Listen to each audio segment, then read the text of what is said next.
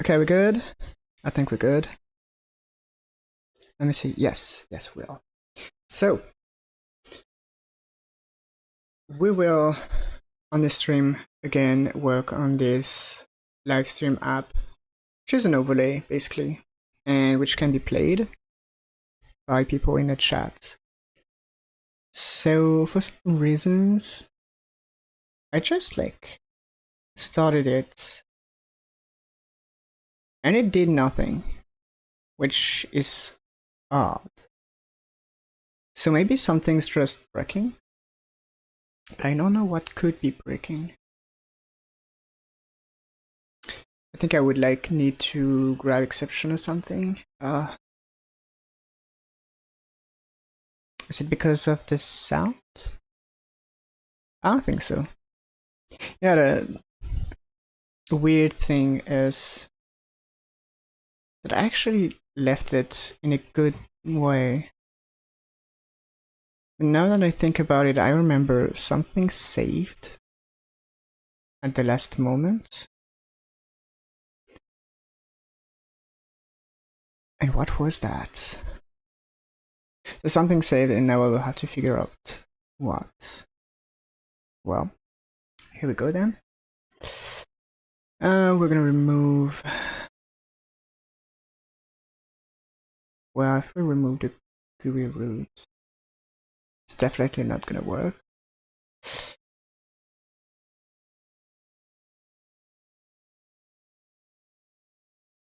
Could that be a try-catch? Do we have a try-catch somewhere without...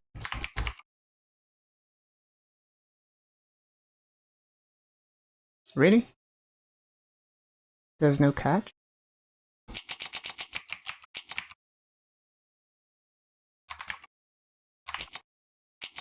Okay, never mind. Recent finds.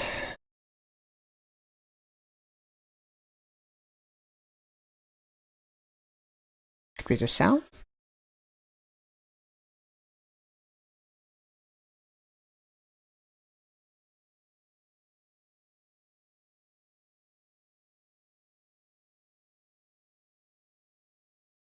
I don't remember modifying this file recently.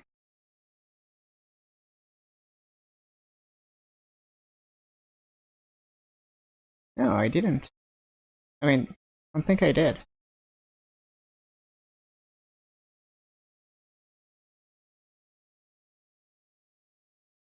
I'm gonna remove the audio player. I don't think it's the audio player.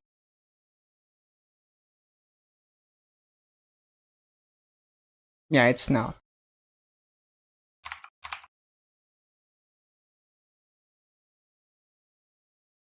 Well, I don't see why the pass-through polygon would do anything. I didn't touch this in ages.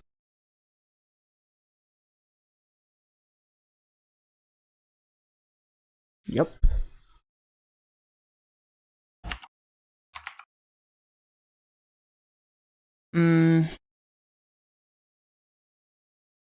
So could that be dice roller or something? Like, are you trying? No, that worked fine. That worked fine.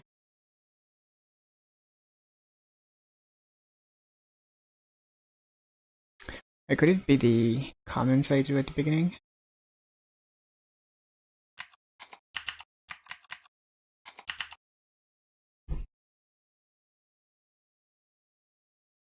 Oh, I didn't save that.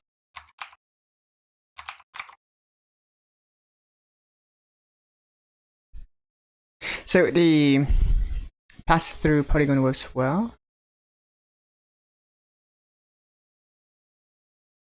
Okay, so here we have debugs where something is not set. Yeah, makes sense. At least we have an error. Could it be like this debug player?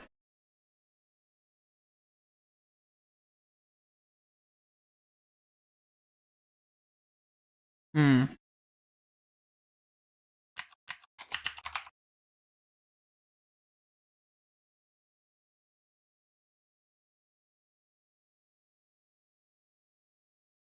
It's not.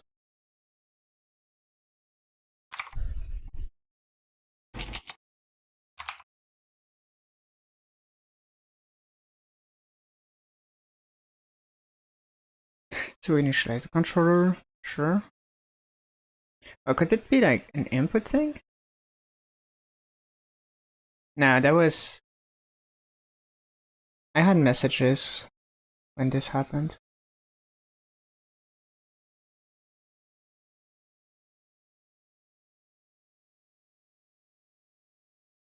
What if I delete GUI root? I may have messages from the controllers, maybe? No?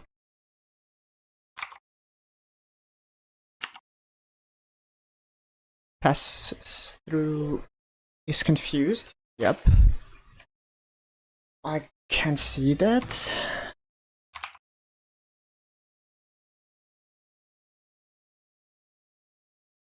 That's the tragic thing here. I just saved something when I closed. So technically I don't have it in Kraken.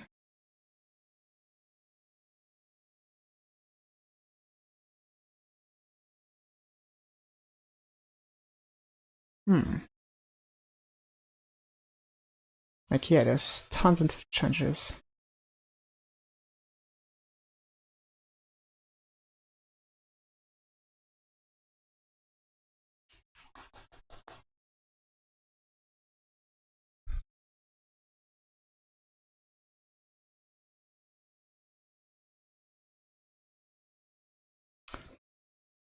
So the thing is, we don't even have the messages. Yeah, we don't have the messages. Could that be a message thing? Yes. Could be. Cause wait a second. Can I actually make a roll? Oh, the dice work fine. So it's just the messages actually which are bugged.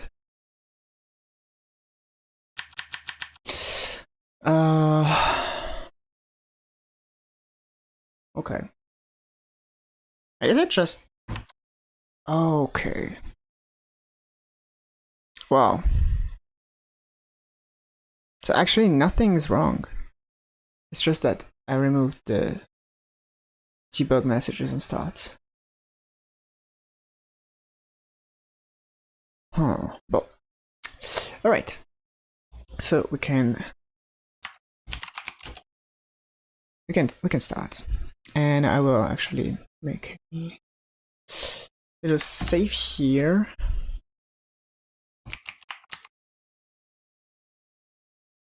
Okay, so what is this? That's basically rolling dice feature. Yeah. Rolling dice command.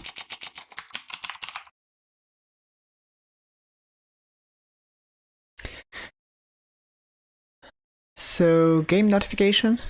Yeah, that's pretty much what I want. Game notifs. So they're actually pretty much the same. Kind of.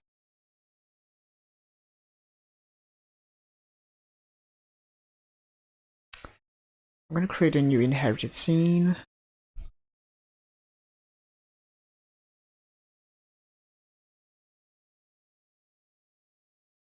Okay.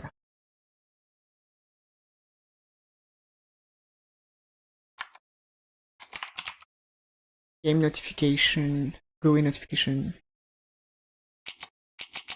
like info. Yeah. So we have pretty much the same thing with the label here.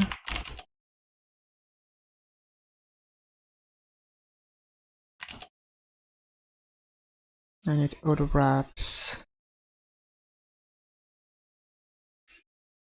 Now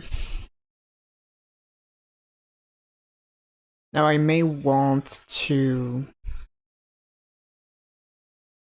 take out what's common into another script. So let's say scenes GUI. Yep. Maybe not.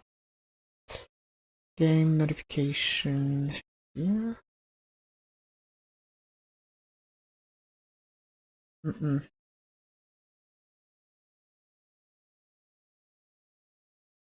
Wait, I feel like I'm missing. Oh, wait, no. Notification with an S? So where is that scene?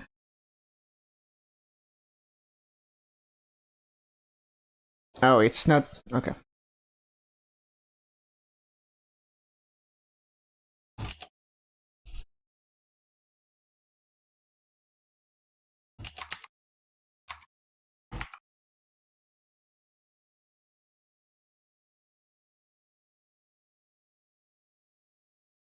I have so many tabs. So we have chat. And we said that we want this delete button thing.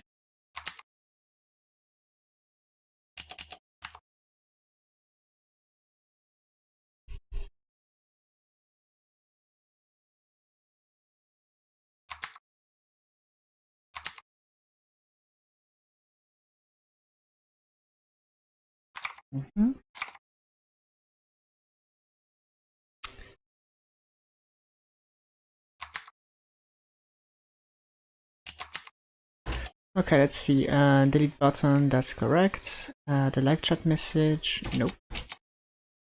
Initialize labels, sure, we just need that function.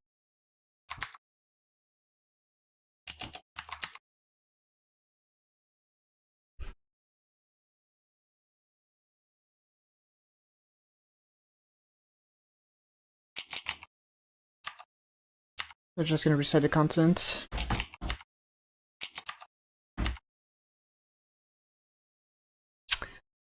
Okay. So this is pretty much what's going to be in every GUI notification.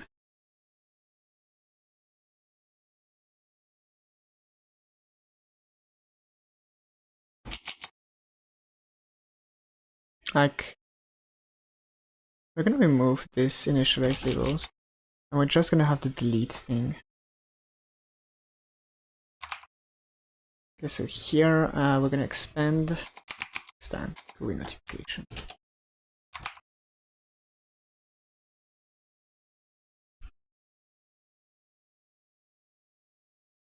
So this button thing is useless. Here we want base ready.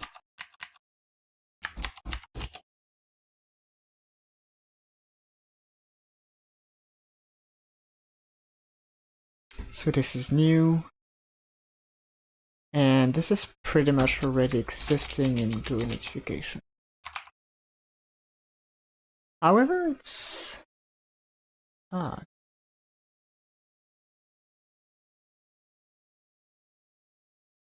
Why is it not? Oh, public maybe? Or maybe I need actually this to be a virtual class? No.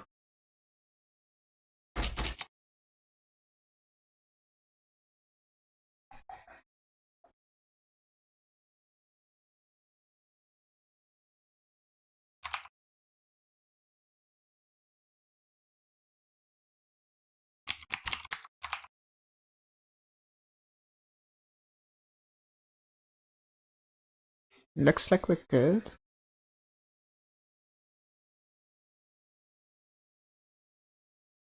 Just want to make sure the factory is fine.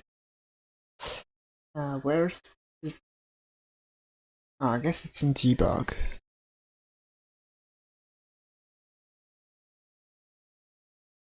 Hmm. Okay, I actually don't have a message factory. Yeah, I think I don't have one. Live chat message factory. Yeah, for debug, of course. But otherwise we don't. Okay. Okay.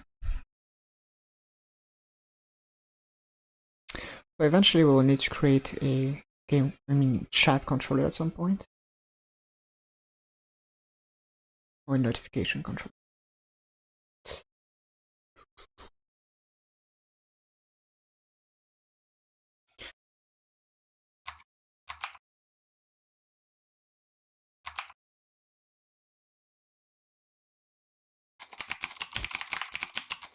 So we have the info notification, notification info.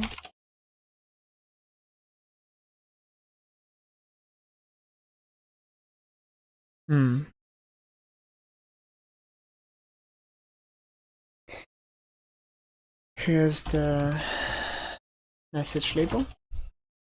I think I need to probably rebind those things. The script is probably wrong. Actually, not that wrong. This one's okay.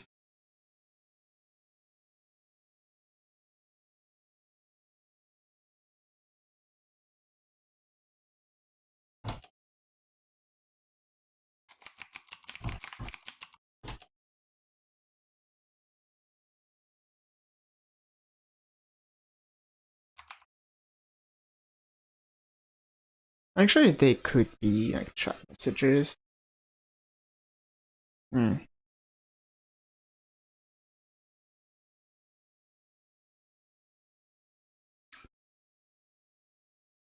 I need to make a model for this so that I know what info they receive. So that would be like a notification info.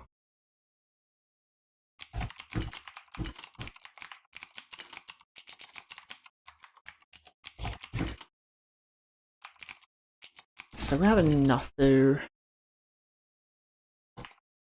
There would be like player ID.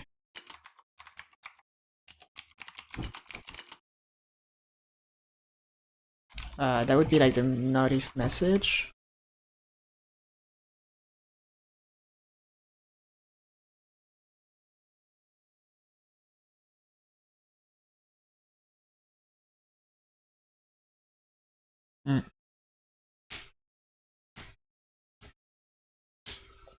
Now, eventually, I'm actually thinking, since we roll 3 dice,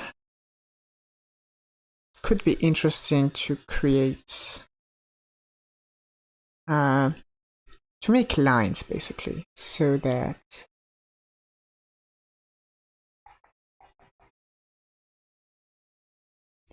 we don't create 3 notifications and bundle everything in one. That could be nice.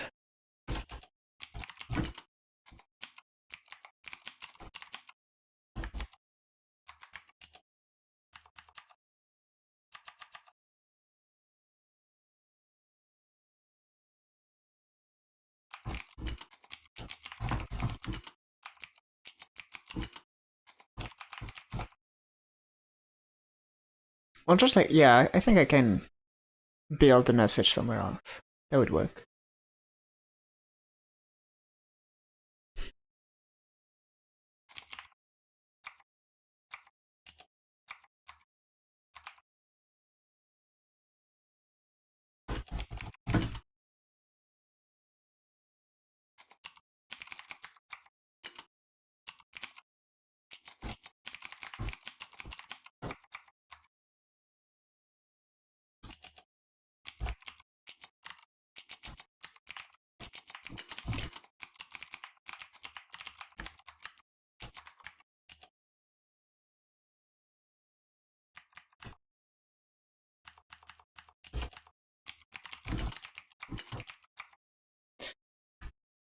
So we obviously want to initialize those labels.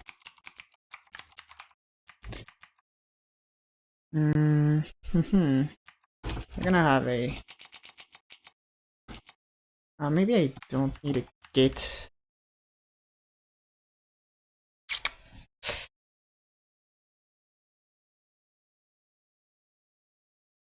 I could have a get player name somewhere. At the moment, we're gonna just display the... We're gonna display the ID. So, notification info. Yeah.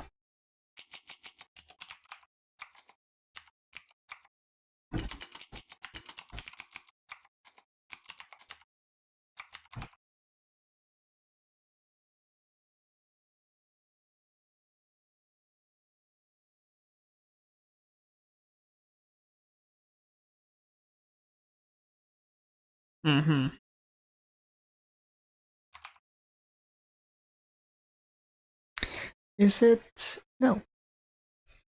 Labels aren't set yet. The title, message. Good.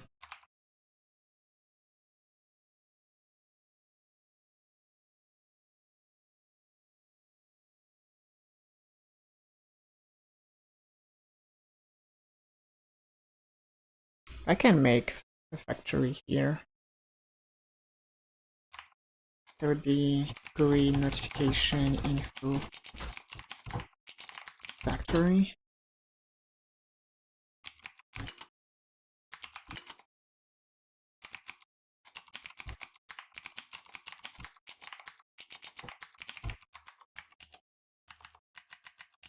So we need Godot. And that's it.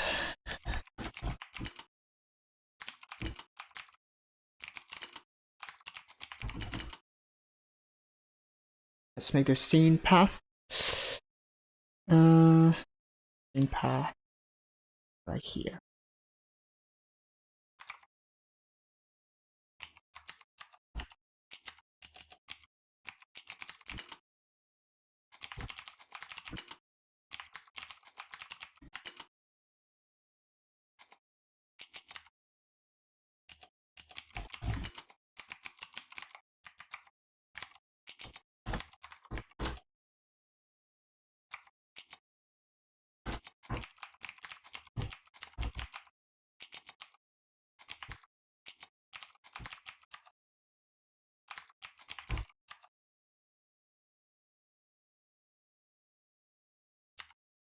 So we start by making the packed scene and then we allow the instantiation.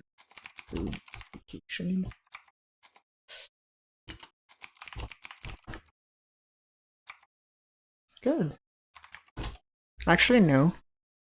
It is a notification info we need. Like this.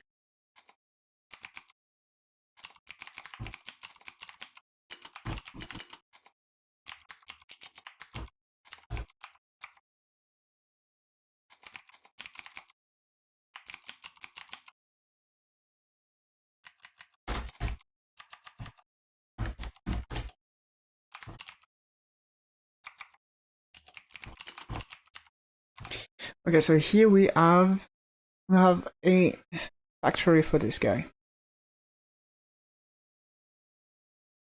And it would be nice to have a GUI controller, basically. Like a GUI message control.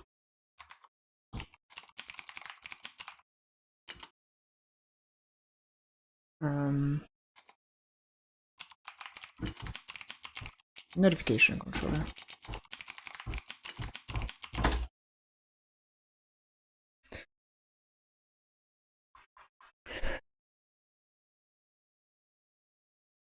Okay, let's see, do we have something already? Nah.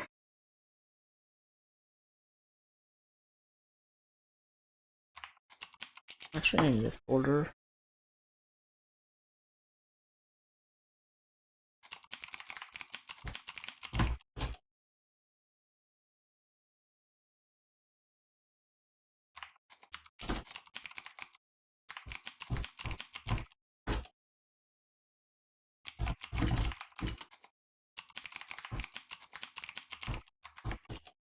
Okay, so let's make a static accessor.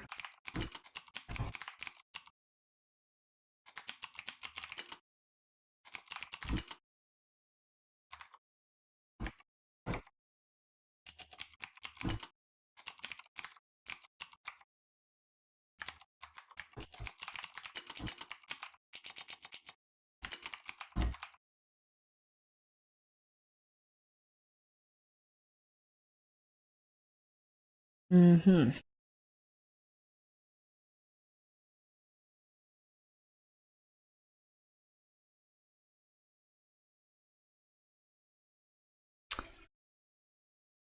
I may want to think about events.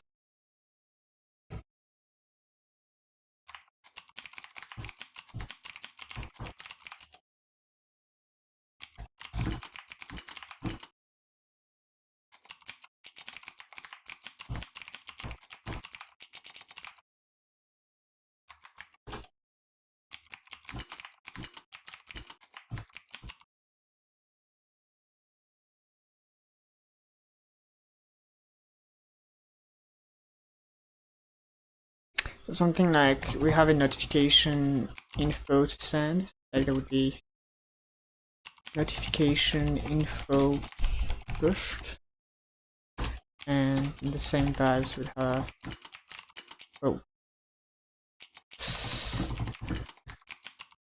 a chat message pushed, like live chat message.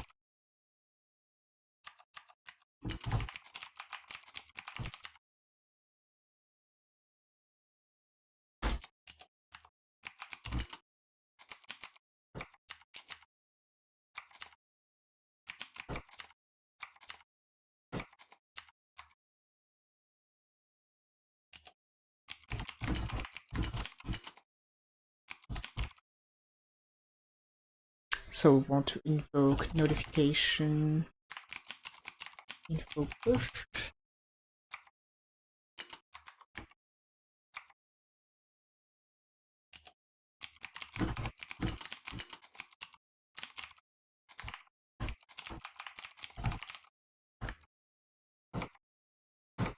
Alright, so these are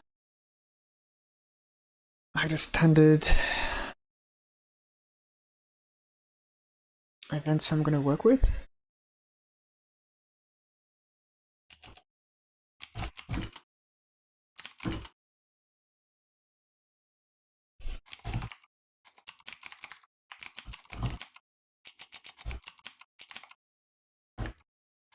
So again, I want to push notification info.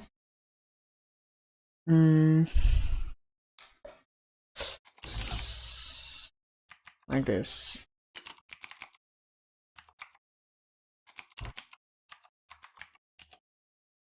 That's just creating or emitting a signal here.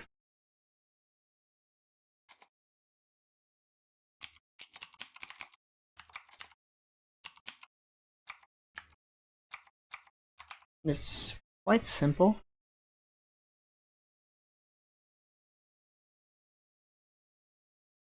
Okay, I'm gonna make sure I add this guy.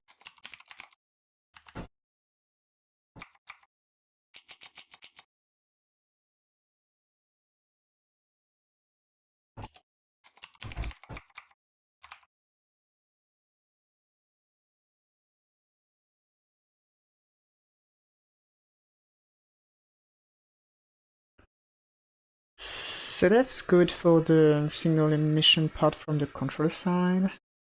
Now, I think I have to fetch my guy in the UI. Like, yeah, the container basically.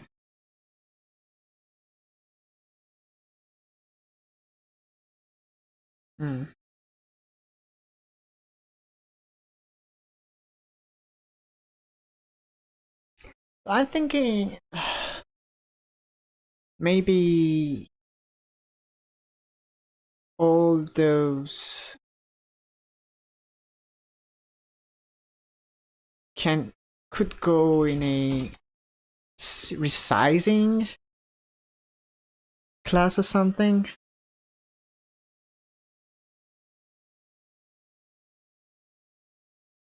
Hmm.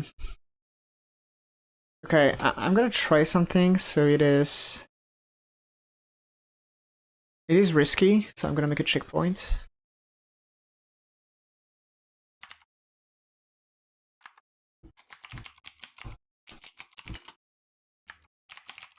So that's just before the GUI notifications refactor.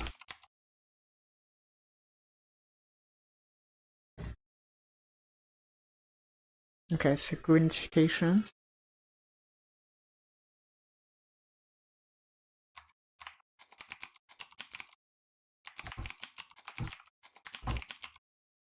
GUI notification size control. Let's go with that.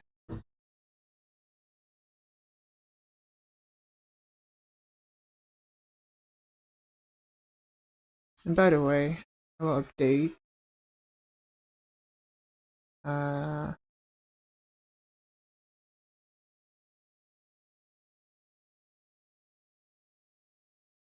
I'm gonna show the music just in case, like.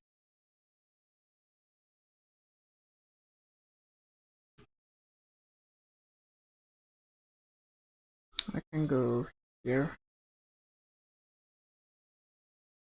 And I'm gonna send a link as well. I think I have it in let me just update this. Alright, so the description's updated. Anyway, we have the GUI class. GUI notification size control. And here we have like a GUI notifications, definitely. And that would be like the context.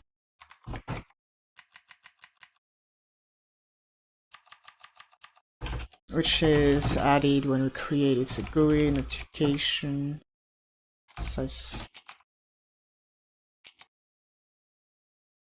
Maybe I don't want an S here.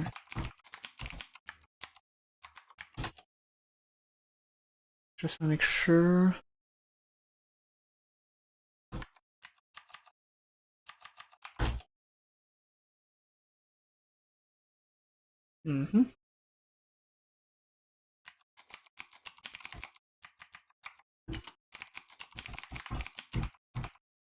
Okay, so we grab this, we set the context. Good. Now what can we throw there?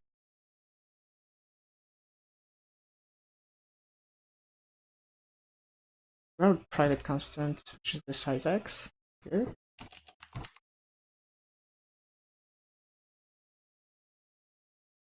We'll have resize.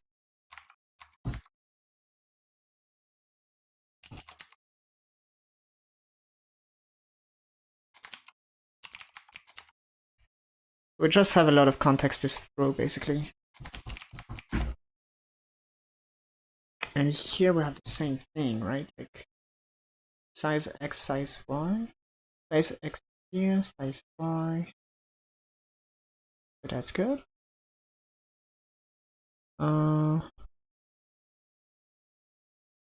Preposition children.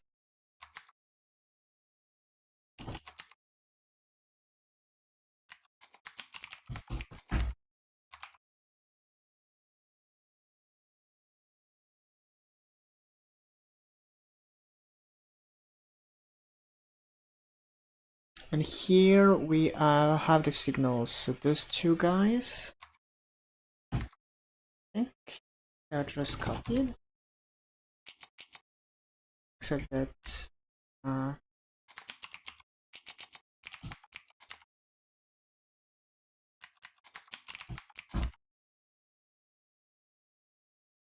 have a lot of context to throw.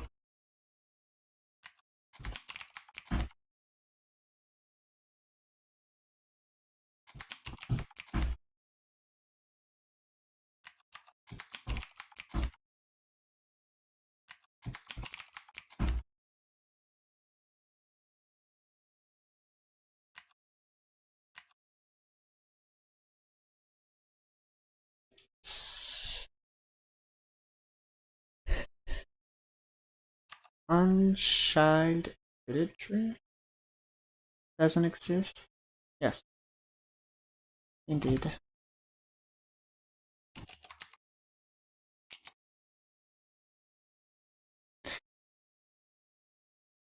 And I think I just need to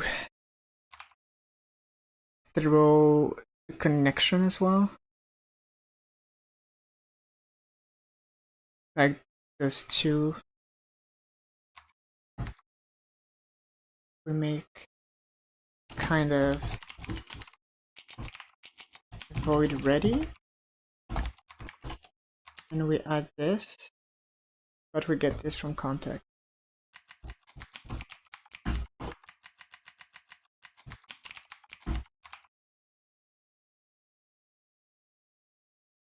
Now resize. Why is resize gray?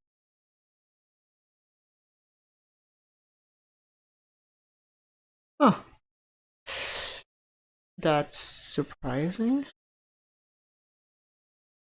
Shouldn't it be here?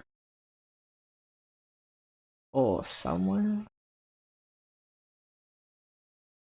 No, it's never called. Why is it not gray here then?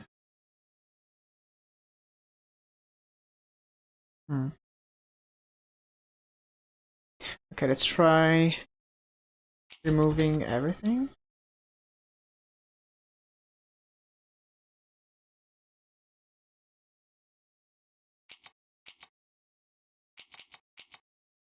And we add the new class. So that would be like public.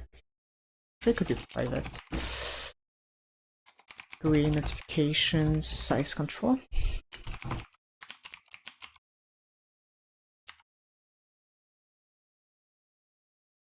And we could create new right away. Nah, it doesn't work. Oh, it requires parameter, so wait, yeah, we can't. But on ready, we have size control. We'll use this. And size control dot ready. And I think we're good. I think we're good.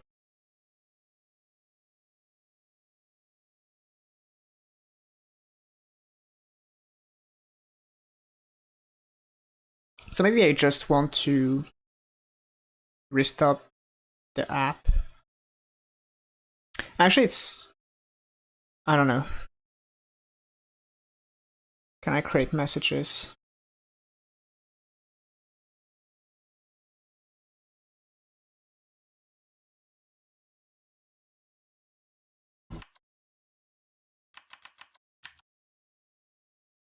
So the dice work.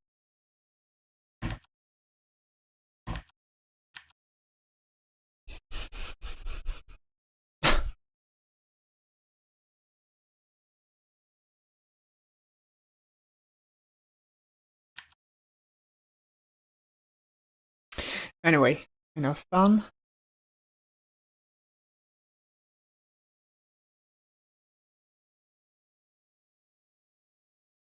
I guess we want to watch the new signals we have created. So private void on notification info requested.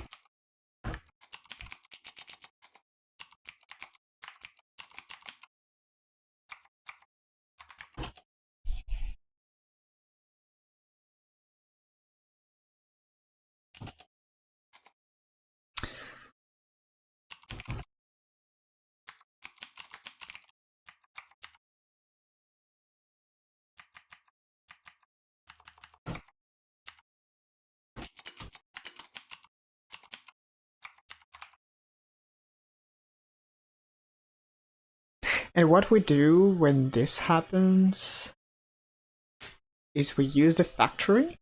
Yes. So here we make a GUI notification info scene. We need the constructor. Like a private GUI notification info factory. And yeah. And here we can say news straight up, right off the bat, I think. Yeah. So anyway, we have like the notification factory instantiate with info. Yeah. And we add child. Seems cool.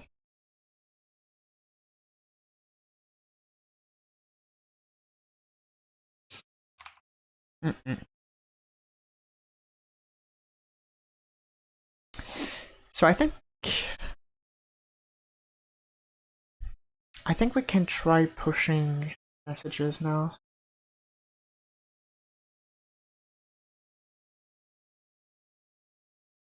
Like if I go in app,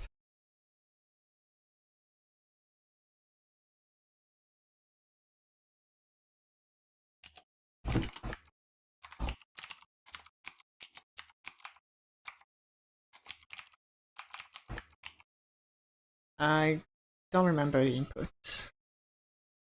Well, we can rename it actually. Debug input, so that would be like debug notification. Like debug push notification.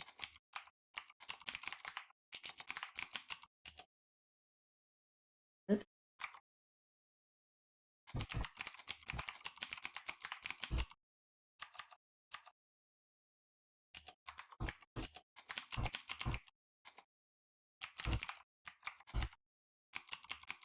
I need to create one, so notification info.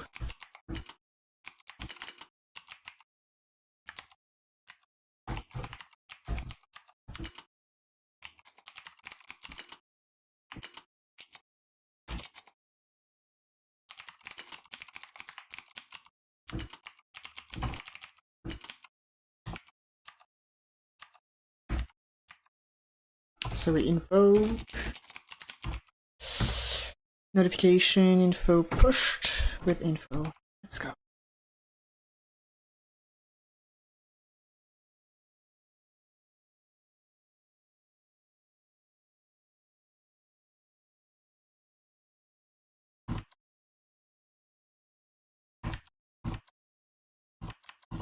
Yeah, so that works.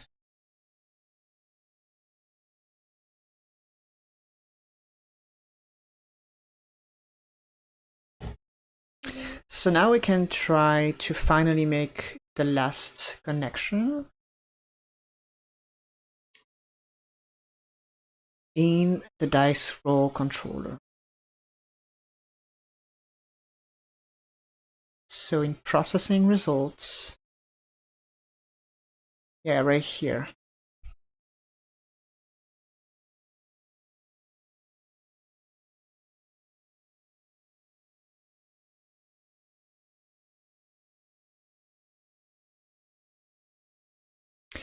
So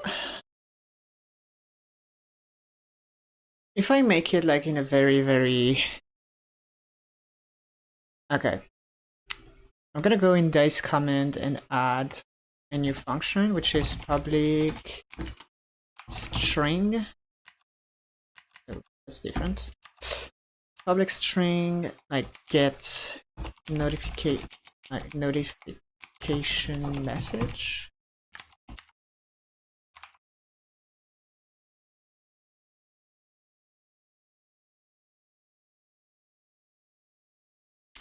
Which means that I will have to add this in my comments, like here. Let's implement get notification message. Okay. So we return a string.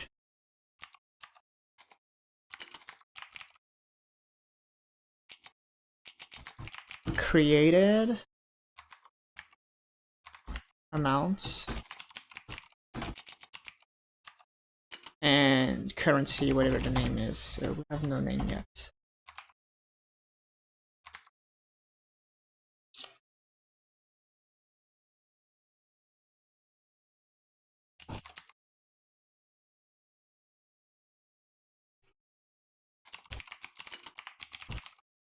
And like nothing happened. Okay, So we get the message, which means the controller.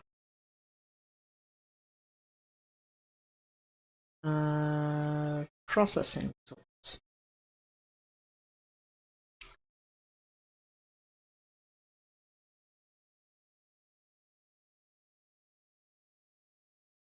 So we would make like any info. We would have a string. That would be, I don't know, message. Okay.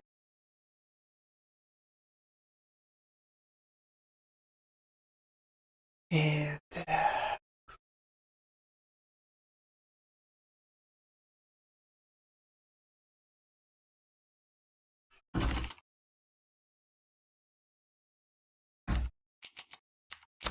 we start with an empty string, and here we have like comment or like message plus equal comment dot get notification message.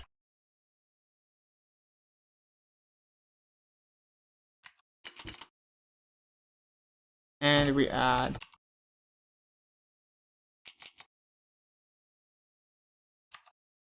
actually I kinda want to do this differently.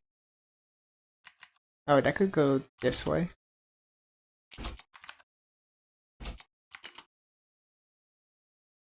Then we add a notification message.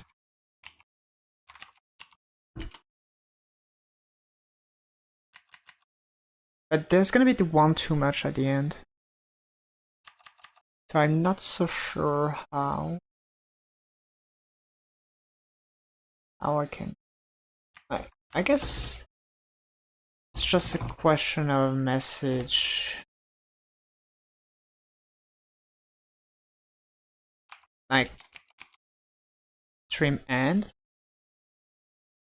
removes all the trailing. Wait,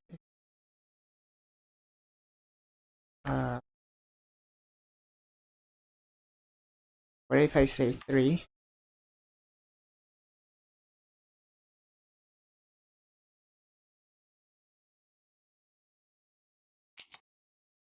Like I can remove this.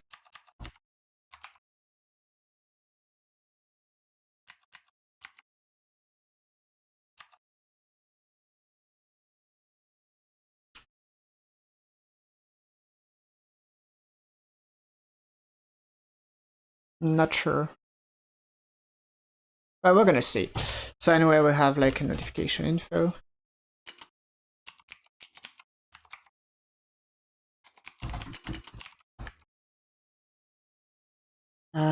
We need a player ID, so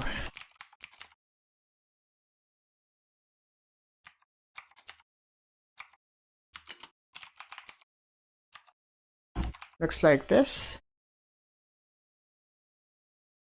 Okay. So I guess it's testing time.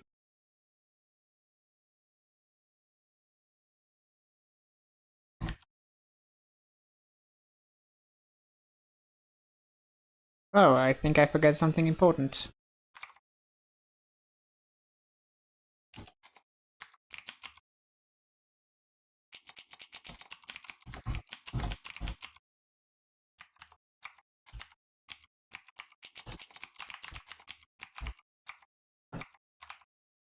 Like pushing the notification, that would be nice.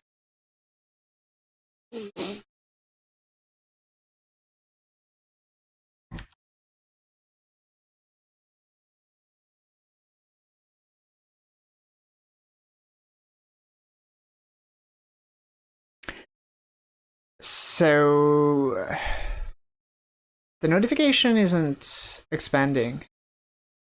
That's a bit of a problem.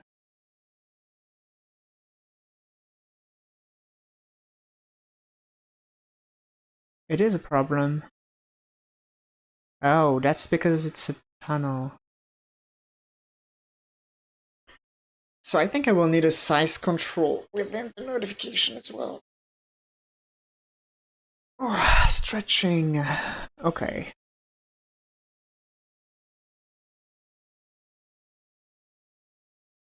But the good part is I'm just supposed to make this once, I guess.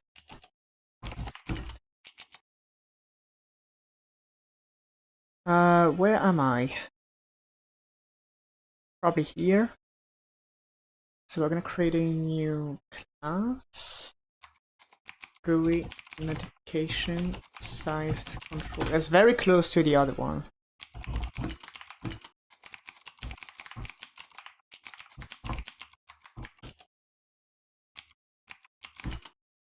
So we have like a private GUI notification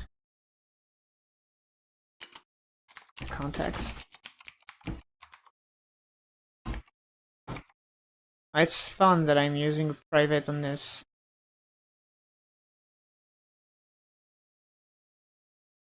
I actually like it better with an uppercase.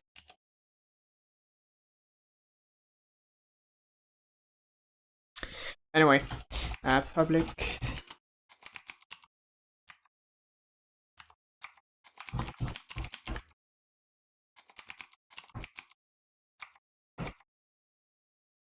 Okay, so we get the context.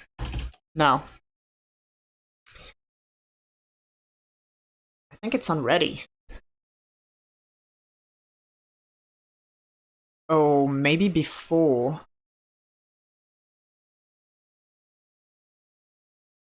Because it would be great to have this. Because if it's on ready,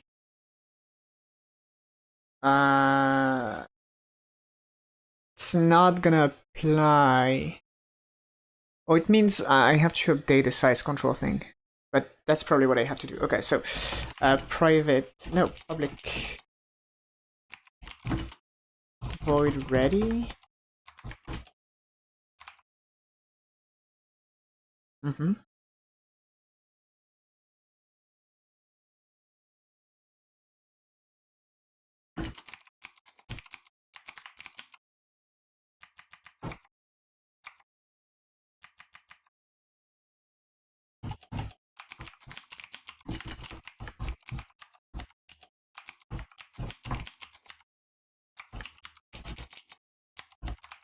Okay, so we add some behavior to ready.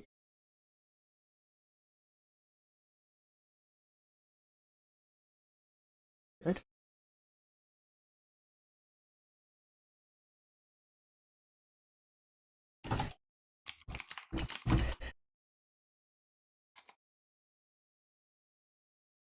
Just two children. So we're gonna make a an float, which is gonna be size y equal to 16. Like it's the margin, I guess. Now for each node in get context actually, and children from the context. You want parentheses too much. If node is control,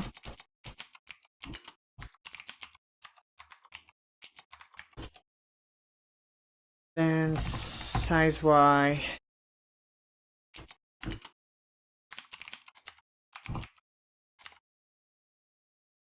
okay, that seems fair. And then at the end context size.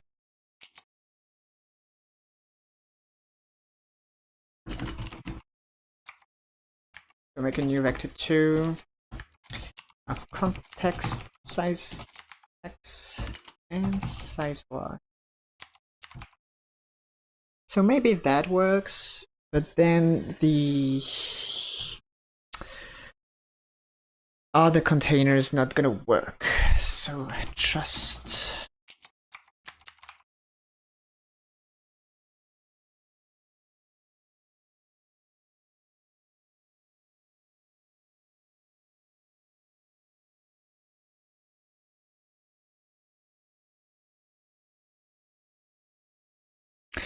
maybe I can try this in a local way. Like, If I open this scene, okay, I'm in, and I run it. Does that work? Yes, so we can see it here. Now, if I say do something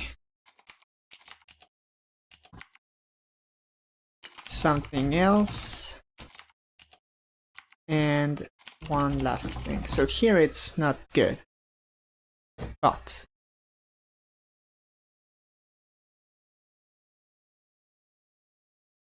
I would say no. Okay, what's the debug thing? Object not set to... Uh-huh.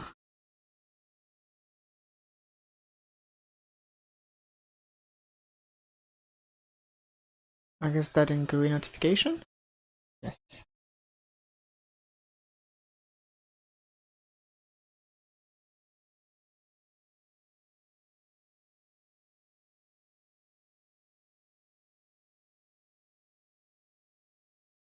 That's odd.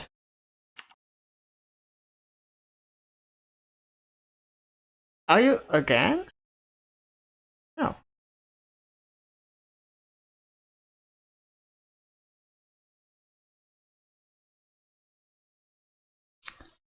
Object reference not set to the instance of an object. Or is it like the notification info? Yeah. I think that's it.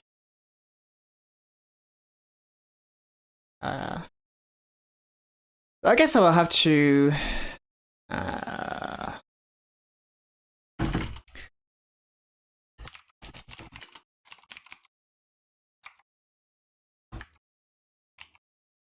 test,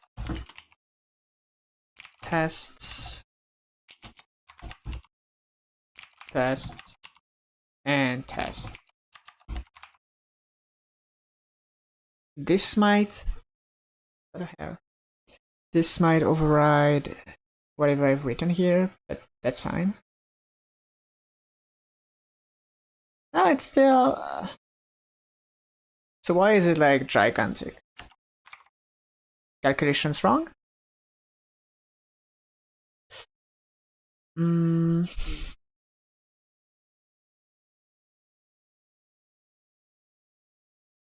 Well, something's off.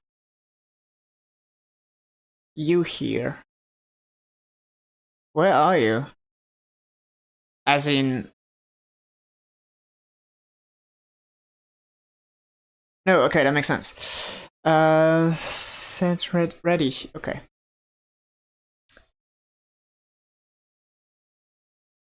So we adjust children. We start at 16. For each node in context.getChildren, we increase it by control.sizeFar. And that ends up being super big. Okay, we're gonna make like GD print to see. We're getting to adding control.sizeFar to whatever.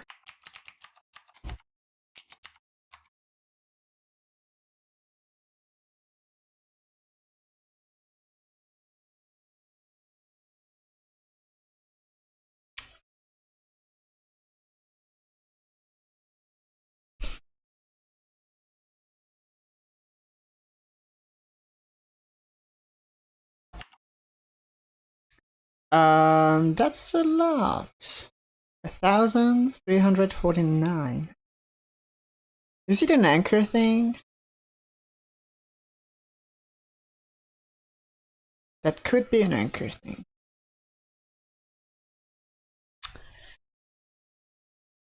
Oh.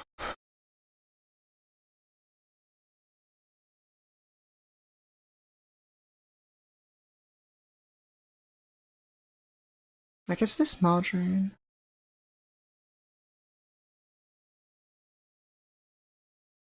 No. And maybe it's... Uh, like, maybe it's the V-Bucks container I want to. No, because... Yes, actually, that could be something. I don't know. I could try to defer. No, that would be bad. So it just means that the container is super big for some reason.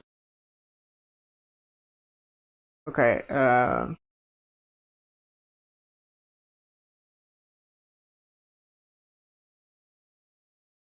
what if I did this? Like,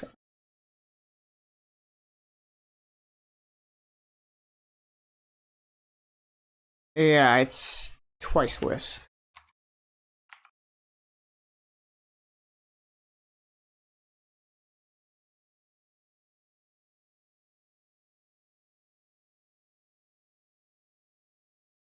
No, still the same problem.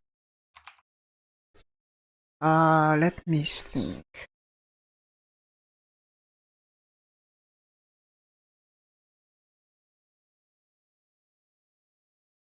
Because it's... Is it resizing? Or is it really this big all the time? Oh, but it's... Oh, I guess. No, I can't. I can't watch. Hmm.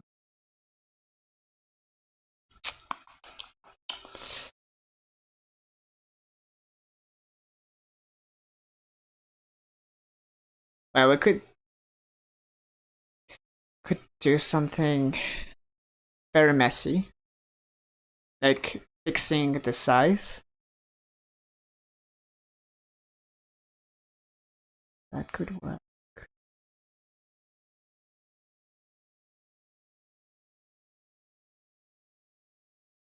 So here we have R16, and we add 111.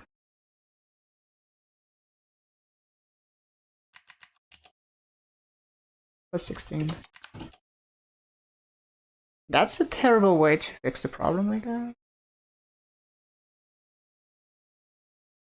But that works.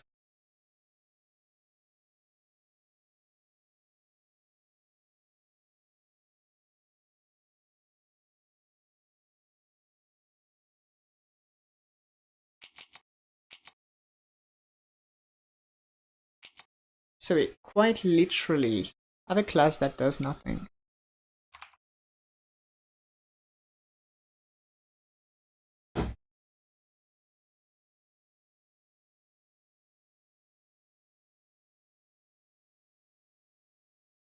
Well, there's definitely an easier way to work with that by using...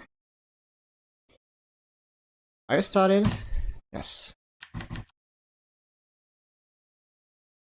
So it's not trimming.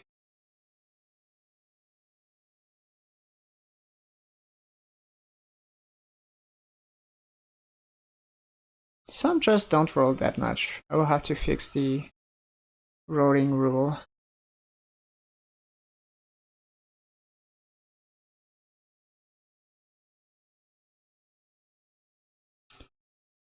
How? Why I can't change the node type? Ah, yes. Because this.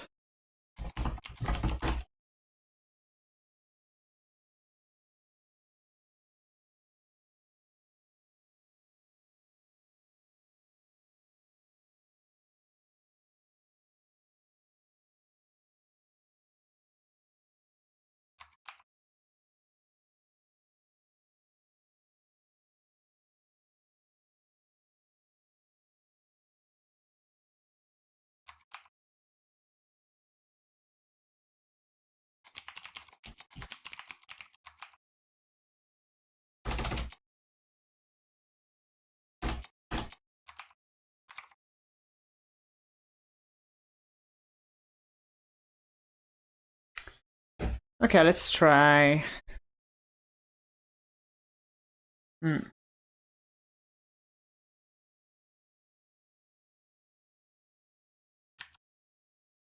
Come on, guys.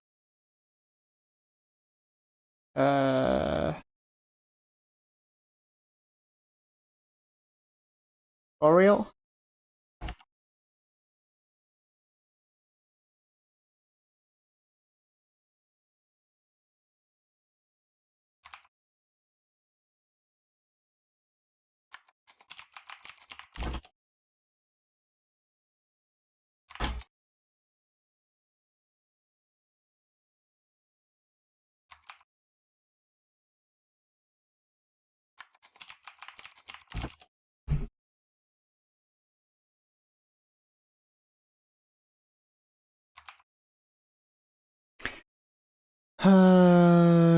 Yeah.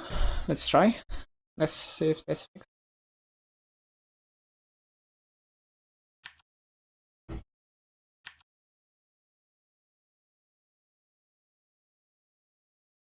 Hmm.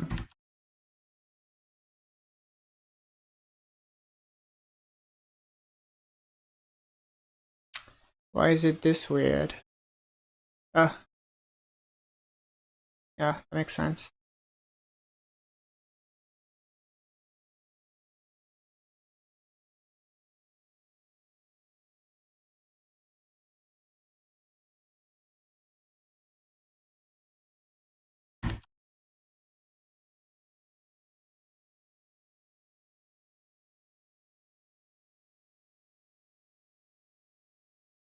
Hmm. Yep, I see that you're trying to reset. Something's wrong with the forces applied.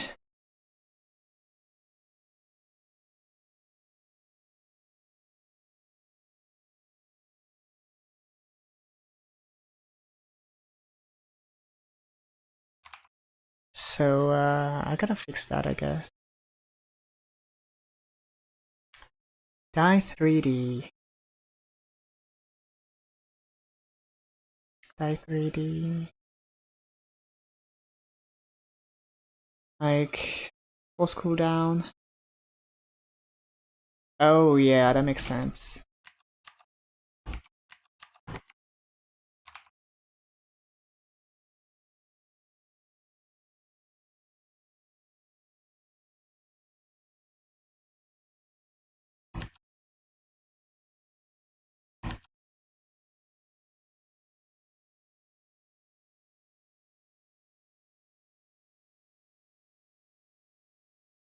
So it looks like the notification is good, but it's probably just the... Yeah. So I think...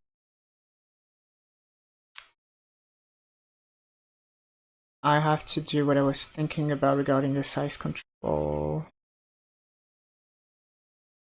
Yeah, not this one, because it's obviously empty. The notification with an S. Yeah, right here. So on child entered the tree node, we want to have like a private void on child ready.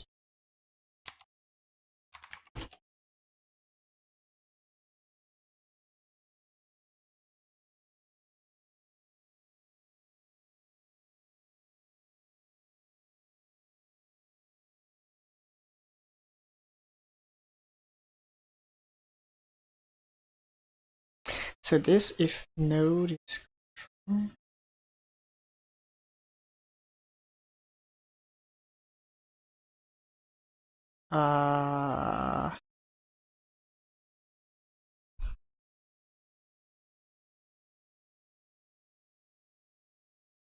It's actually a little bit confusing because this has, when it says it's ready, it doesn't say what node it is.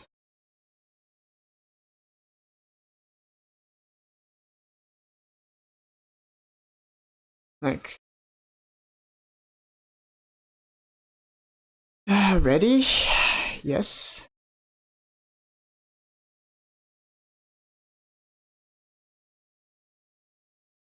But eventually it's okay. No, it's not.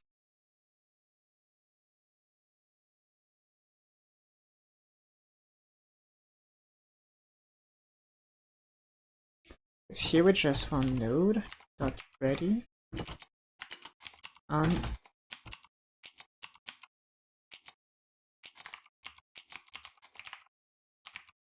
but it how do I know which one it is?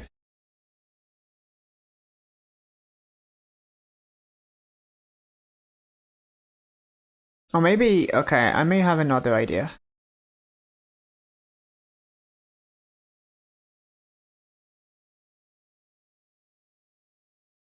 Like what if I create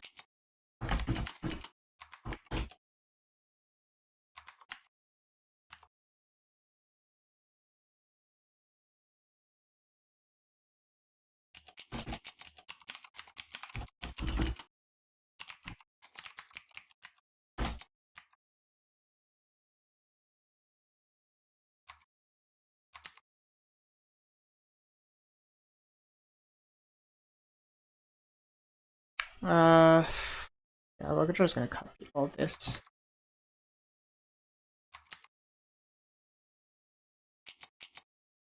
And we're just gonna throw that and hope that it disconnects. Actually, I think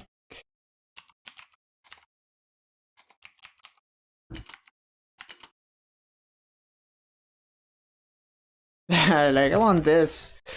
Maybe Copilot can help me here.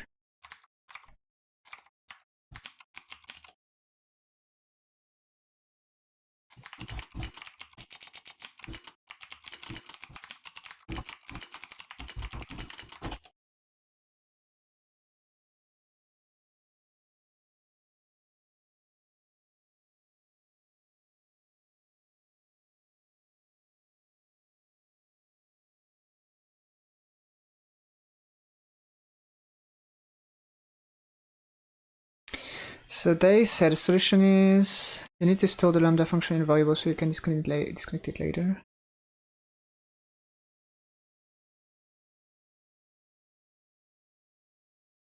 Oh yeah, I remember now.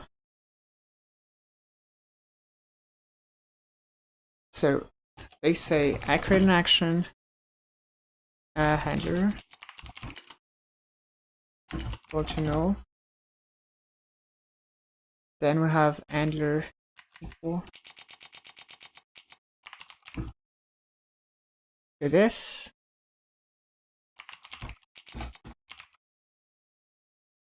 And we end up by saying, yeah, there we go. Thank you, Copilot. Why this works, I don't know. Want to know, I know. Okay, so I actually have no guarantee that it fixes my problem.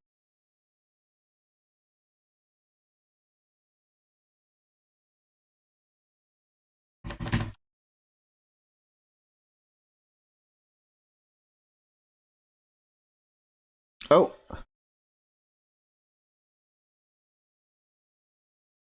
It looks like we have the exact same problem as before.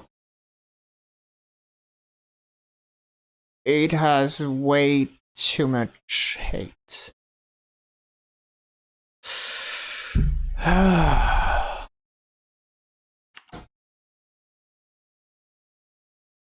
Slightly annoying, isn't it?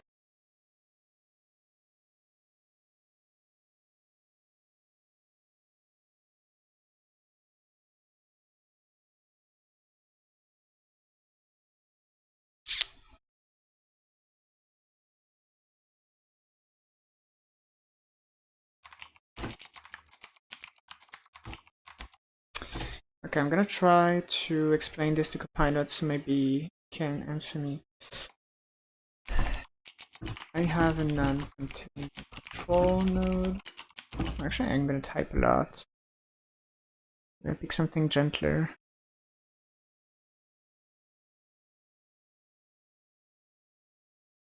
So I have a non-container control node.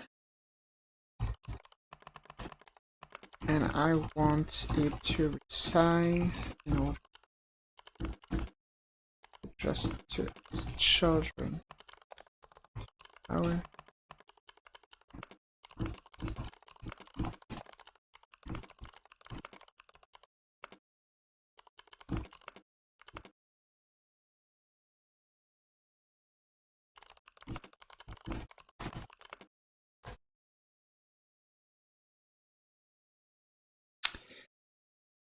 When you're using a non-container control node base and its children specifically, there are a few quirks to watch out for.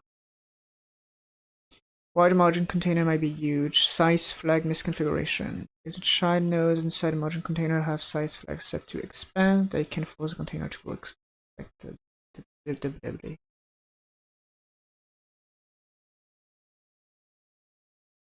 Like, maybe I'm actually doing something I could have fixed way earlier.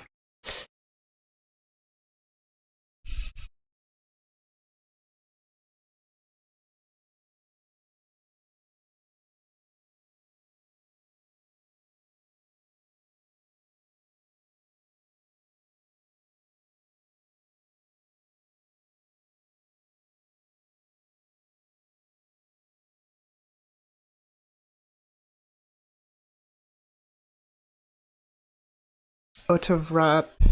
Auto-wrap behaviors in label. No!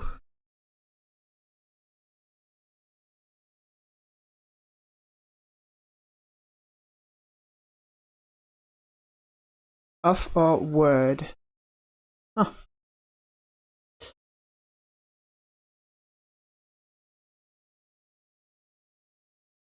Minimum size caching. Yeah. So maybe it's just this thing.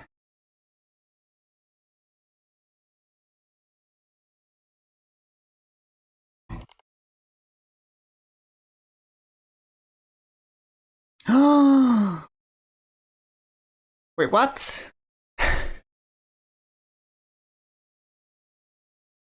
What's going on?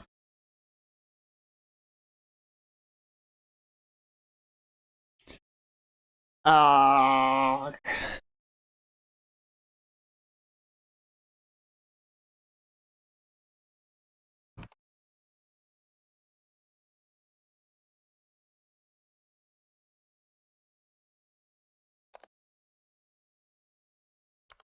This is the notification size refactor. And I'm starting to hate it. Oh, fun.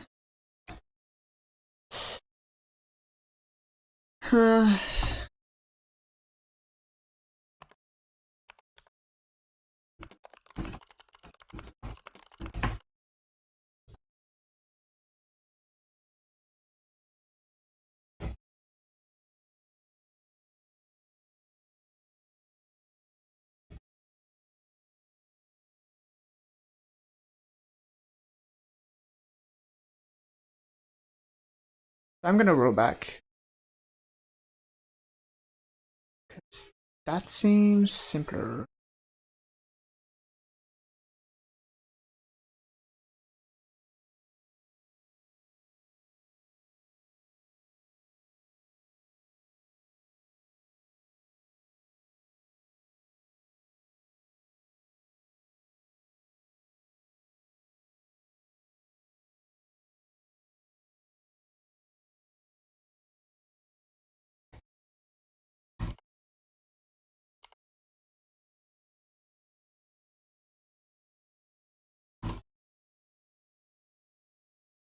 So I think I don't have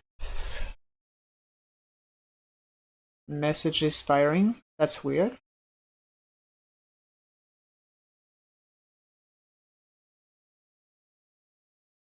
I'm not sure how far I want to go back.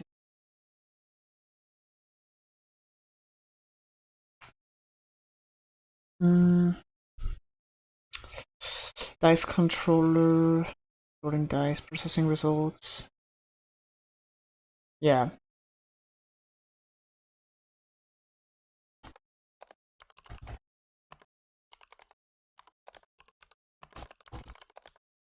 Actually, I'll not here.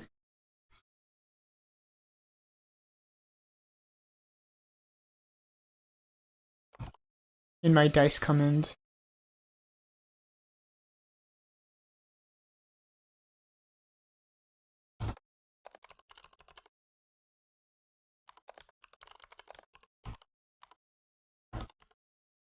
And I need an info. So here that would be like notification info.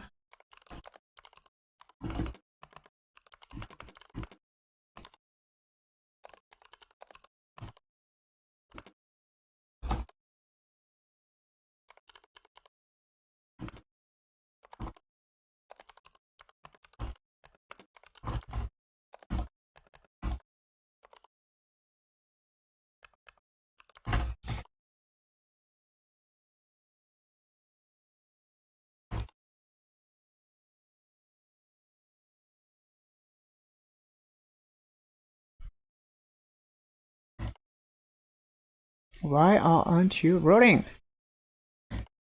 Come on! And it doesn't even work. Oh, and this is not fixed.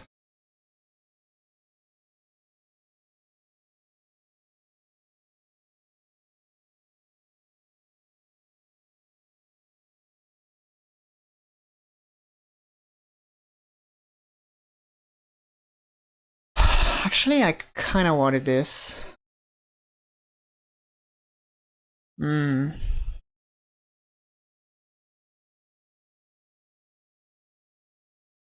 I might want to take this upgrade. I might want to take it.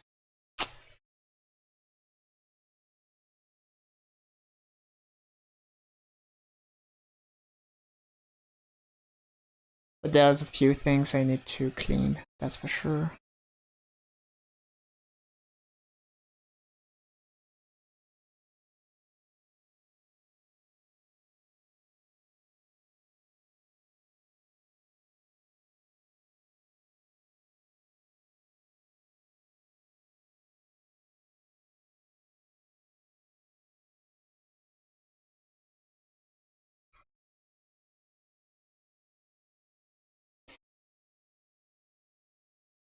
Alright, so here's the info. Where is it?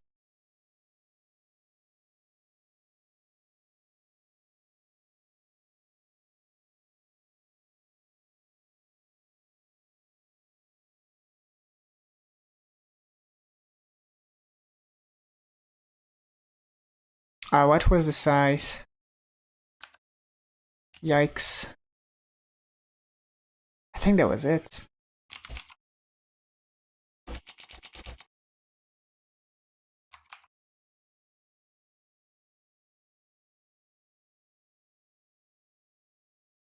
Actually, it's 80.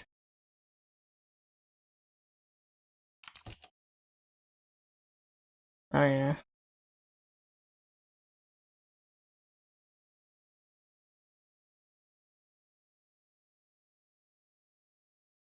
How does it work exactly?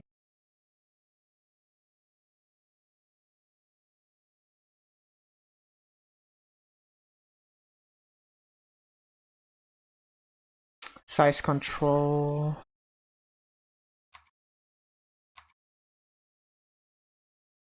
When we add a child,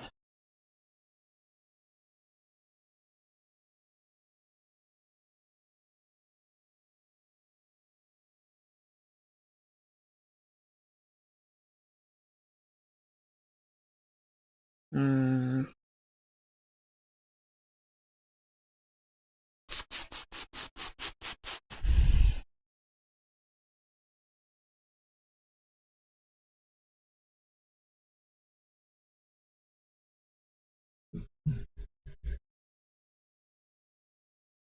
Hmm.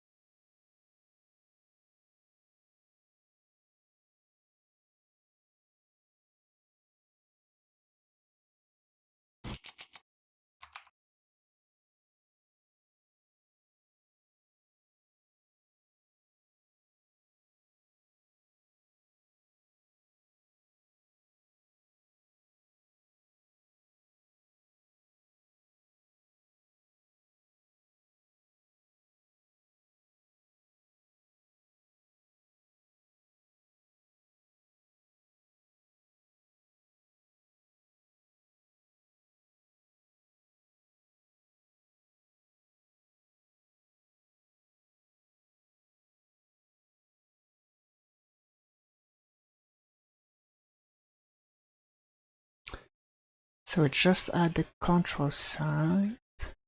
Uh-huh.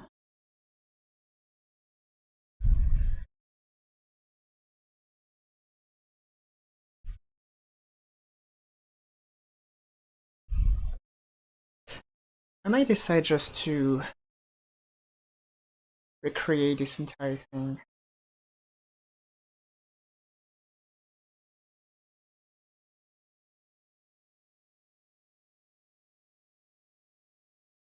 It means that the pass-through polygon will have to be updated.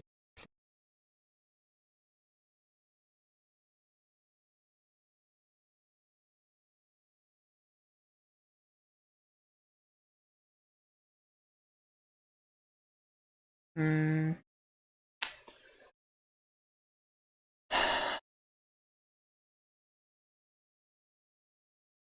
Yeah, I think I will just recreate.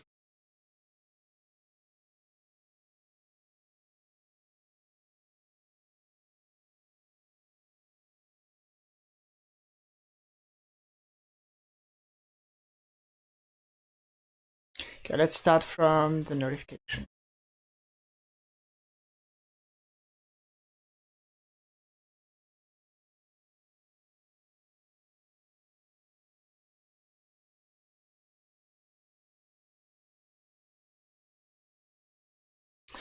Here we have the delete button and, well, the message let not this technically is not part of this script.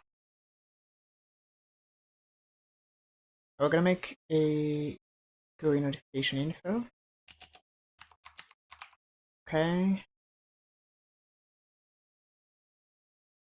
At the moment, this one's correct.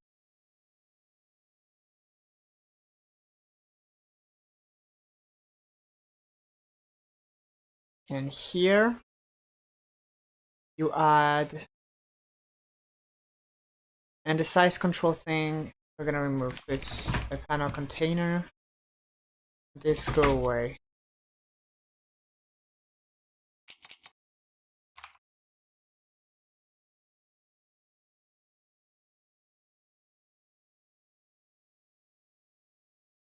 Now there's an instance for this guy.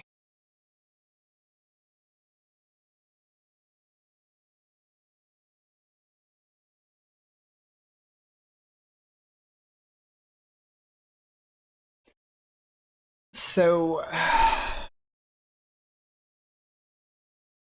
the path-through polygon controller, it has notification when it resizes. And it resized. And even this is crap. But whatever.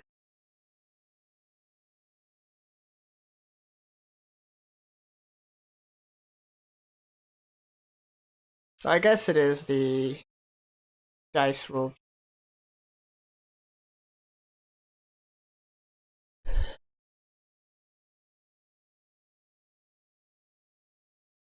But there's this thing. It catches notification.swap. Okay. Okay, what is it now? What does it look like?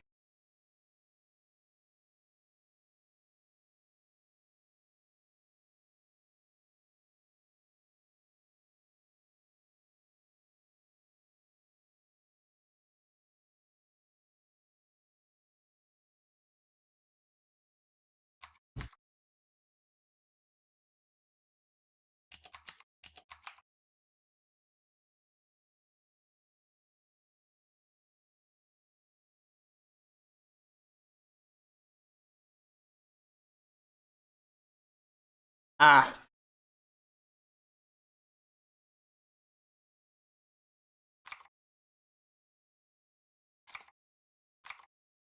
So we broke it.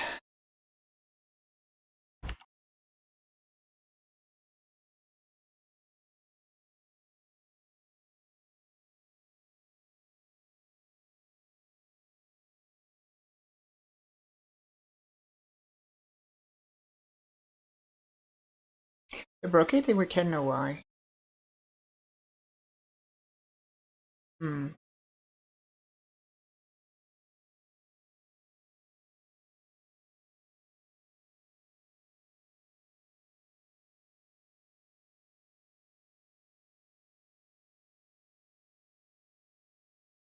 So last thing I did was removing the size control.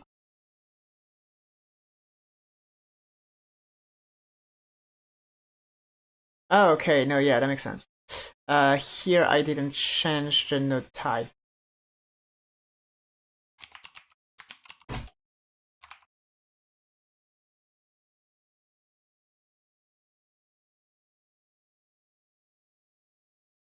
Hmm.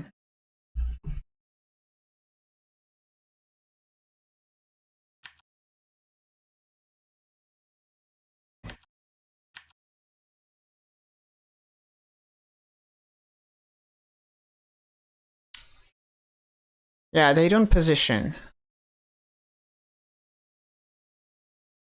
They just stack up on top of each other. So, da da da.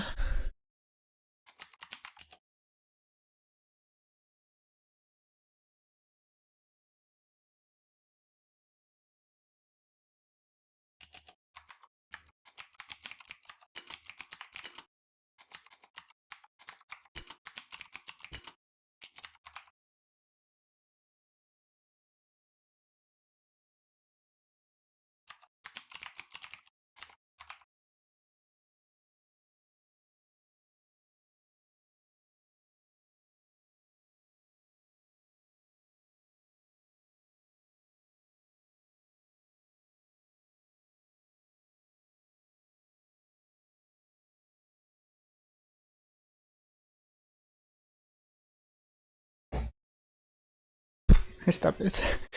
No, I wanted to test. So, let's see.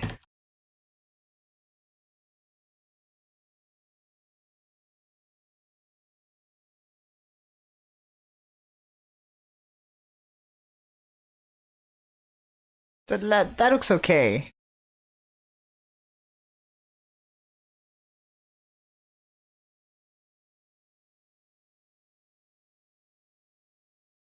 Now I just have a few things to fix.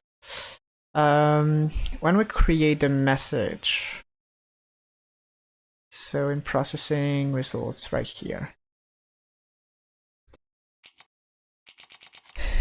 remove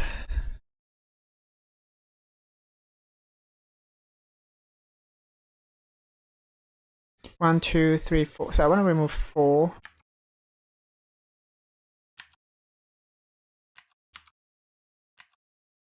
It's like message dot length -3.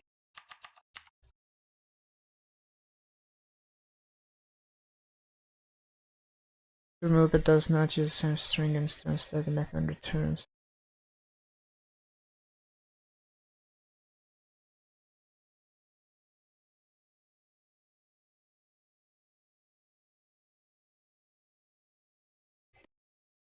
No, I want splice or something. Split. No.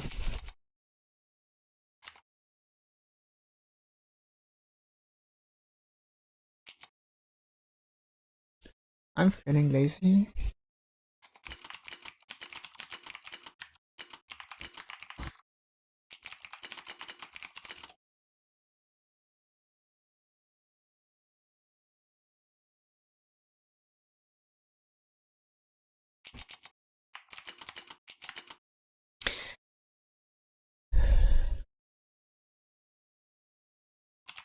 That is message substring.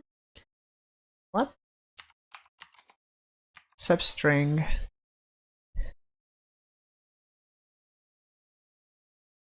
Oh.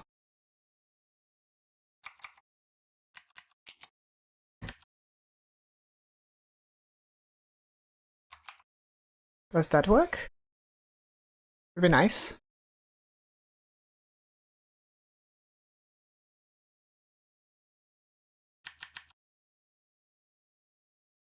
It does.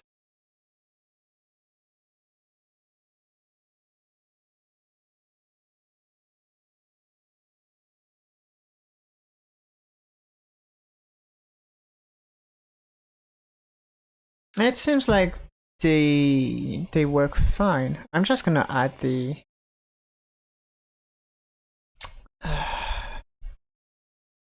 I'm just gonna add the panel container to C.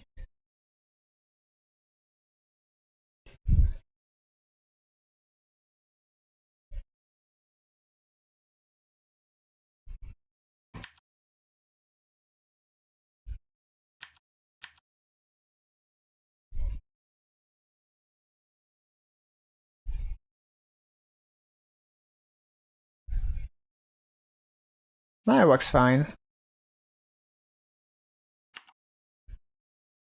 So we have made an important part of the job now. So let's see. Notification controller, yes. Handle max size, no. Notification emission, no.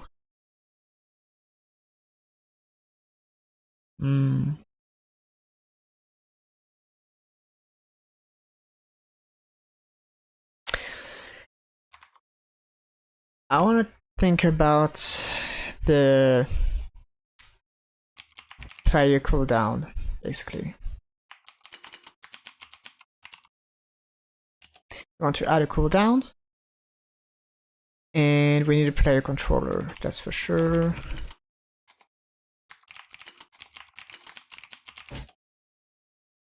And then we need the comments, like chat comment.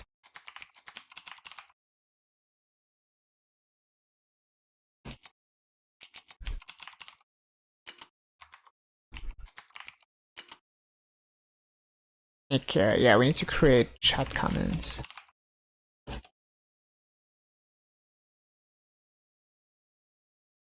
Maybe I should start with the player controller.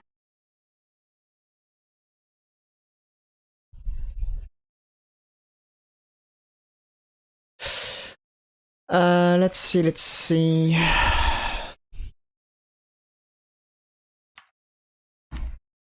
Here we are going back to a container behavior. And just in case, I'm gonna close things because we all know how Godot likes to explode when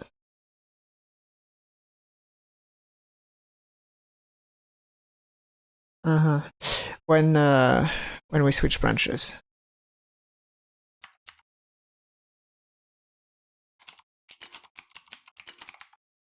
That's literally a minor fix indeed. So anyway, we merge notification into develop.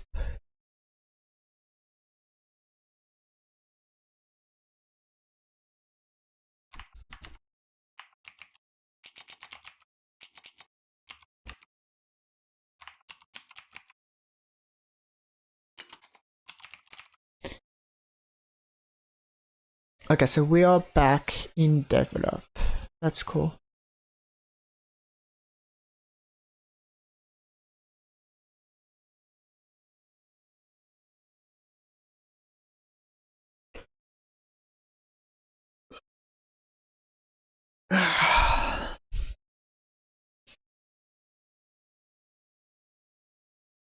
Do you speak French? Yes, that's my native tongue, so I do.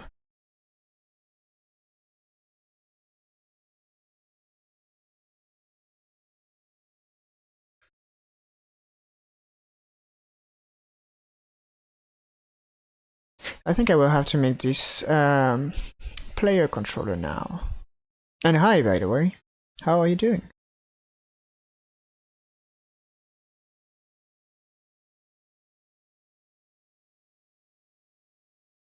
Actually, I did I said native tongue, like that doesn't work. Like either native language or mother tongue, I guess.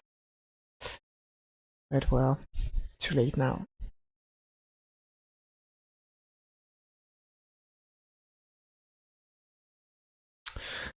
Alright. We have the player controller.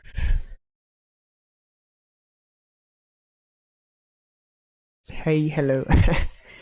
Well, do I actually have... I didn't check the latency of the stream. Is it decent? Oh, not really. Yeah, connection seems bad. I gotta move, like the microphone's right in front of the... There we go. Player controller, there we go.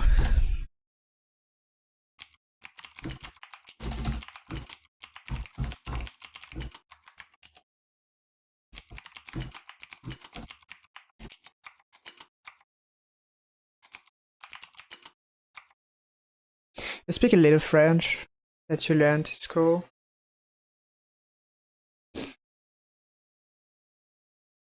Somehow it surprised me when people say they want to learn French. It's not really a useful language, but yeah. I've been trying to learn Godot, but you're new to the whole thing. You went down a Redo dive the other day after you noticed the GUI was on typical color scheme. No, yeah.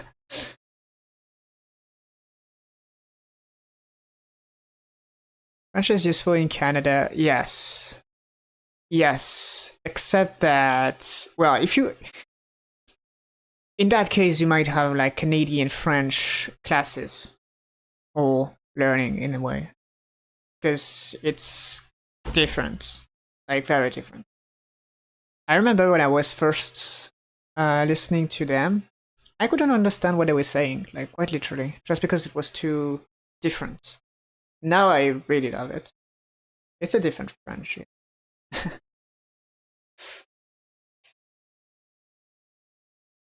Like, for the little trivia, we're running a D&D game, and my character, which is a kobold, is basically speaking with the Canadian accent. We're having a lot of fun with this. In fact, I just shared this morning. Just this morning, I shared an Instagram post, which is a meme regarding Canadian accent. I mean, yes, sort of French Canadian accent. So anyway, it is on the Discord, like in the main channel, if you're curious.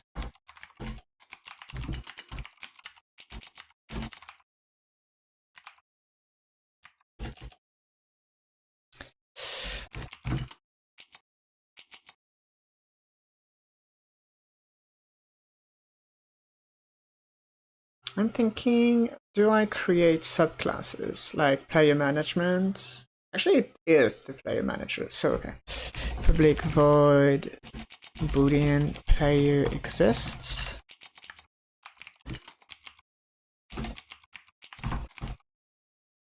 It's interesting how other languages have accents, how to imagine what it might sound like, unless you know a part of the language already. Also totally sidetracking you. Well, you know, I've been working on this like the entire day. Like, I could use a little bit of sidetracking. Did you see the actual state of the project? Or do I have to make a quick demo of what happens?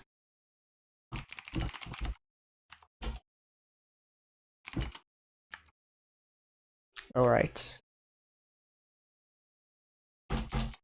So, I don't know if I can start a project because I just changed a few things. But basically, today, like, I've worked on...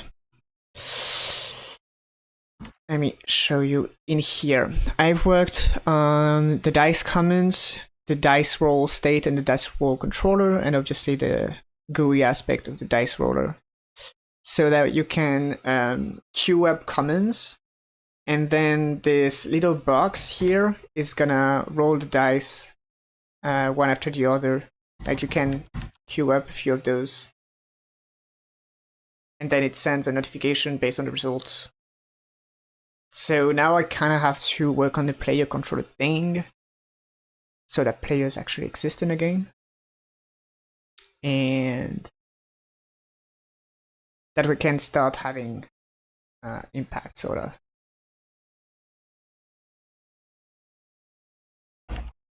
That looks really good, yeah. Like, I worked on this little side project to roll dice, and I really loved it. Actually, it came from me playing a demo on the Play Store, which is Slice and Dice. Like, maybe I can show you real quick. It's like exactly the kind of game that I love. So, can we see? Yeah, roughly what happens is it rolls dice, and then you choose. I mean, it uses a reroll system, but yeah, basically you roll the dice to know what are going to be the actions of your characters. So it's a kind of roll, lock, reroll mechanic. And yeah, from there it kind of snowballed to this thing.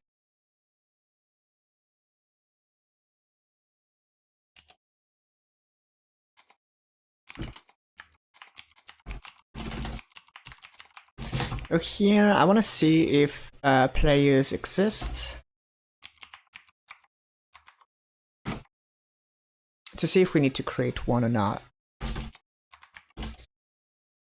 Those games are real catchy lately. Are they? Because I actually talked about this with one of my TTRPG mates, and he played this game like a very long time ago. And I've always been into dice games, so I don't really know when they are popular or not, because I'm always in.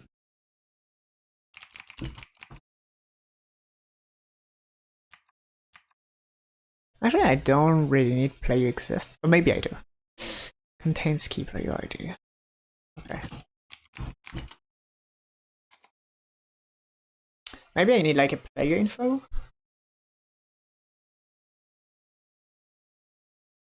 The lag aspect can be tweaked into a really addictive game loop. Yeah, that might be why I'm addicted to it then. I remember I made a prototype of a Nido game, and the crafting part of it was like heavily inspired by Korean MMORPG crafting, where failing an upgrade is like destroying the object. And yeah, I created a monster of casino addictiveness. Balatro did it well. Probably I actually never played Balatro. I think the only thing I did was like playing the Balatro like Riot game did.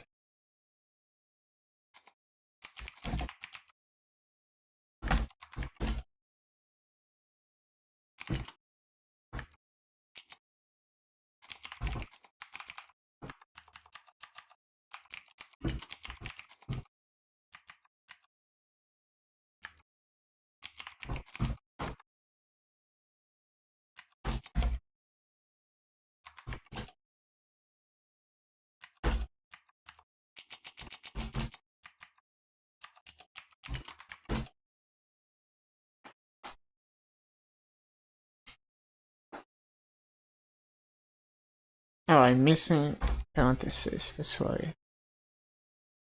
So here we want to create a new player. Having a hard time wrapping your head around what and why you put things inside the brackets. Example here. Why and why you put things inside the bracket.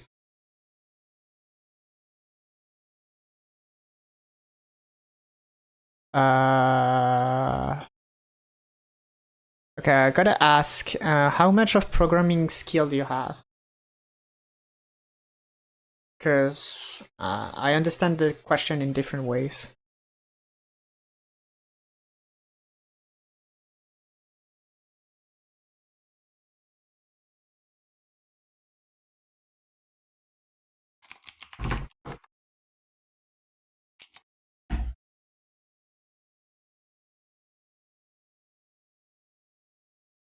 Okay, like very simple 2D game. Started on Pico 8. Ah, okay. No, my question is like, how much do you know about programming? Like literally programming, not making games. Because when you're talking about brackets, like there's number one, like those are the very basic method brackets, which are the arguments of the methods. Then you have the if brackets, like condition brackets, which are pretty much necessary for the language. Like C# has to use brackets to define conditions. And then you have the curly brackets here, which are the C# way to create and define blocks of code. So some languages like JavaScript, they use indentation, but C# doesn't. Like literally you could have everything to the left like this, it would still work, because what defines the start and the end of the block are the curly braces. The reason why they're everywhere is because they have to be. And every time you create a block, you create new curly braces. So I don't know if that's what the question was.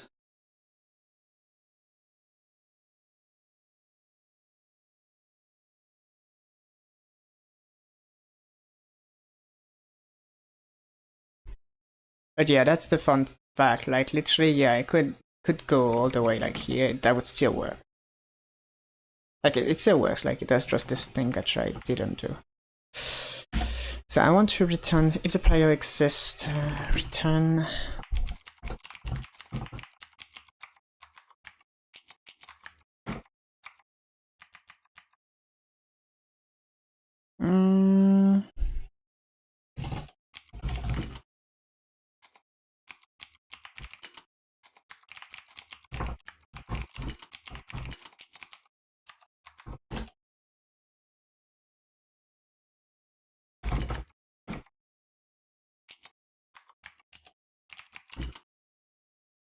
Oh, we could create a kind of weird. No, we're just not gonna check this.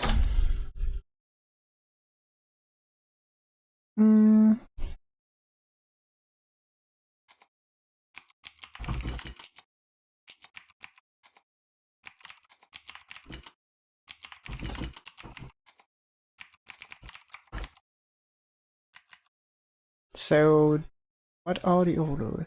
YouTube ID, display name. Okay, so player ID. And I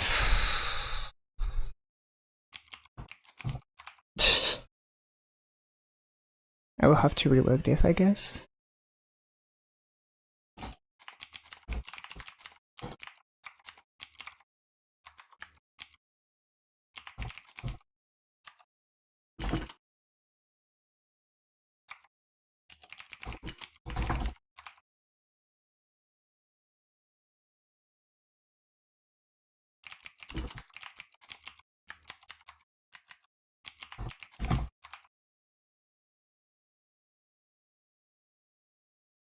I guess we have player exists, get player, create player. That seems like the bare minimum.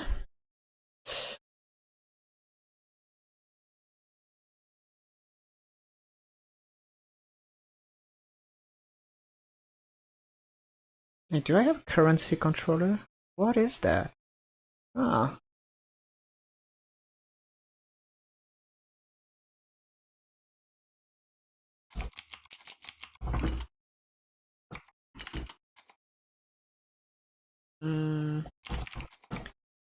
That's the player controller. Instance get player. And how like player currency amounts.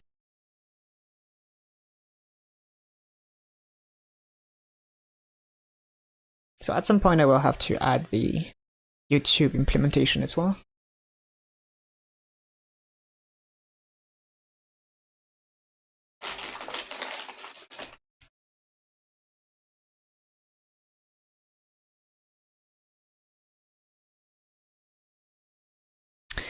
I lost track of create player controller.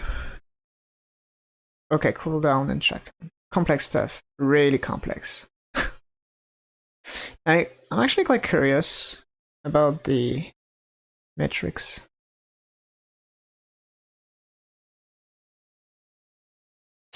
How long have you been programming? I have 666 lines of executable code. Interesting. It is a like very long time. I think I had my first classes in 2011 or 2012. And then it's been quite a very long waste of time because of how French education works. You want to learn programming, so you got to go through years and years of mathematics and physics, because that makes sense. Lol. And then I actually ended up quitting the traditional school because I was just 4 years in and still didn't do anything more than basics in programming. So I worked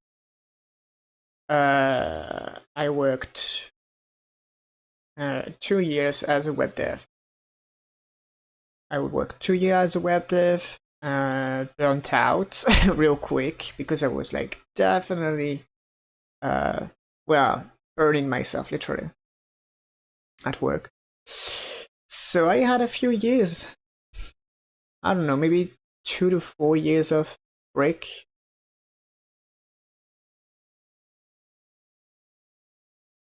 So I think it goes 12, I said 11, 12, or 29, 35. So, yeah. I took it seriously a year ago, 2024. 2024, I started it again seriously with game dev. But I had scattered previous experience. I'm gonna go with that. So you're sleeper build. I don't really know how it would look like for programmers.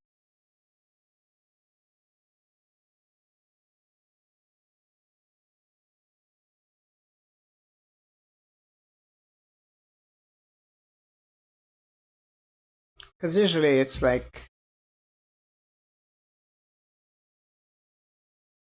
you don't really get to see the programs. Right here, yeah, it's really stuff. You know the physics and math before the coding, meanwhile lots of coders have to learn physics and math after. In fact, it's just terrible system.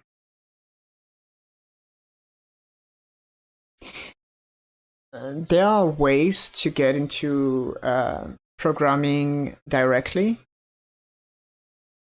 but basically if you do that, you can't have an engineering degree. So if you want to have an engineer degree, you gotta go through 2 years of absolute mayhem, which are basically here for sorting people out so that they can prune whoever they don't like. And then after those 2 years of tryout, basically, you get to start the real things. Do you consider coding to be a form of artistic expression? Definitely. Definitely. I mean,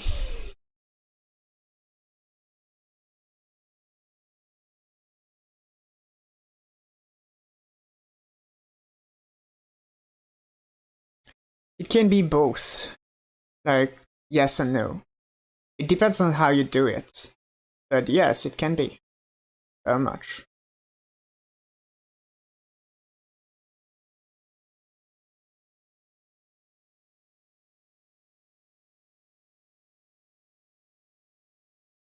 And actually, now that I think about it, the actual definition of a form of art is,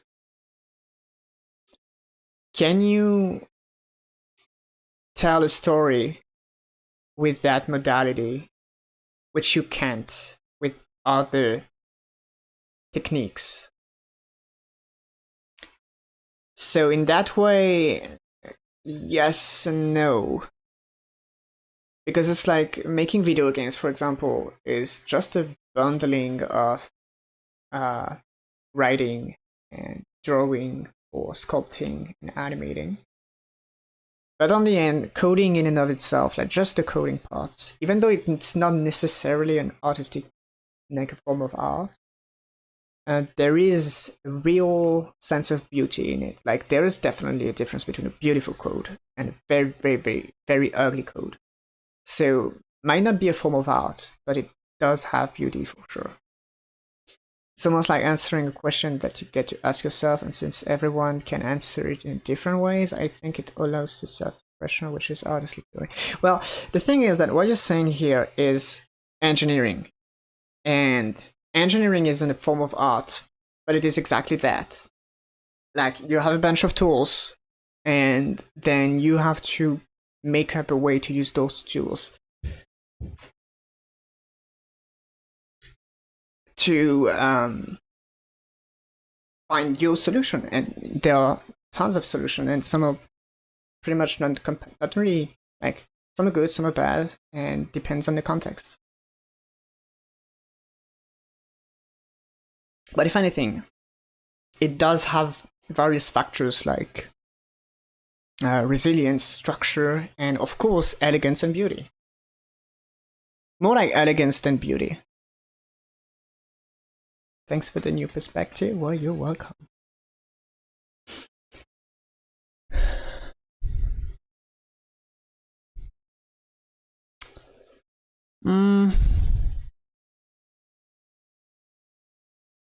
I will have to take care of saving as well before it's too late.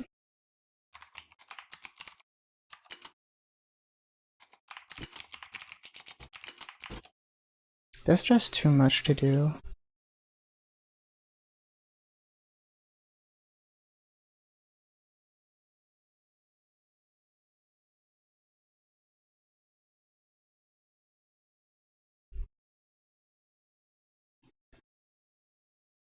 I could make a kind of comment processor. A lot of English speakers use word willy-nilly, but you think about your words and use them with purpose, which is a nice change. Alright, you're saying that people don't really care about the actual sense behind the words? In the sense that they are, well, not really explaining very well what I meant, but yeah, like as long as just a portion of the definition overlaps with what you want to say, then you use that word.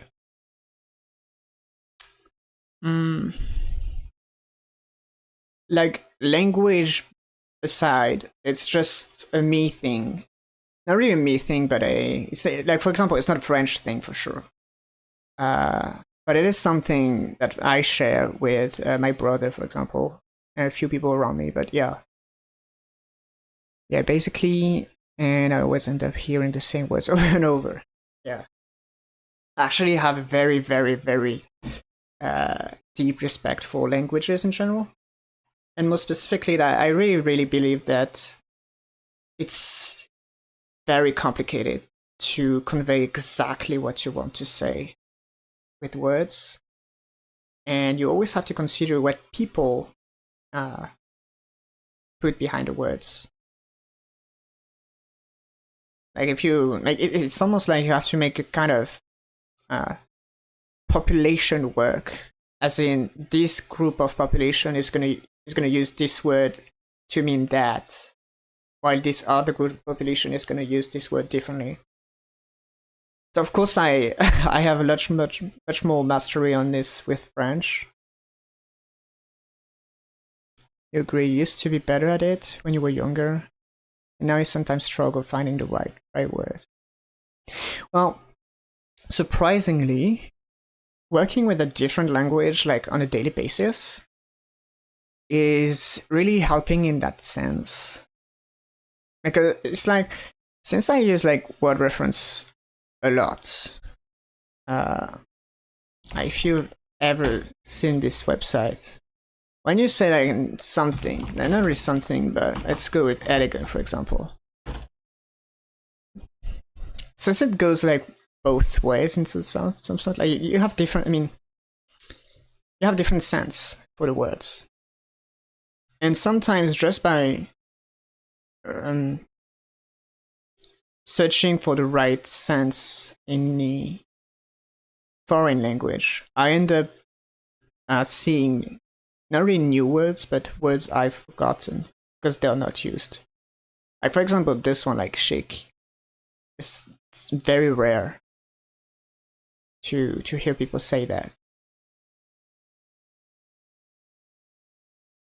But yeah, and this way, like it's kind of like a perpetual training. And my back is killing me.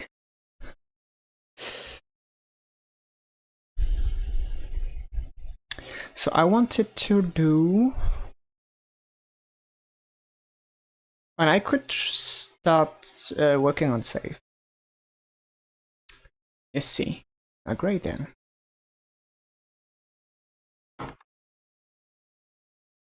We're gonna make a save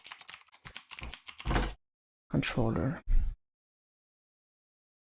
Controller or service? Probably service.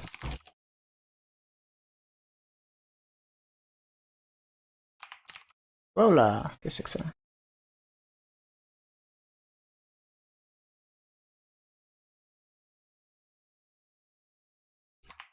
Save service. English is unique in the way that you absorb the French and Germanic languages? Yeah, probably. Like I've heard that archaic English is pronounced exactly like French. For example, ask and demand are the same words with different language roots. Thus in English. Oh, you have slightly nuanced meaning. Well, which is kind of fun because, for example, ask and demand, the two meanings. Well, for example, in French, we also have different words, but when you say like they're bundled into each other. Like you have ask, but it can have different layers of imperiousness. If I made like this, but then we have a word which is really like a demand, and I don't think like we have. Maybe there's like an equivalent, but oh, okay. Yeah, see, that's like this one's demand. It has a very imperious tone.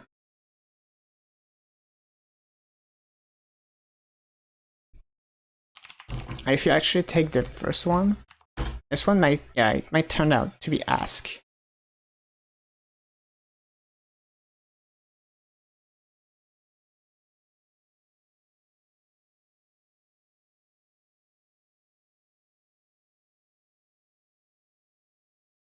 You've never see, that's the fun part. Like if you take this word, which is exactly like demand in English, it's ask. And demand is like a whole other word. We even have like something different, but it doesn't really have the question. Yeah, it doesn't have the question size. It's the same here. Which is like, it's like the even the higher level, like I'm asking something, but you're gonna do it because you have no say in it.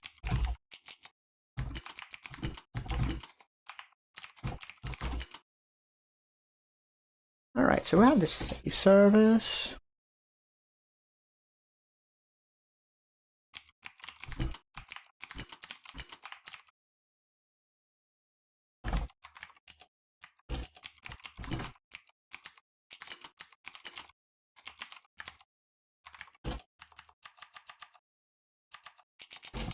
I think I will have to go fetch my Save. Wait, what? Oh no, I thought I had 2 redo.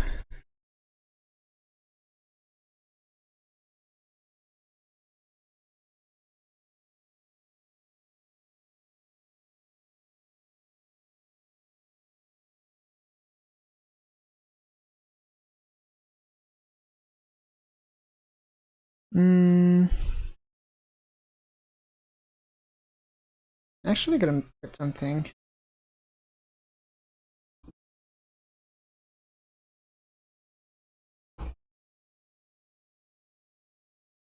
Like,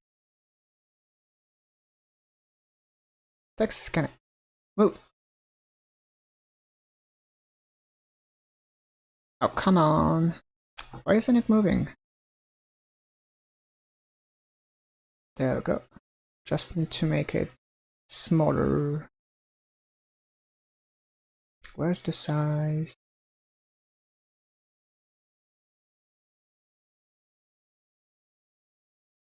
Where's the size?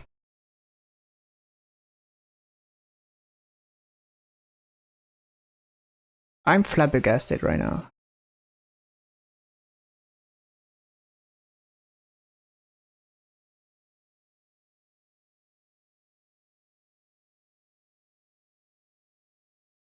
Oh, maybe it's right here. Wow, that was not easy to find. And that's too small now.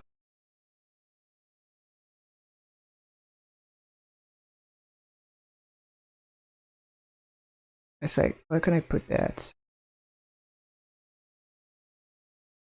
And that could be slightly... It's not really... Ah, that sucks.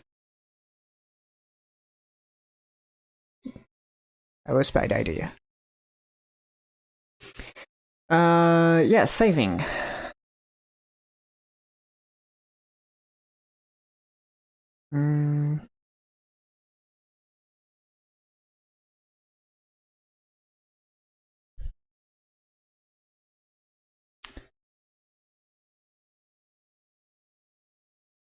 So he just load? Okay, but what about save?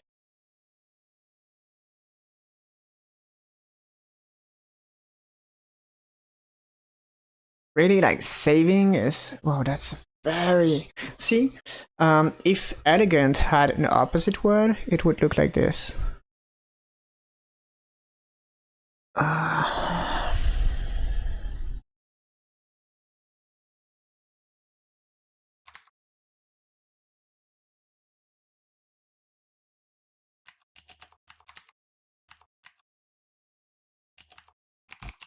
And of course it has.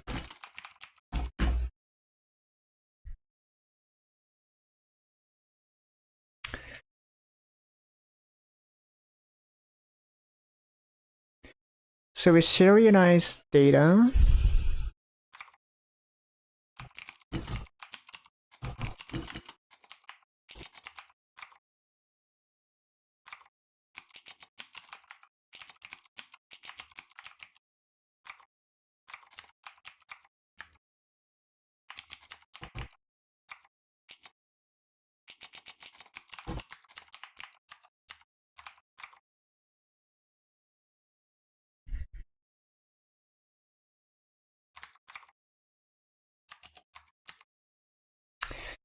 So we created direct access to saves, even though it's not really useful here.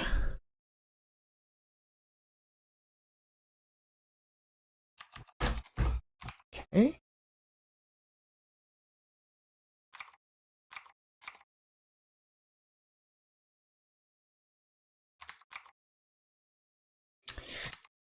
So we use file access.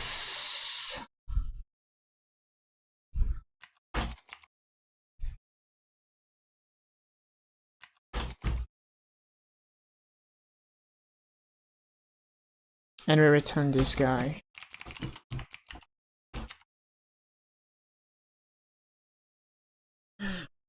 Okay, so that should be good for now.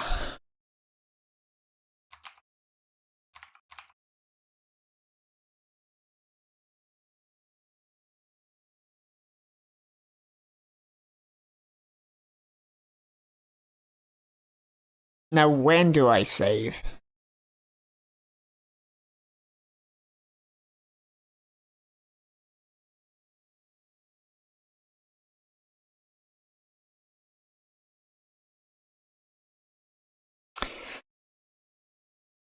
After I write before, yeah, right here.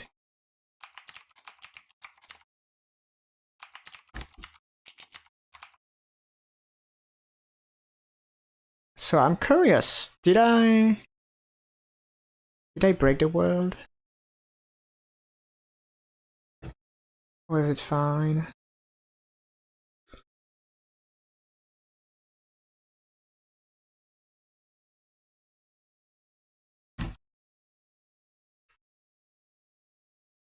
Wait.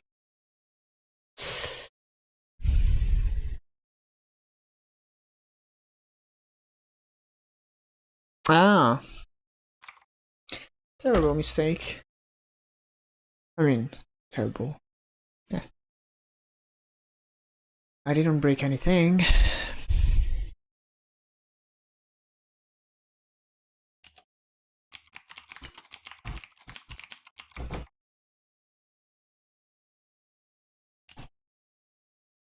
See how smart it is?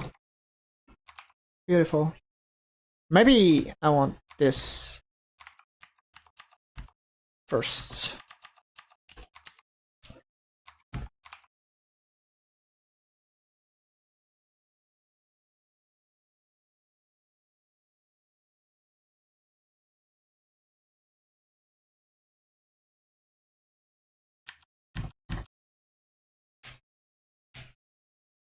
Oh, what now?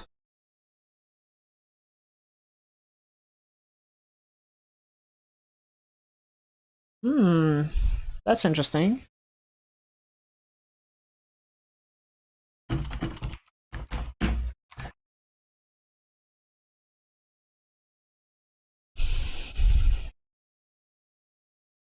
Only 1,241 error messages? Could be worse.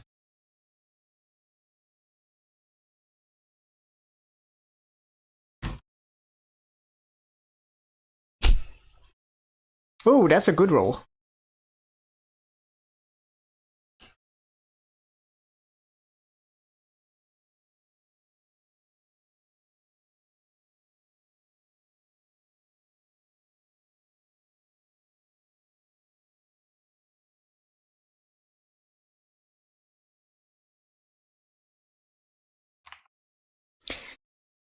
Swish.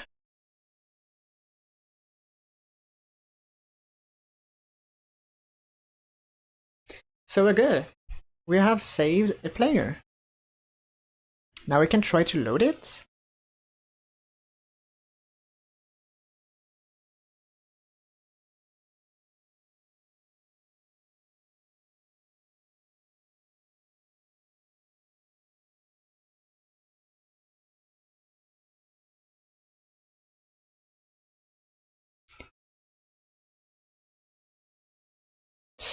I think that's gonna be data equals save service dot load, except that I don't handle. Yeah.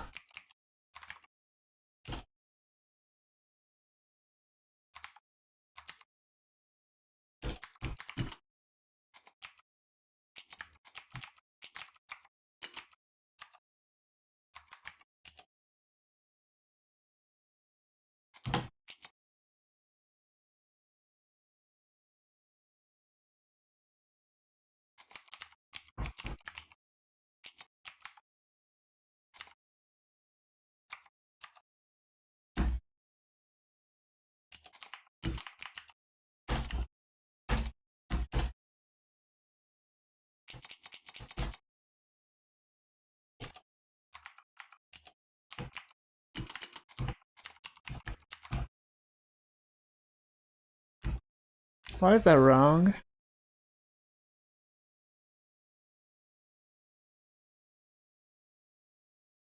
Ah,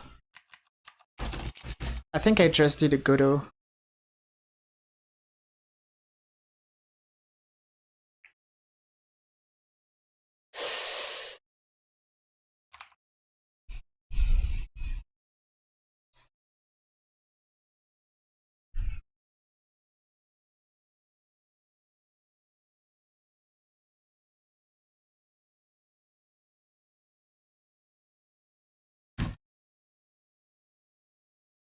So we add 15.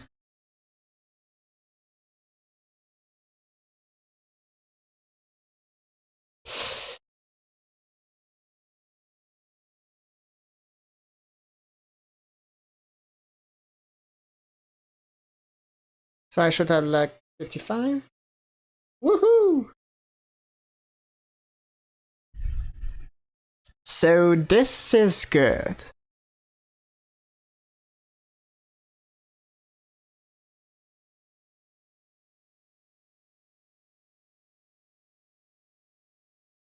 So it's working.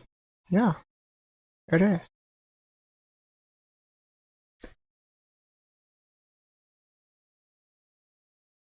Woohoo.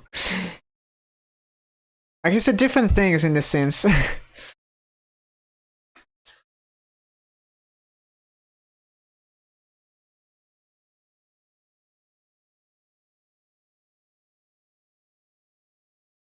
But we don't use, I mean, in the French translation, they don't use woohoo.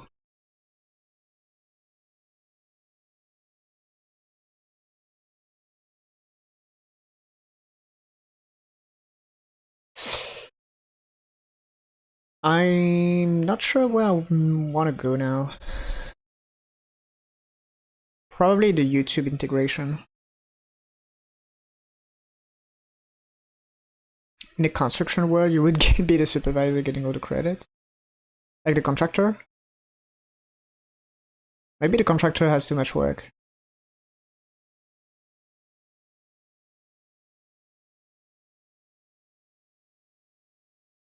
I think I will have to make this button thing here. Where's my pass-through code?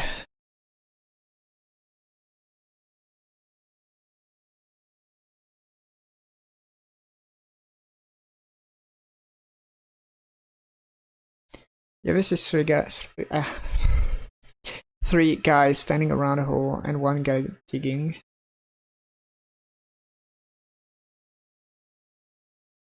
That's a lot of supervisors.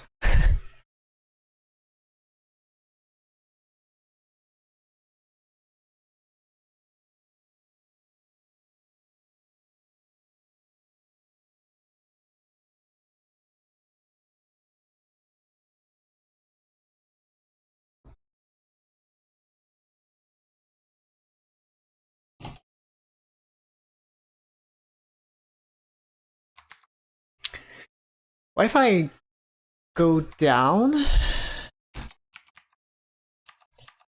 then go right, then go... No, I said this is trash. I can't do that.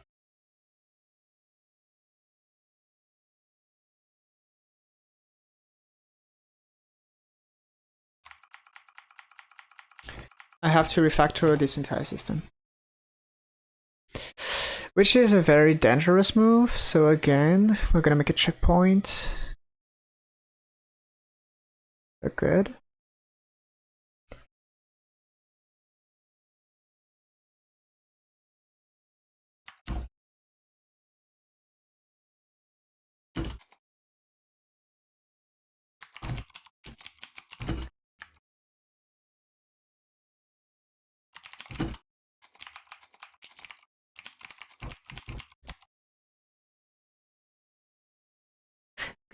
This way, it's safer. Like, I can nuke the project. We're gonna be good. Like, nuking the project... Maybe that's too much nuking.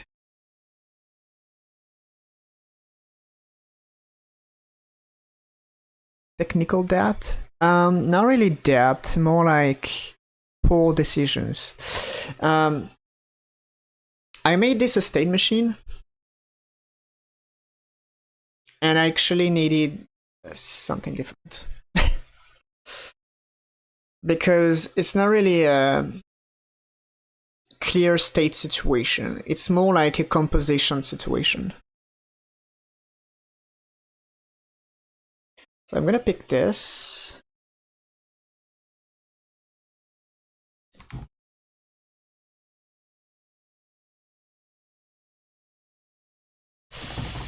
Right here.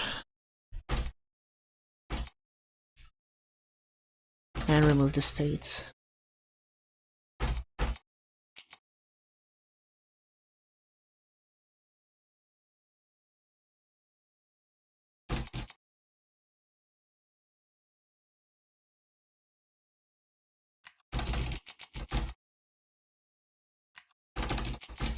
Okay. So,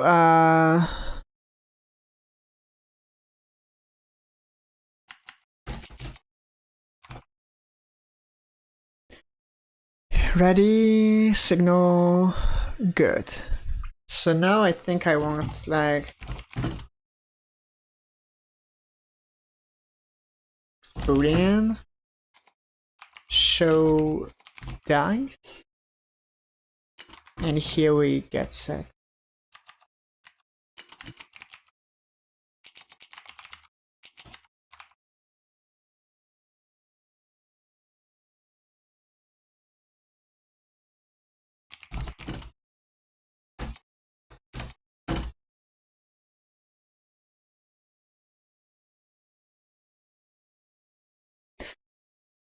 So no matter what, there will always be. Oh no, it's a trash type. I don't want to use that type, it sucks.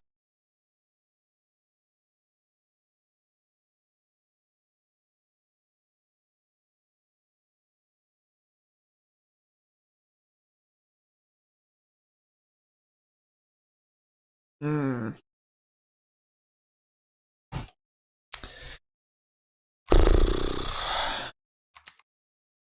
Sometimes I hate Godot.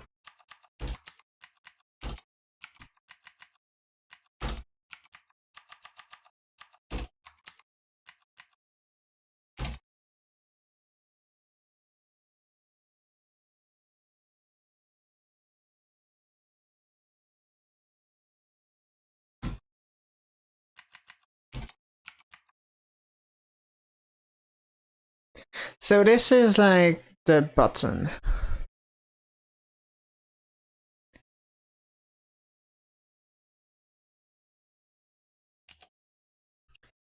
Then we go to the right side to add the notification.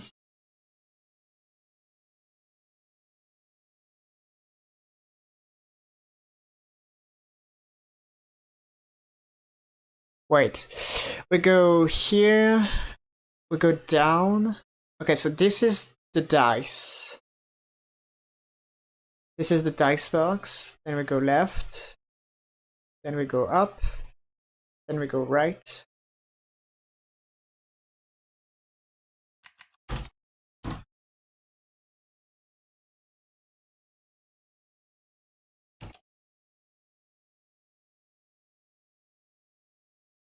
So this part I want to add. Can I close? And then I have if dice. No, what is it? Show dice. And we have polygon plus equal this. That's never gonna work. Of course it doesn't work.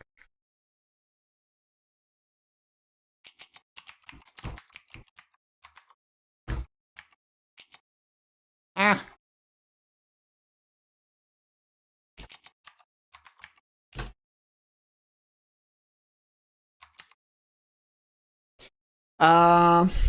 This doesn't look good.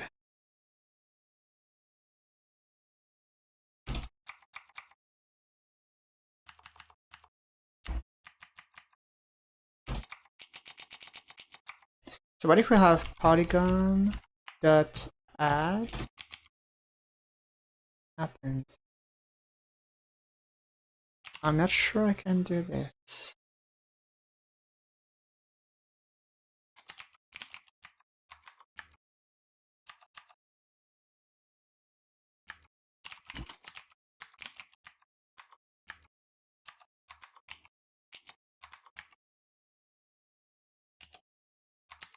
Oh, maybe I found the way. No, I think I didn't. I think that's gonna be a job for copilots.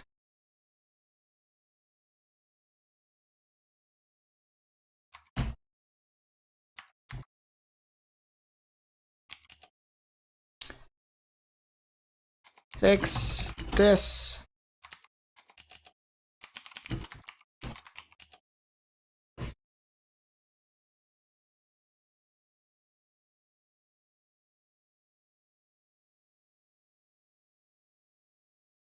Mm-mm. You can't replace vector to this. Don't do that.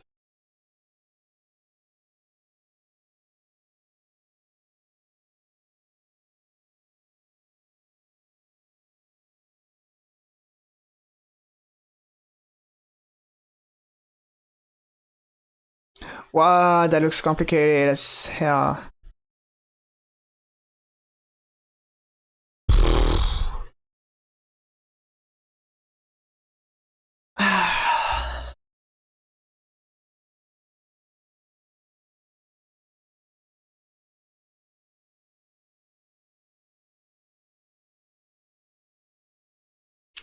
Okay, new idea.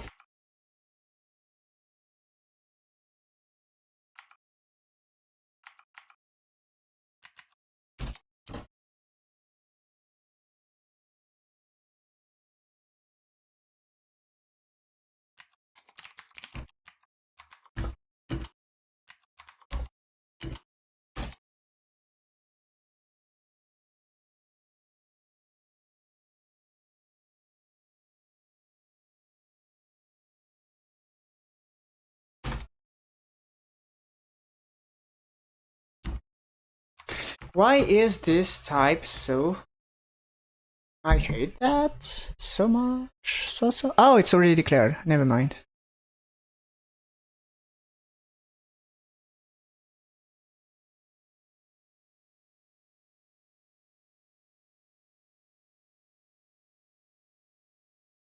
Hmm.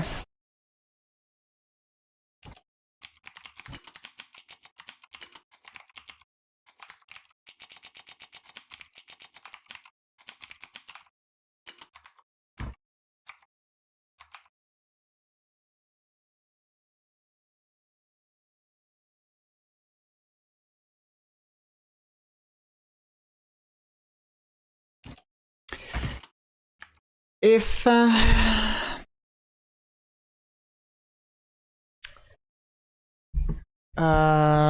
let's see. If show options else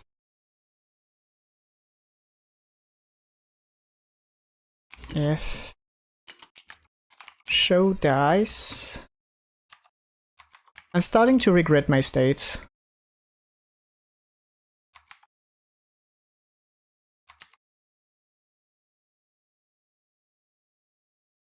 That's a terrifying. Yeah, there we go.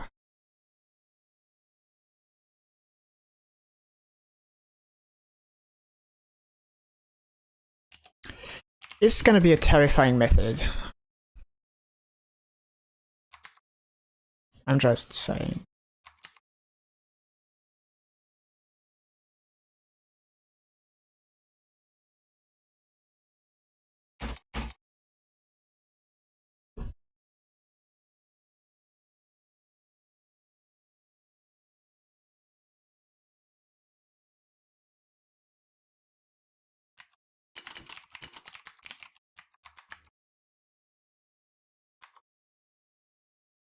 Can you be empty? Wow.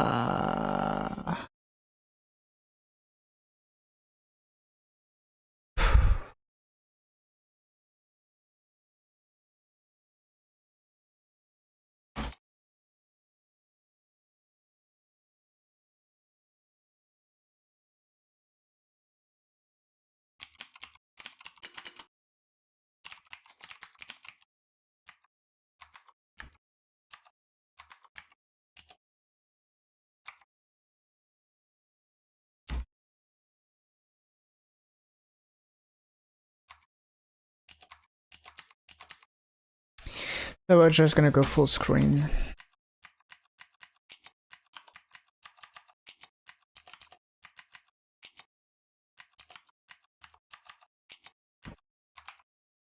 Okay, I think that works.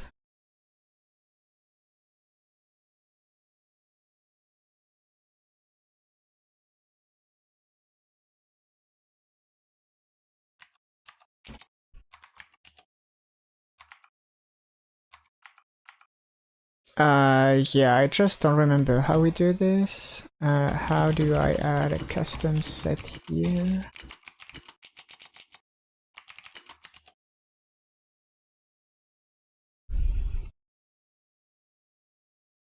Mm-hmm.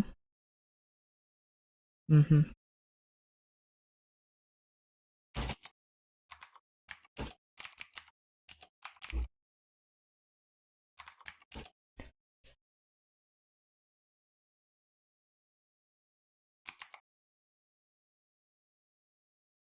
Actually, what? Oh, shoo. Set is just show dice equal value and resize.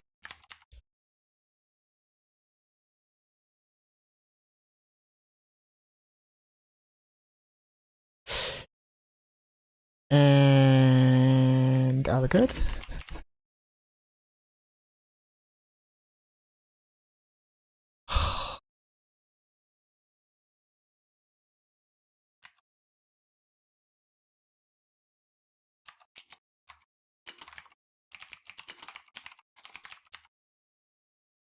And why is that a problem now?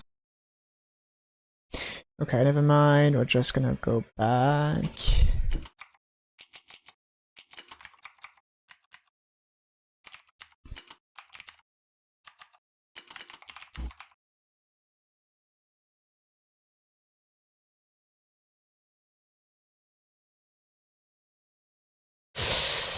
I'm just gonna create new methods.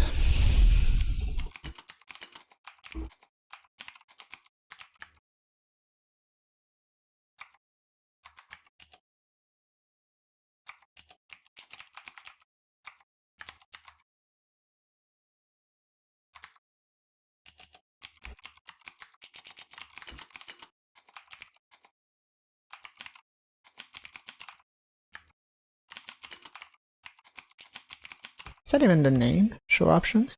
Yes.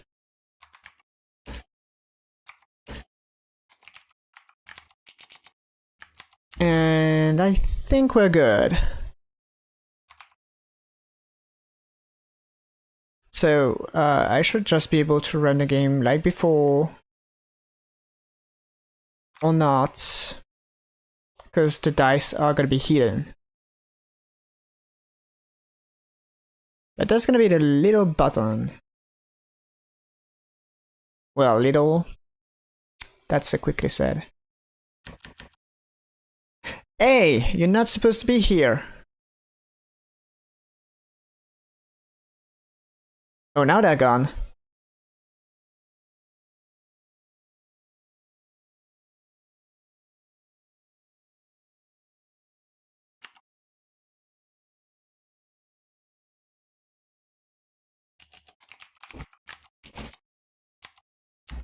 Well, I don't really need to resize this now. Because I will anyway. So, dice roll controller. So here, rolling dice.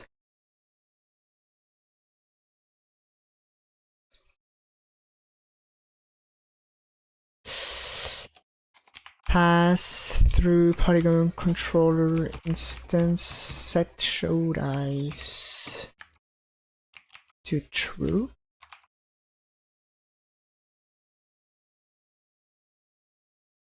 And idle.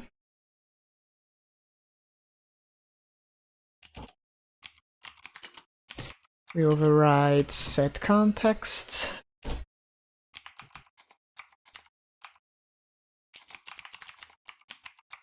And we don't show the dice when idle.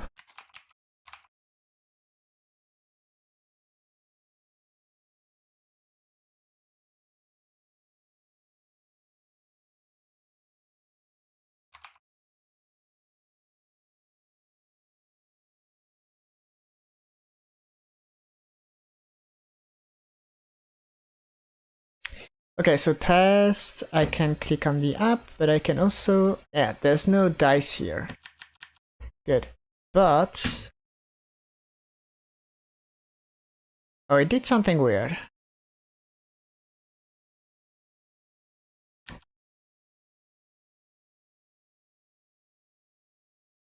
And now they're gone, so I can click.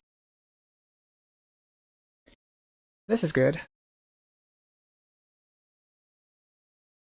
Now it's just a question of actually making the little button. Like you, my man. Hydro button, that could go in its own. Like that would be like GUI overlay button.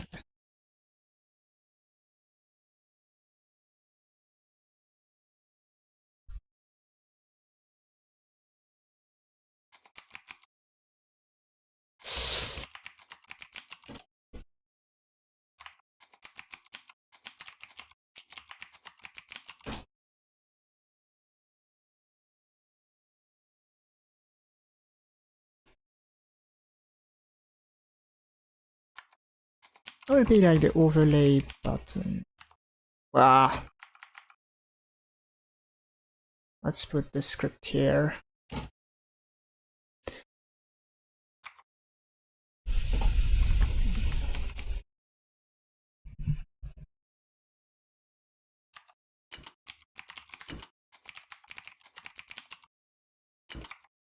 Actually, it's a good thing I bought this arm. It's kind of useful.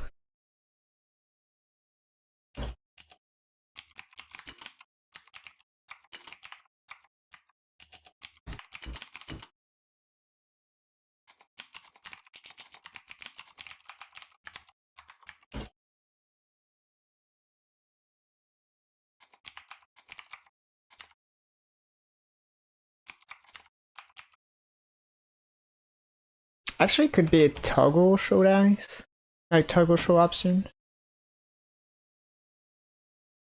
Yeah.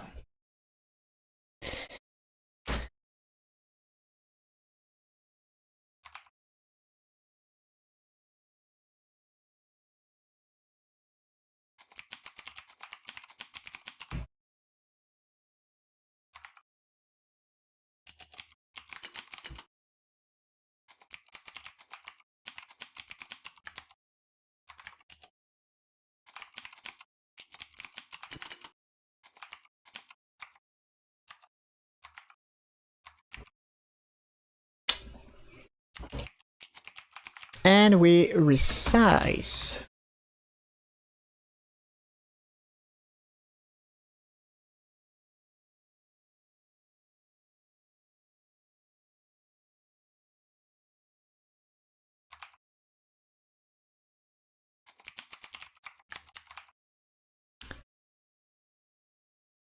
Alright, so here texture button pressed. Beautiful.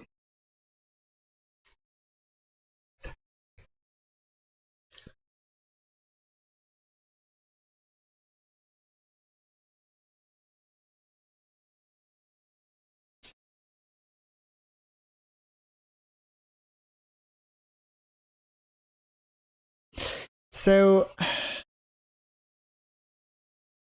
here I'm supposed to be covering the entire screen. And then I can close this again. Yes. Ah, that works well. I think we can save this with confidence. Let's be confident. So this is like the pass-through polygon rework.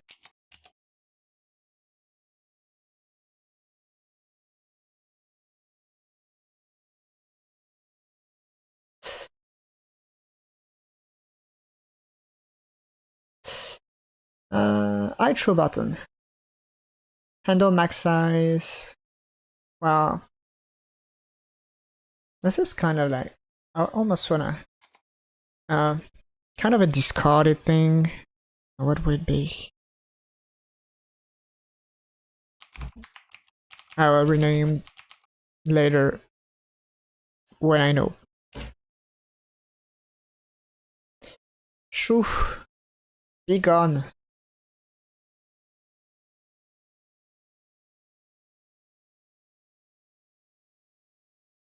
Adding a cooldown could be nice.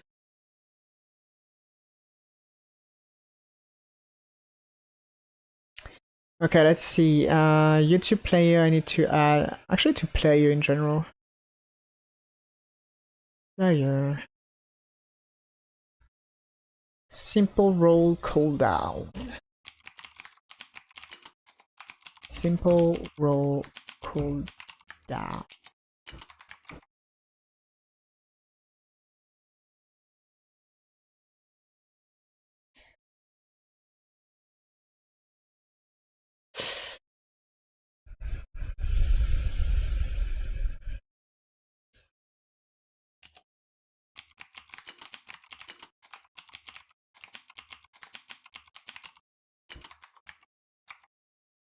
So how does that work?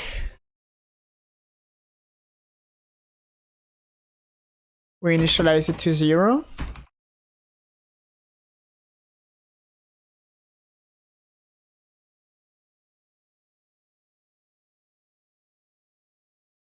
Now, dice roll command, simple roll command.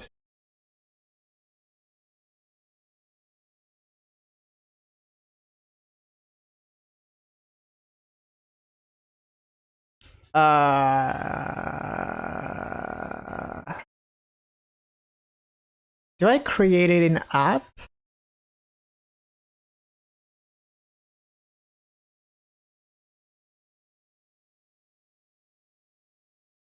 Create dice command. So yeah, I think it's, yeah.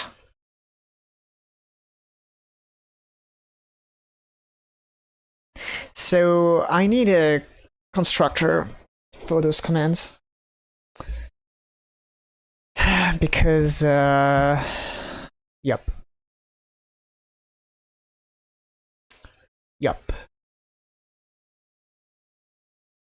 So, dice roll common service.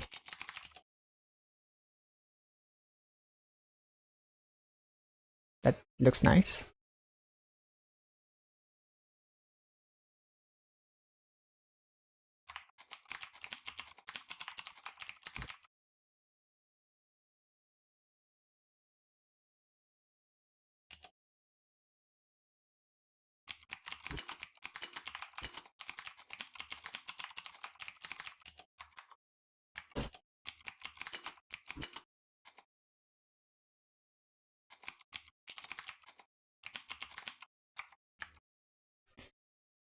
So we would have something like create simple roll command. And let's have just a player.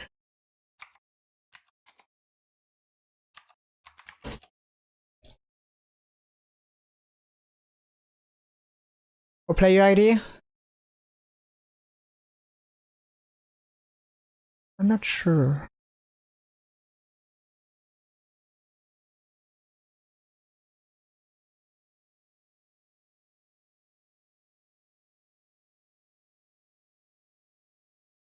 Let's go with the player.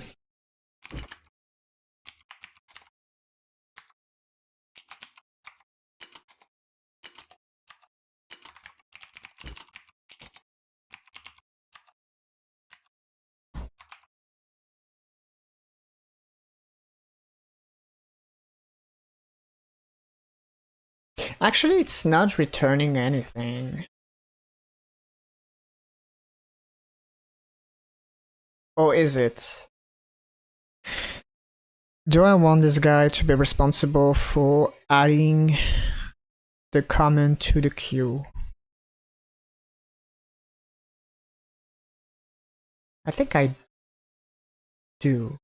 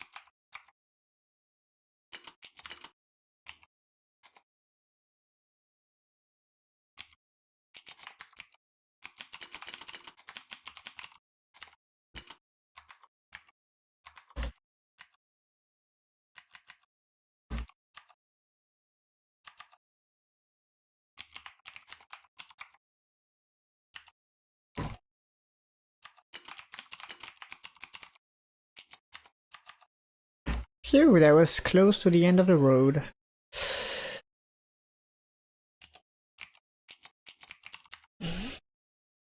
So if the player's not in cooldown, then we have a list of die.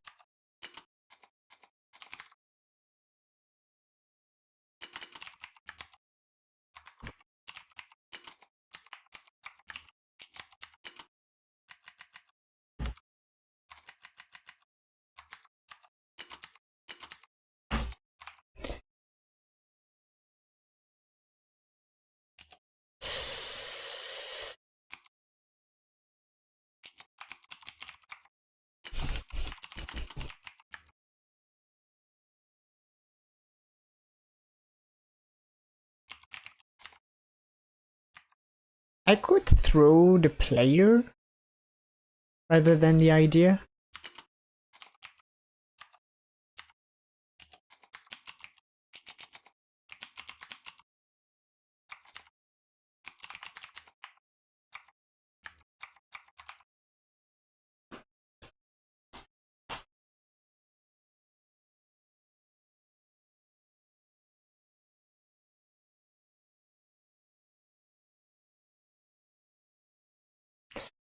So I guess I can just rework this.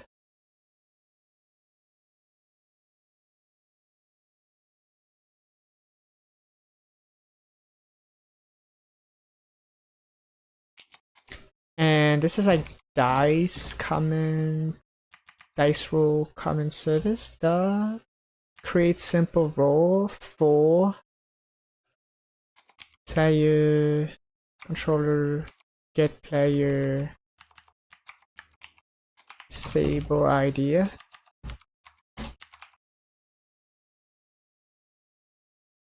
Aha! Important. I need to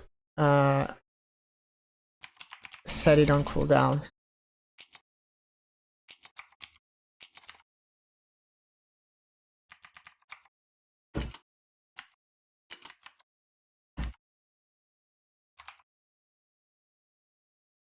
Now the player controller needs a process.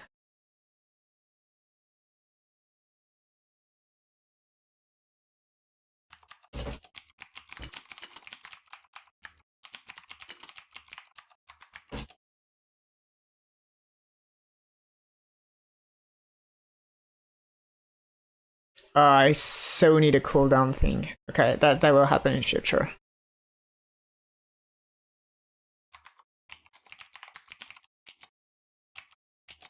Ah!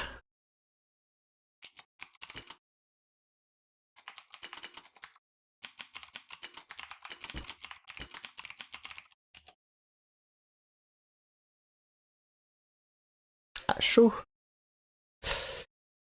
Okay, so here we just list all the players. So for each in app instance data players.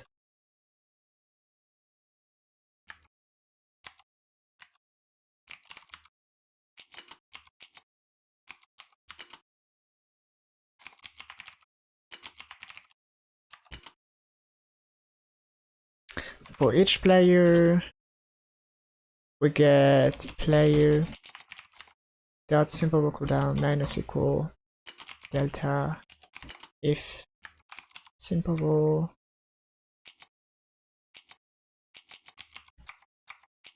is inferior or equal to 0.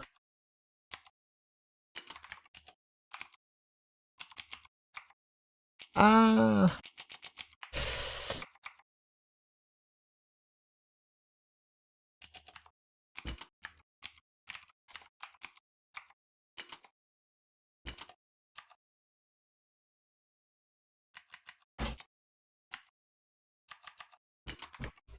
So if it is already 0, we continue. If it is superior to 0, we decrease it. I already made this mistake like some times ago. And then if it is inferior to 0, set it back to 0. Seems fair. We're just gonna make sure that we process this. Like right here. There we go. Actually, it's 3 hours in, like, how is Poke Clicker going? The poor guy. Oh. Okay, I have exploded. I probably don't need that anymore.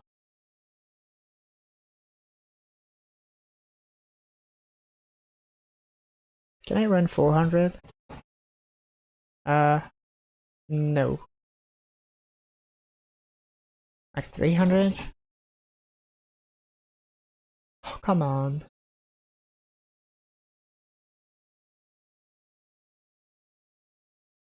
So there we go. Oh, she's fast.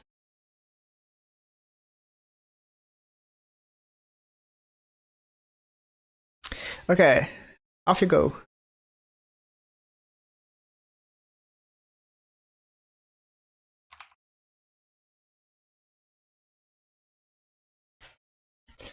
So, I'm not sure. Quick side quest. Yeah, very quick. Oh no! Wait, what was the error? Spotify? You're kind of... iPlayer does not contain a definition for simple rule cooldown and no accessible extension method for... Yes, it does. What do you say?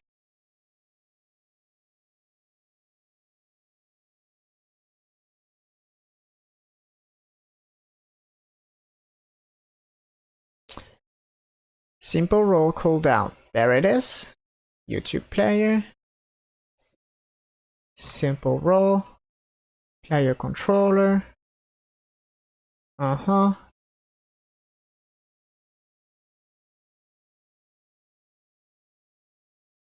What are you saying? Oh, I know. I know.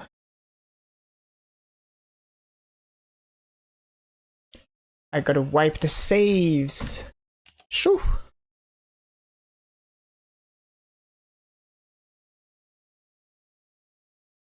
It's not that.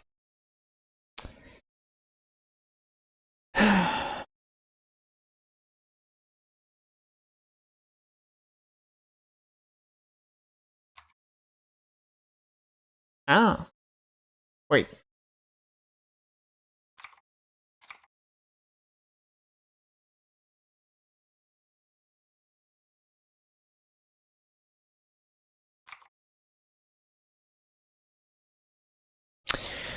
Does not contain a definition.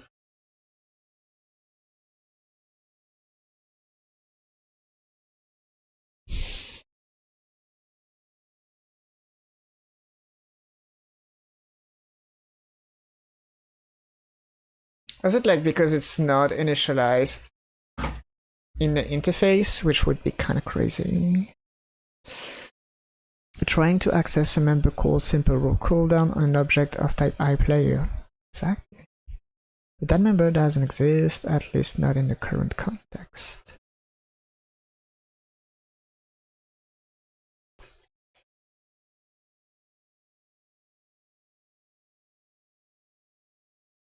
Make sure simple cooldown is actually declared in the iPlayer interface. Yeah, no shit. Check the implementing class.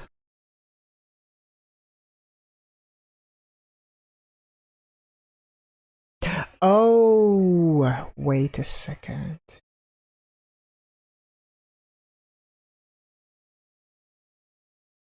Oh, that doesn't make sense.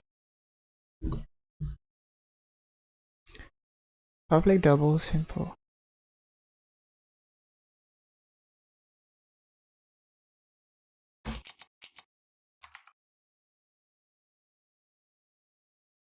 Yes, actually, it was good. Maybe it's should be initialized here.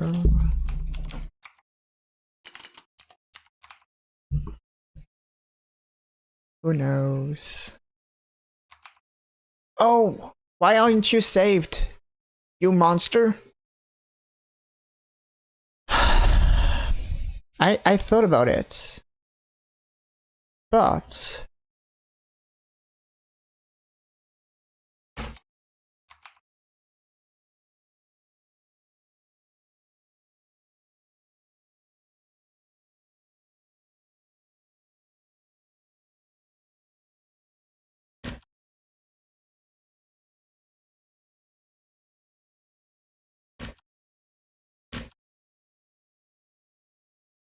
okay, so it didn't seem to create any kind of problem.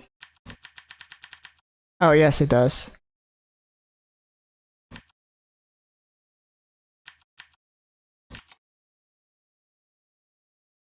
But why I don't have the cooldown notification?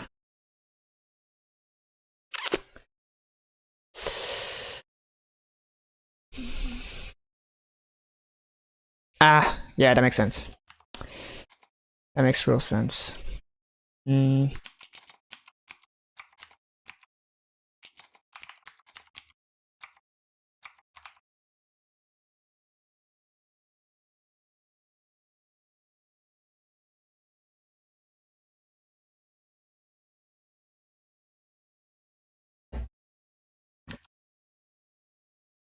Ah, it's saved.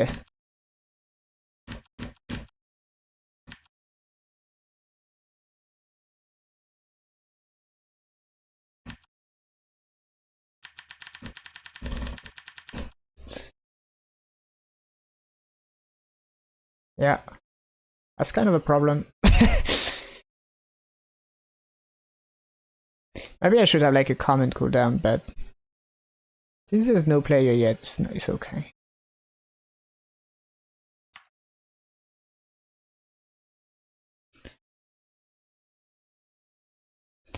So that's like a player comment, add a player comment cooldown. And that was technically add a cooldown, just simple roll.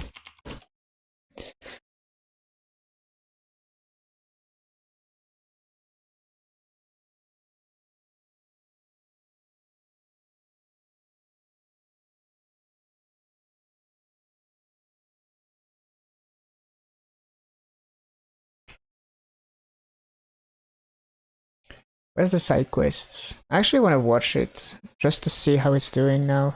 And I will be rolling dice. There we go. They go well together.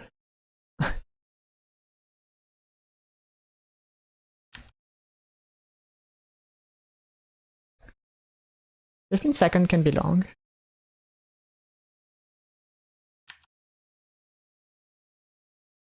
Also, you guys don't have the sound of the dice. That's slightly too bad.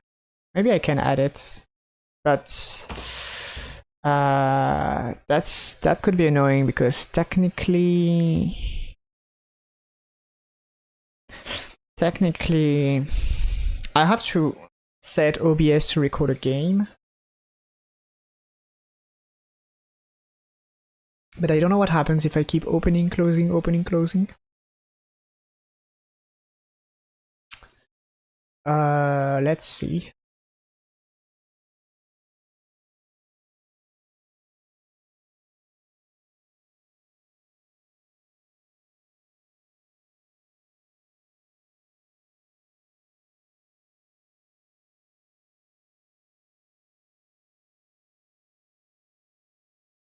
So we want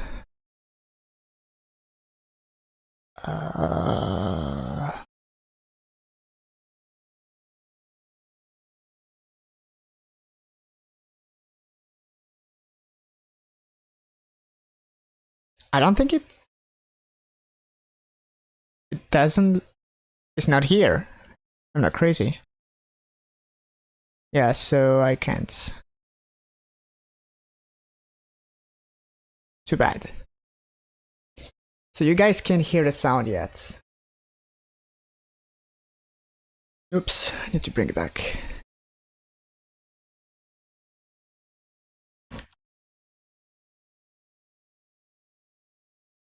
Oh, terrible roll.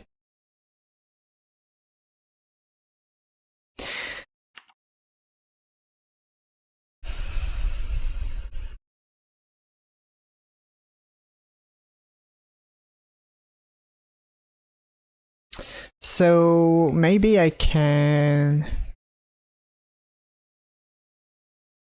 add some.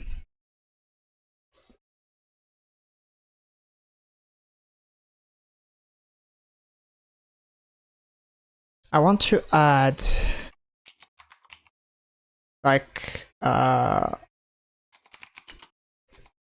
something like add buttons to control the app.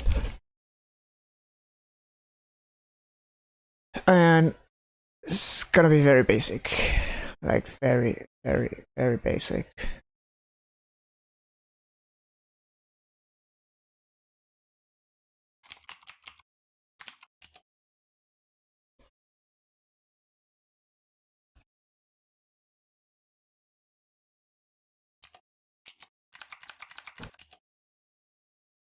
This is like GUI control buttons.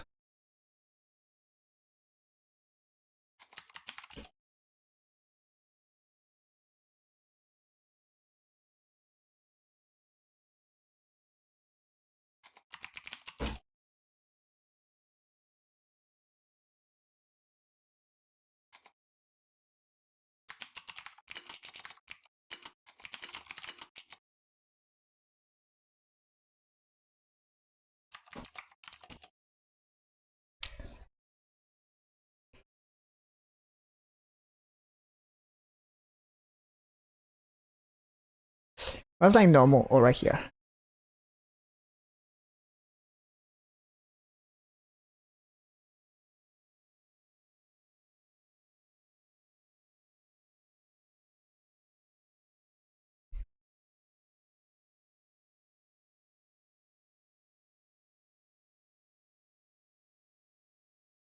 So focus, no, hover, no, just hover, normal, rest.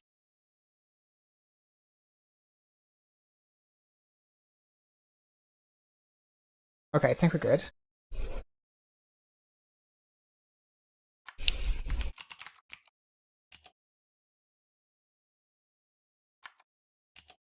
So we have like connect to live and I don't know, something.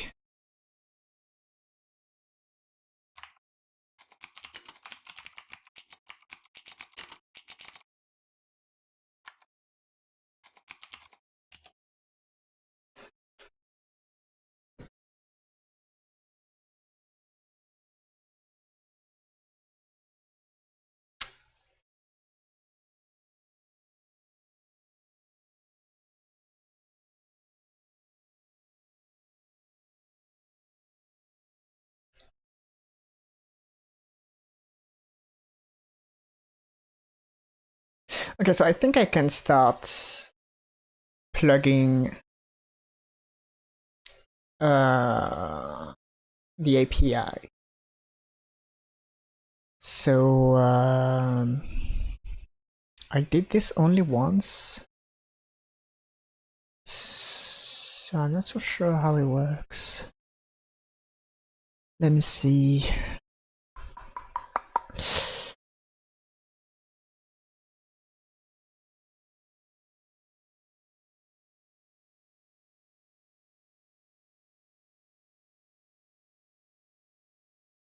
Ah, I think it's here.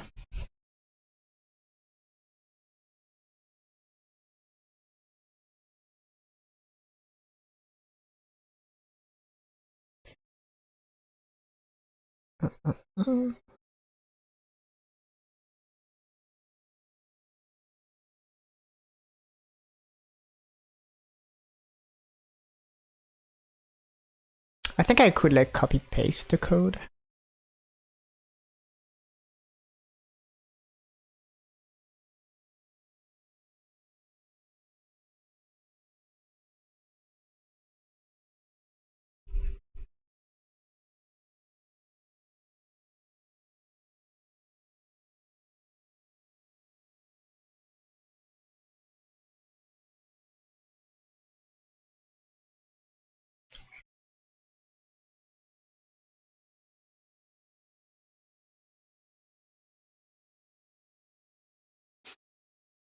Can I paste? Oh, yes, I can. Now, I gotta check that on the side because you guys must not see the key.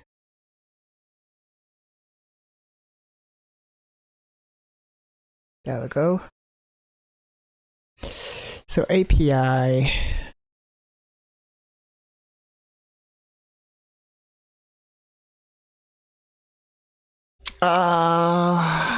There's so much stuff in there. Okay, let's take it slowly.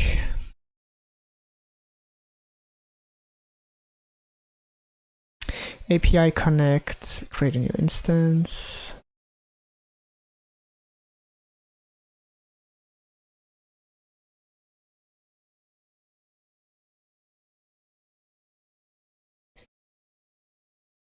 So here we create. And we return instance. So it's like, yeah, we create API connect. Uh-huh. Whoa, there's so much stuff in there.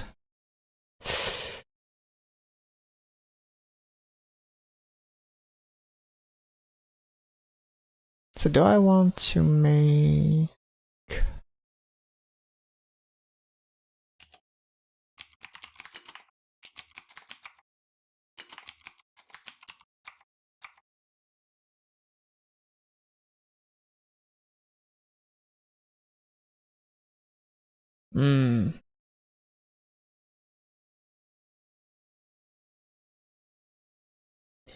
Live broadcast.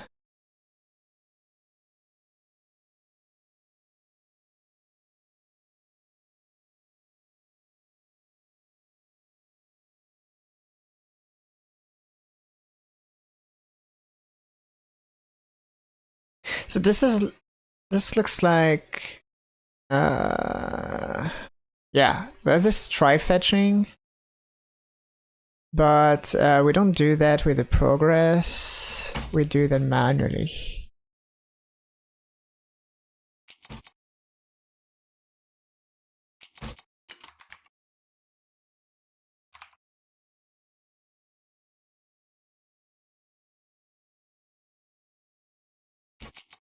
Because I have to be savvy on my API calls because they're limited.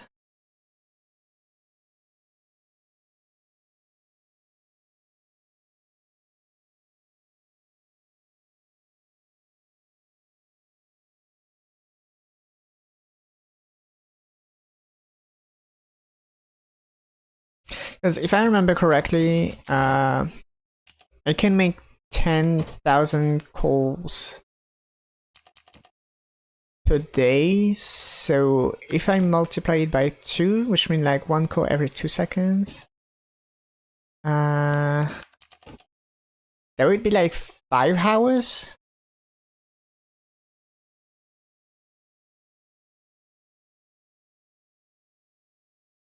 Yeah, that looks enough.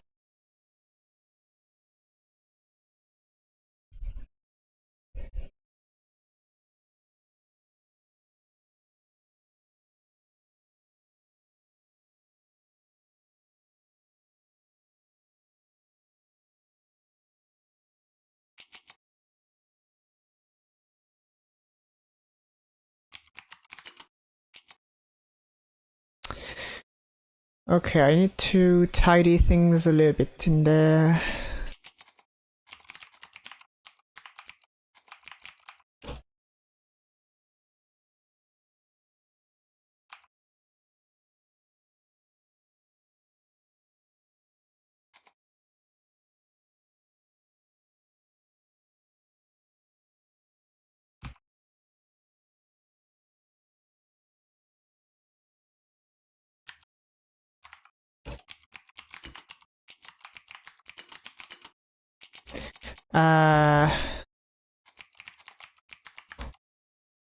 Do I say a sink in there?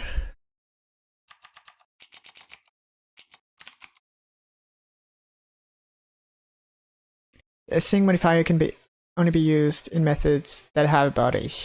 Ooh. I hate you.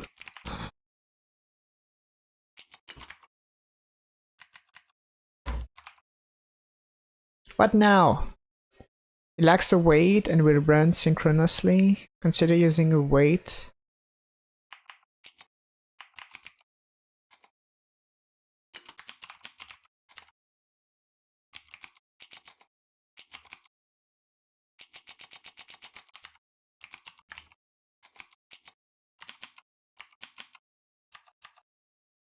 Nah, that doesn't work because it's not a sync.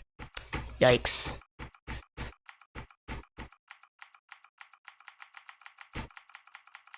Come on. Well, you're gonna survive with the green line.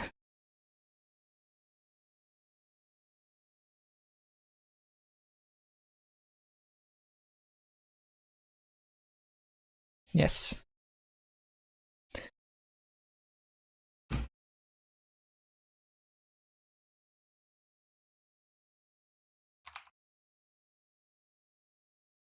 So here we override. Are you good?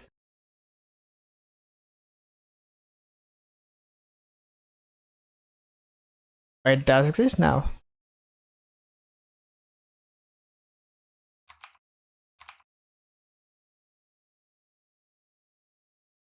Why you're not fine?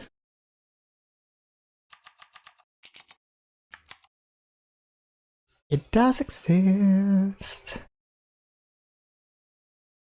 Cannot convert to state? When?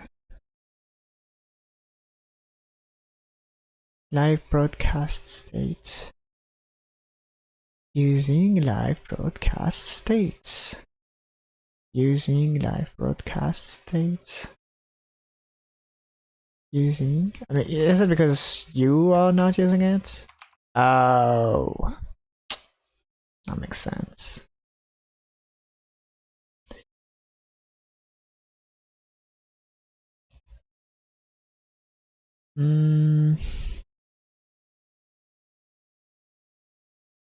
So I'm actually not sure it's gonna function.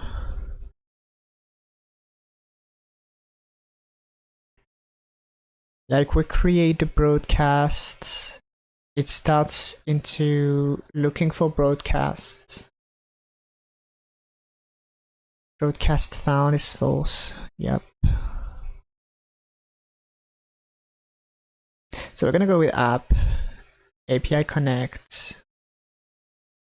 Okay, public live broadcast. It's lacking controller, but that's fine. Oh, I'm thinking, do I need to remake that?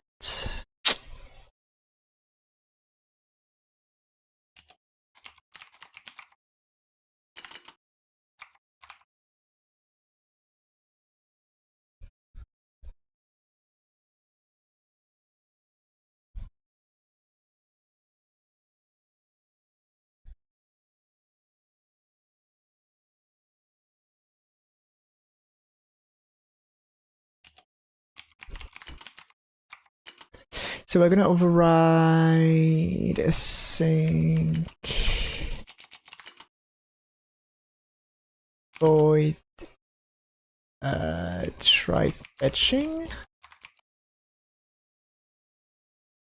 Is that okay with you? No suitable method found to override. This async method lacks a way operator.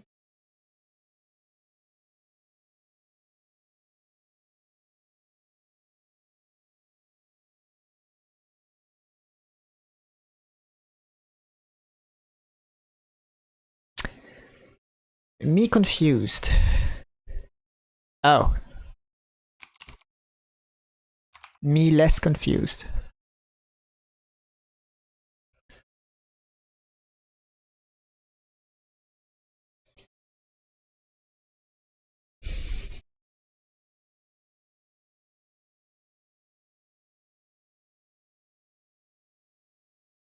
Ah, I don't know how to fix this.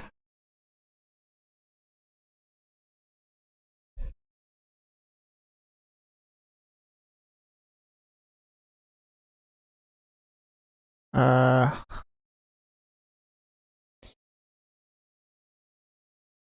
uh, how does it look like to override a virtual async function?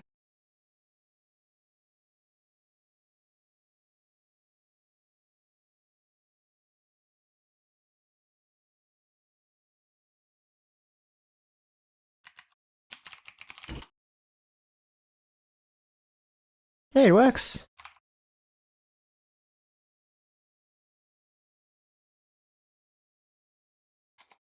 So I had a notification controller and I want to push a notification.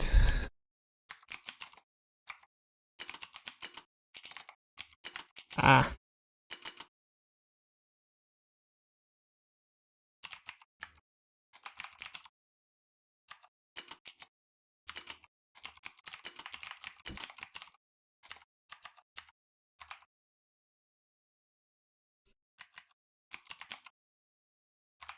Okay.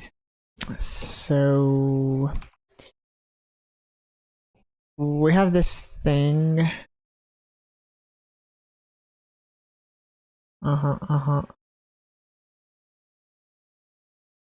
Broadcast found. That's good. So I guess I just have to bind this button now.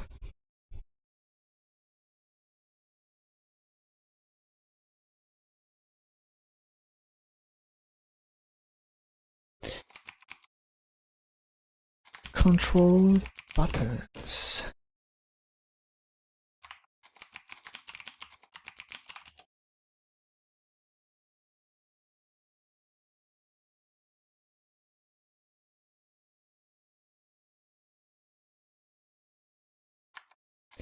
Live. Like broadcast connect button.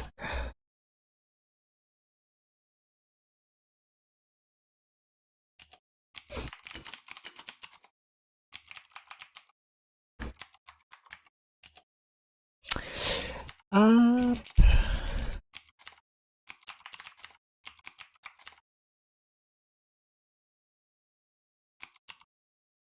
Maybe I do have like broadcast directly. Nope.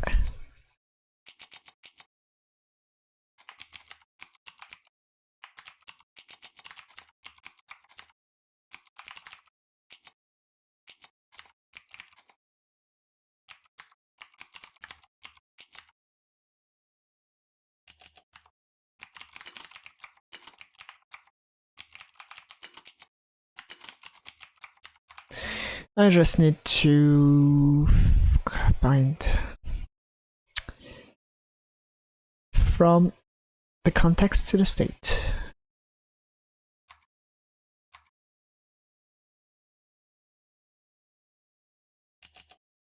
Public. It's actually a sync. Void try fetching. We have like state that try fetching.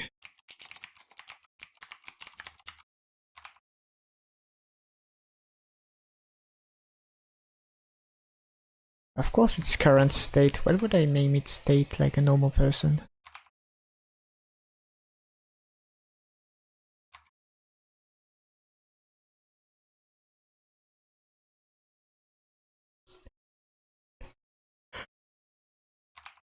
This looks fine.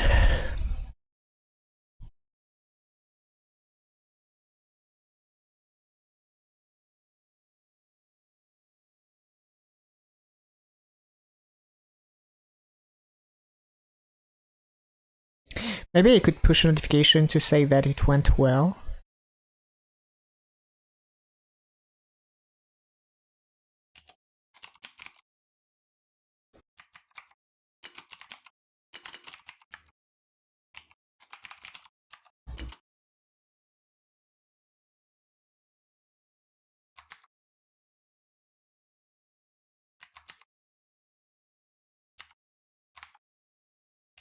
Still have like notification, controller,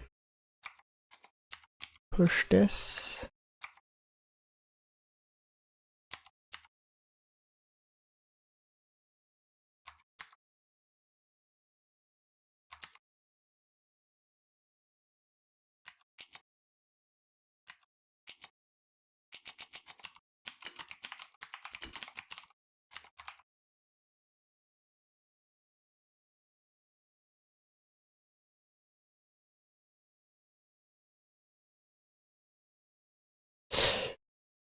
Well, do we try this?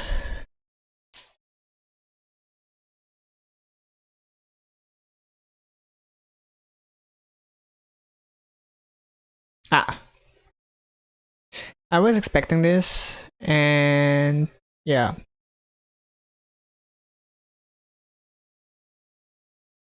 What's the worst that can happen?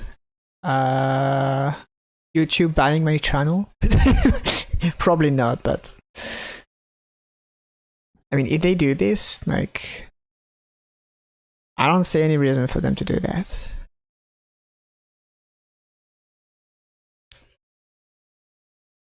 Just to make sure. Oh, what? I'm on a cooldown?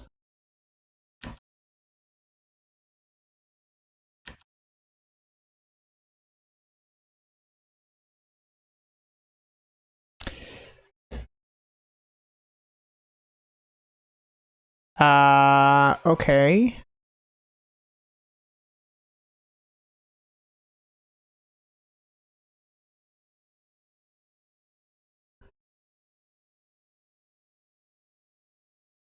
Object reference not set to an instance of an object.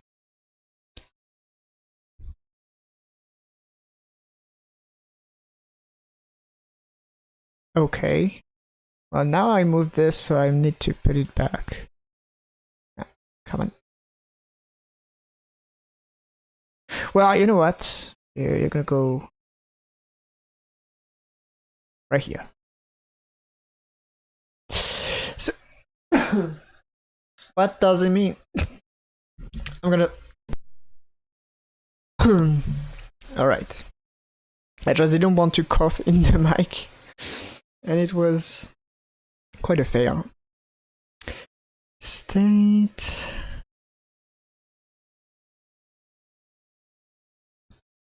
Object not set to a something.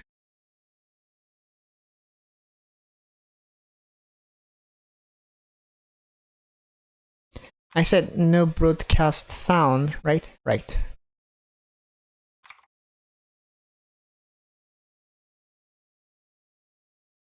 Oh, is it the API connect thing?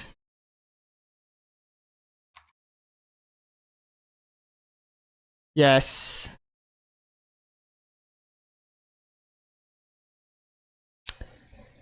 So,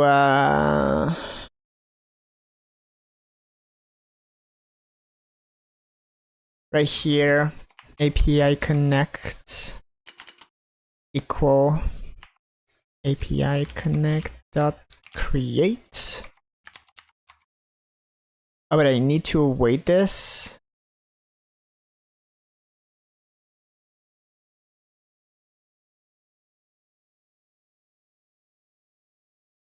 Oh, I just have to go. Because this code is not awaited, execution of the current method continues before the code is completed. Consider applying the await. No.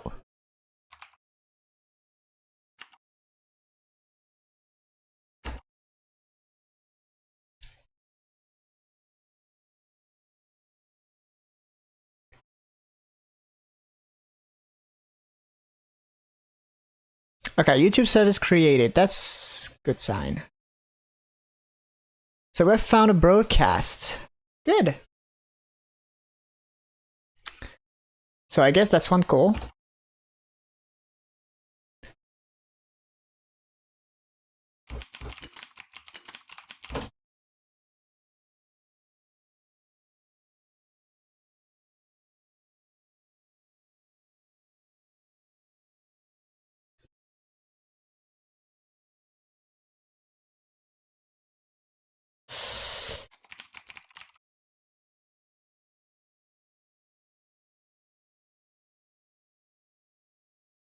Yeah.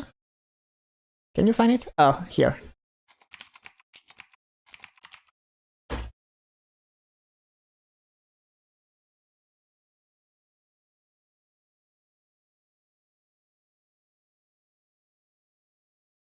Yeah, we're good. What is kind of funny, let's say it, is that you can make 1,800,000 queries per minute, but 10,000 per day. This is really funny to me.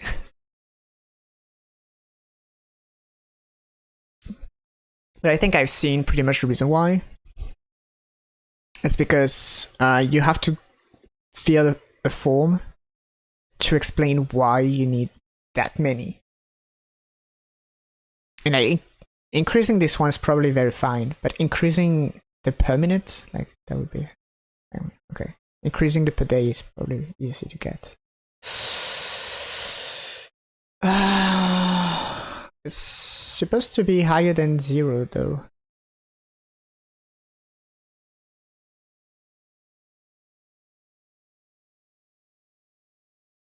But yeah, I think they really want you to fill the form.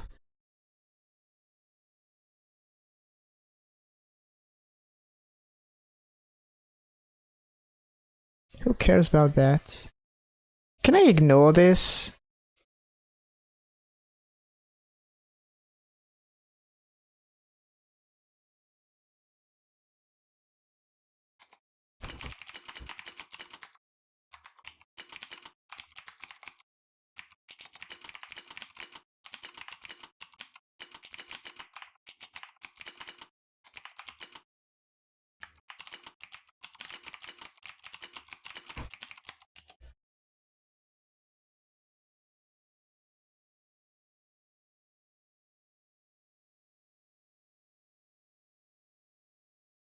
Oh, they do it like this?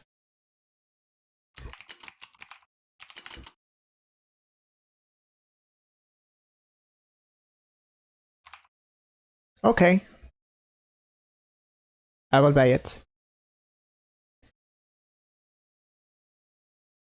Now, what was the other one?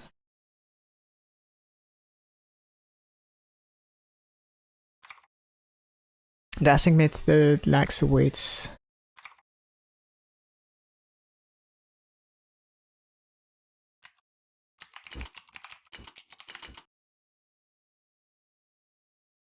Nope.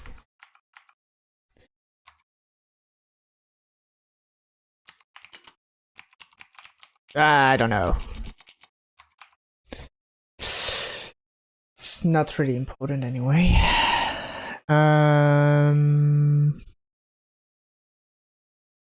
I think I'm missing something.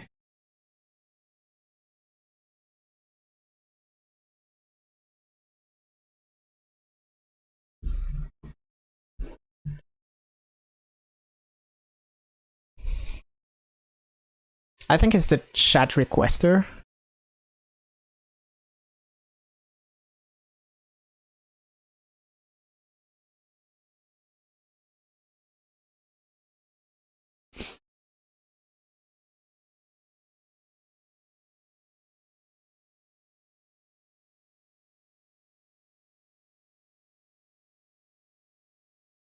Mm-hmm.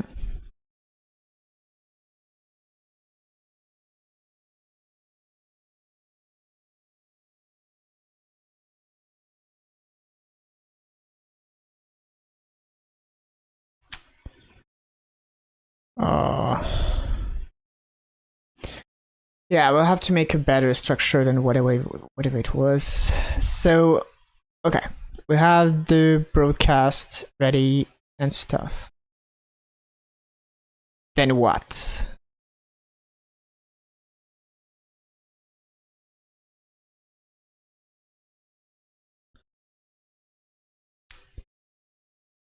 Then new folder, YouTube chat controller.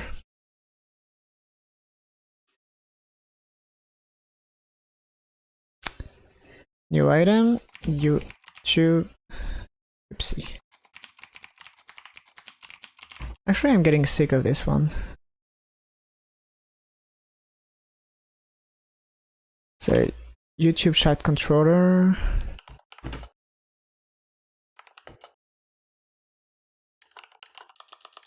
Nah.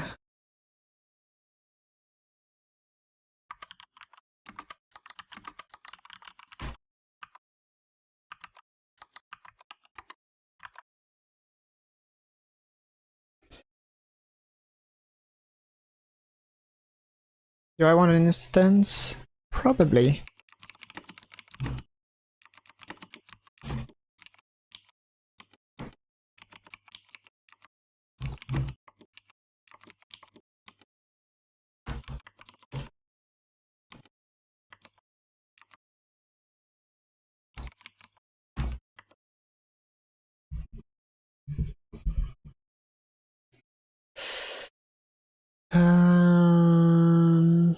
Do I need a state? I'm so sick of writing state machines.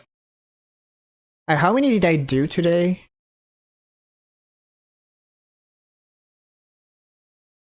Too many.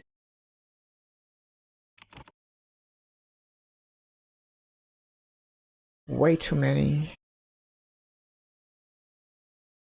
I mean, I've been streaming for almost 4 hours. And I've been working like 4 to 5 hours before.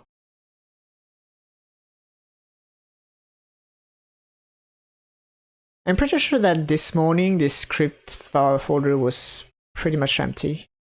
Almost empty. Not empty, but very close.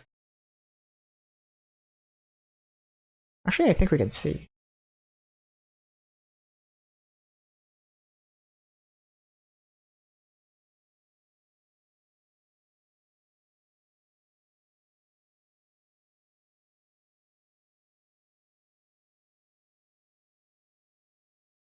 I created at least 21 files and then all the rest. Oh yeah, anyway.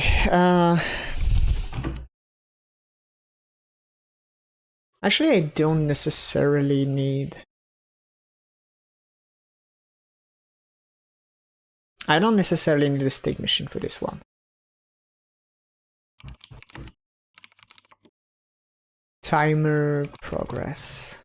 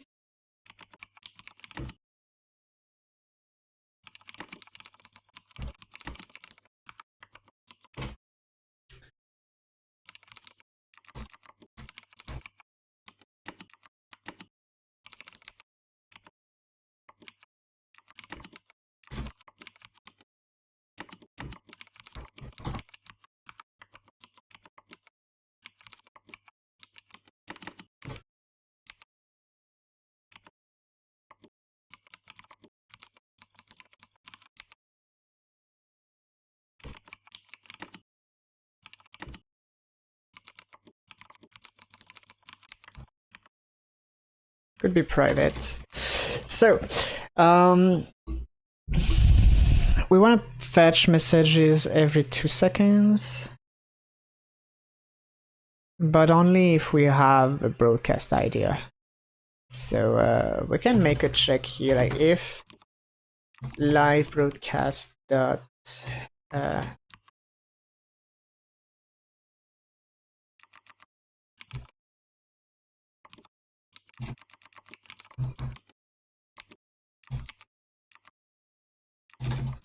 if the broadcast ID is null, we return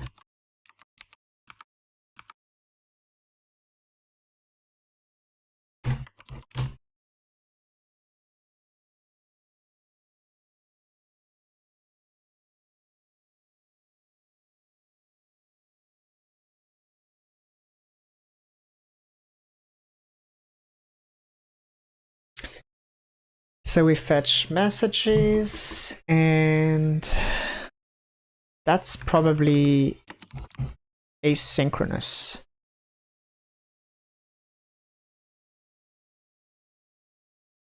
So here I can watch the code that we have right there. So we make a chat request. I'm gonna copy this. Okay, let's see what we have.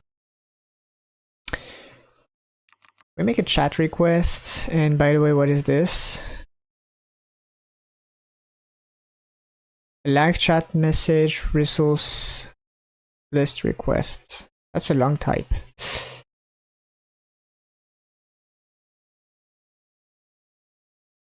Some messages.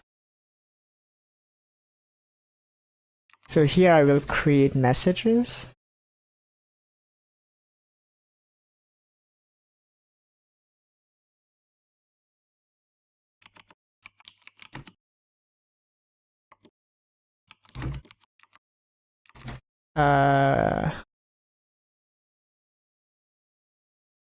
It returns a live chat message list response.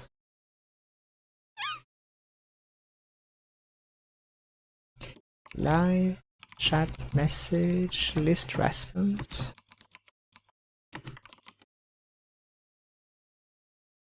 So messages equal await chat request.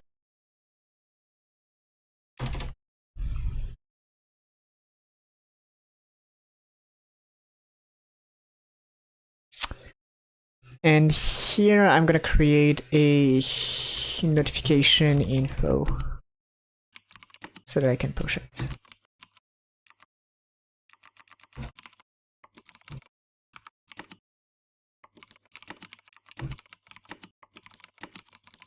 At least this will be very visual for me.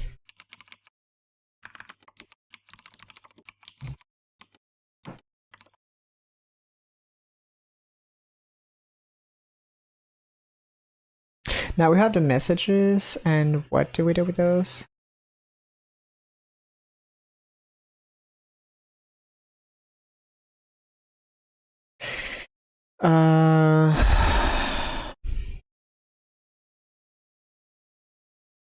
At some point I think I want to end up with a signal.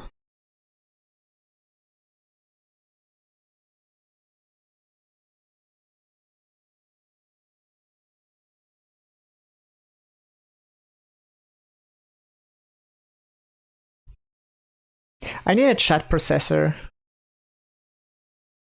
just like I had before.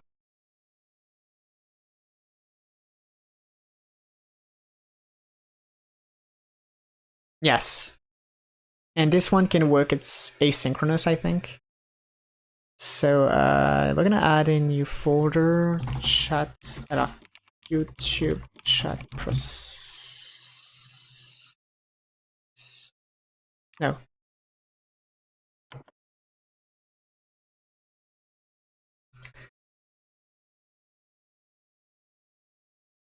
That's a class here.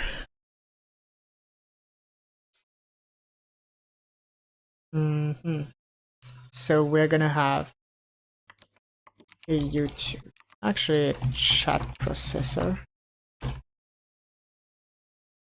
and namespace YouTube chat controllers.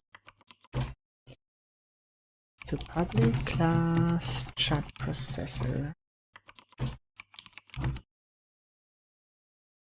I may want to spy on the one I created.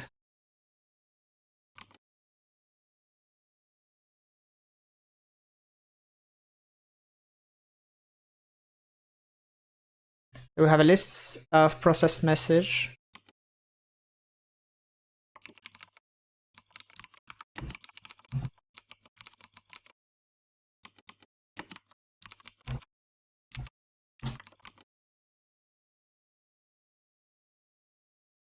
Of course, we need a context. Maybe we don't. Maybe all I need is a public asynchronous function, which would be like process messages, and this take a whatever the hell that was. using Google API, YouTube, 3 data. And here we have like live, but no, chat, live chat message, this response. And here we have like messages.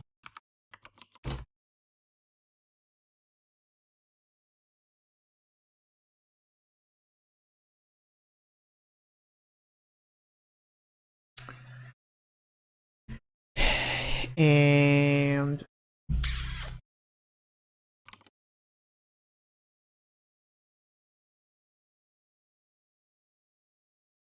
yeah, so for each live chat message,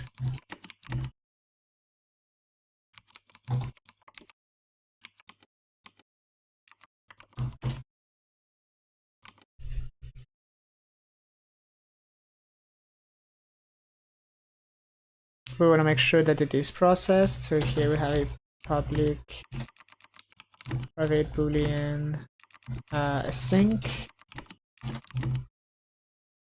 Like, does it have to be a task bool?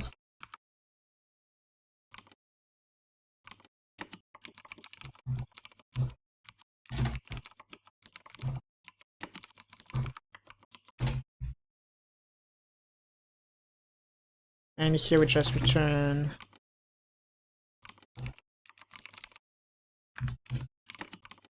if processed messages that has, no, contains,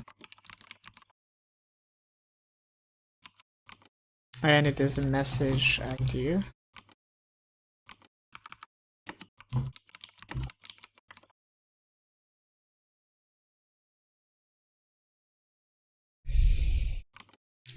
Which message if is processed message continue.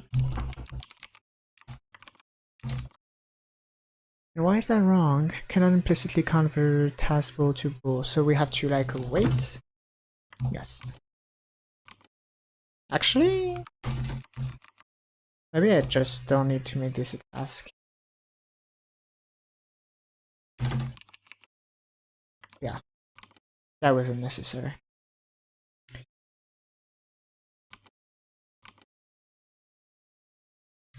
And then we want to push and clean.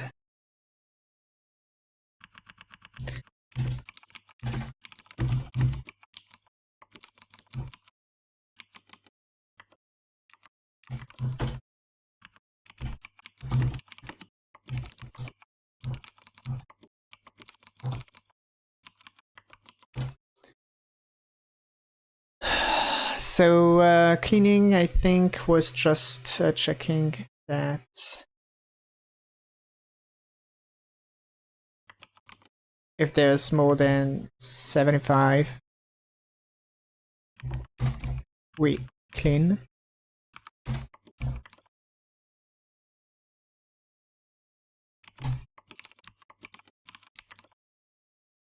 Now pushing message, we need something with an event.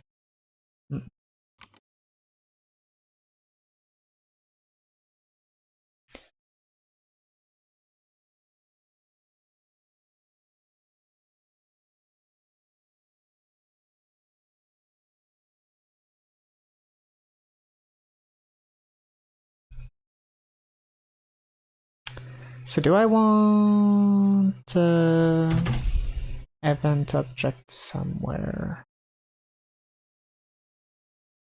Like this guy could have events. Or could be static. Yes, could be static. So YouTube chat events.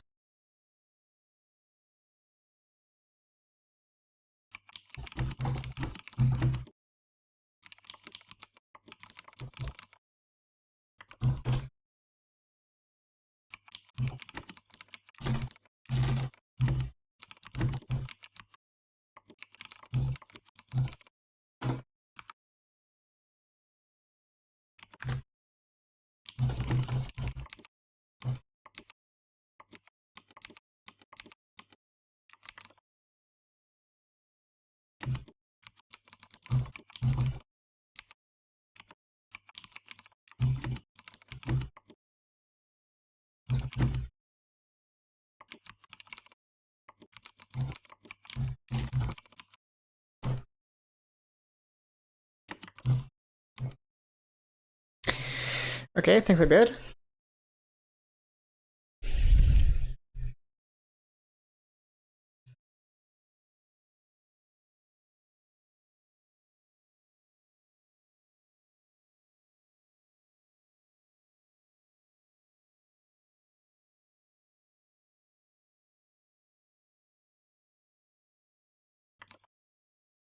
Now we need something to watch this.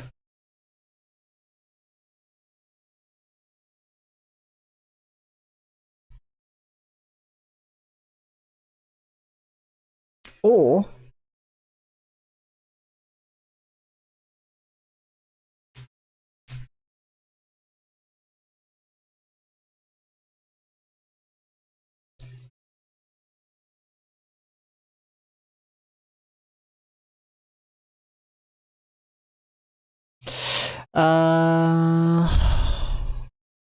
who is gonna catch this?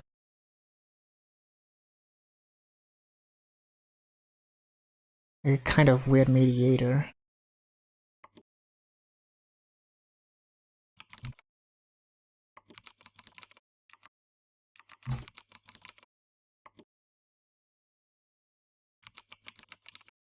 It's probably not what I meant.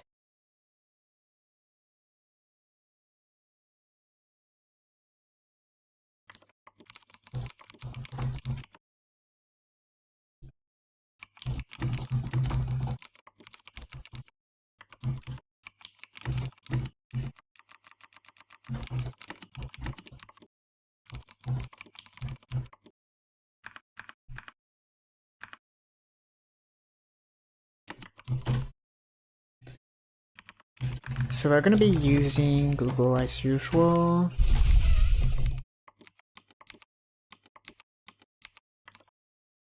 Because we're gonna need live message.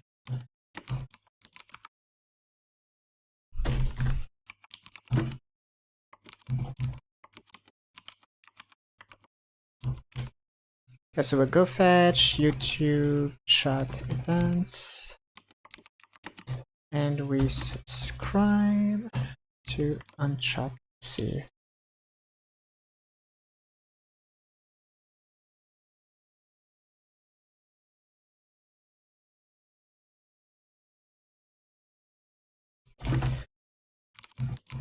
Message dot snippet dot display message starts with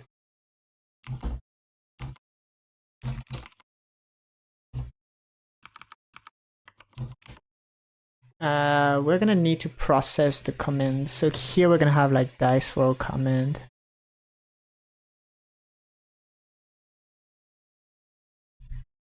Create simple role command player.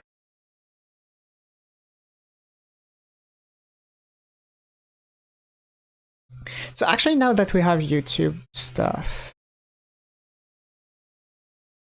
I can start cleaning this up. And not just player, but oh, actually have a better player thing.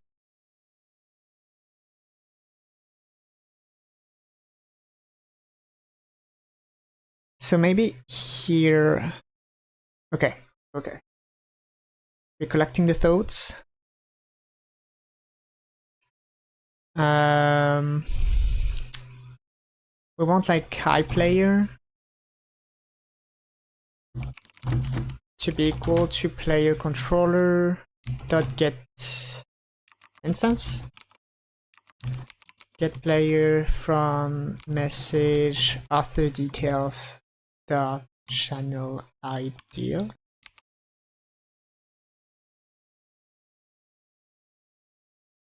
Actually, it could be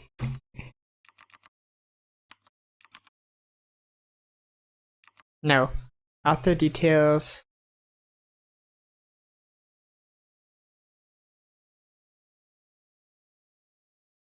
Message channel ID. And this could return. Okay, change of plan. If player exists, return this, otherwise return null.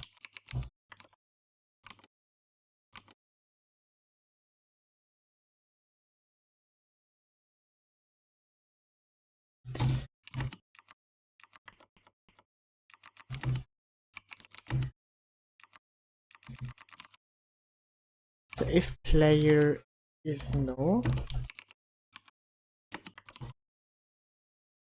and player equal player controller instance create player, and here it takes message author details, and I need to change the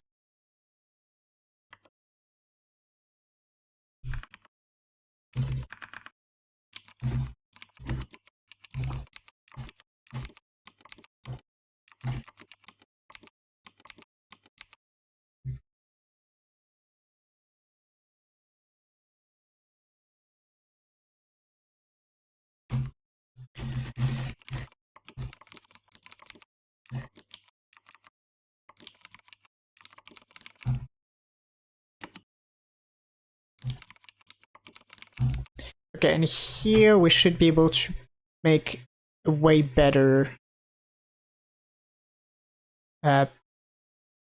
player item. So the ID would be author details dot channel ID. Then we have author details dot display name. Okay. And at the moment, it's gonna be enough.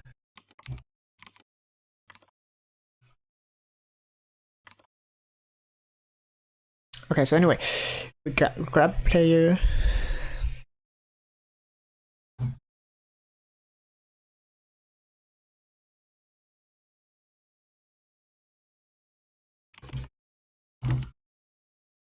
And if player, no, if message the this snippet that display message is equal to role,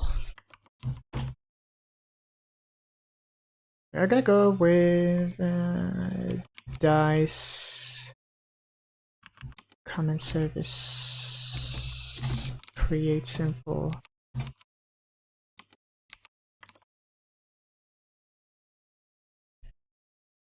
And this one, is it added to the queue? I think so.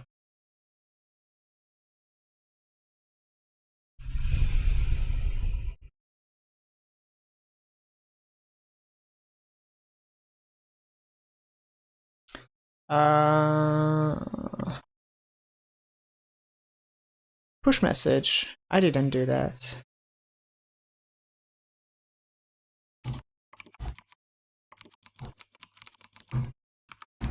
I'm so scattered. Yikes.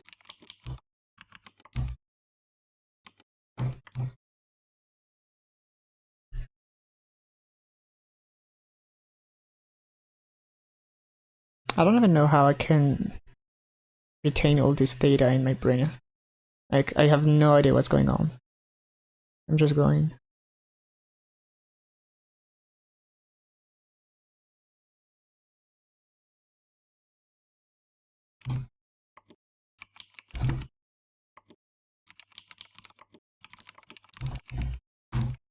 Relatable. Yeah, like that moment when you're possessed by a demon who's basically coding instead of you.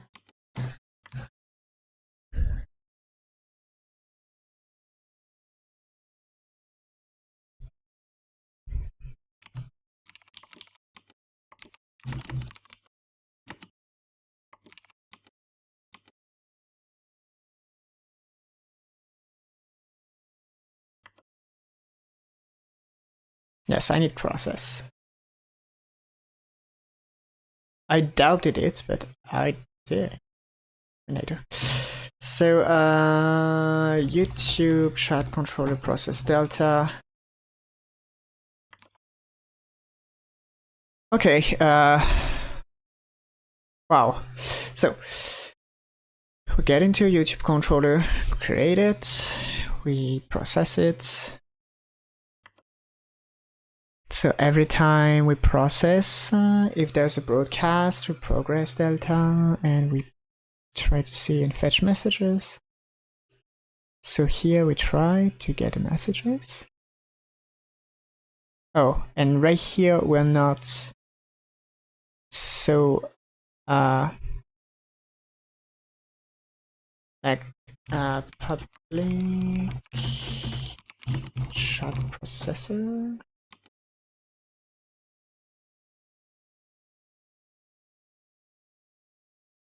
Can I say new right here? So here, chat processor dot process messages. I mean, messages is not really useful stored here.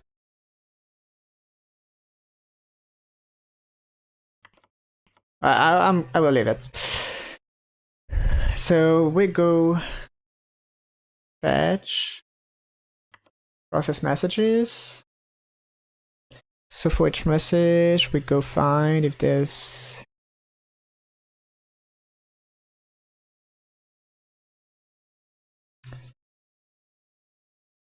okay, but we need processed messages dot add message ID. That's crucial.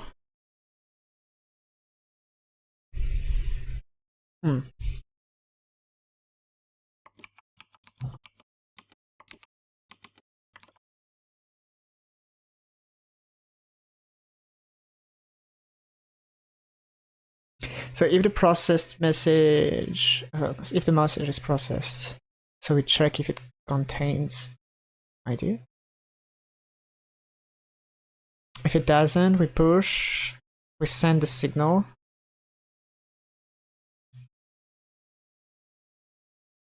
Okay. That's, huh.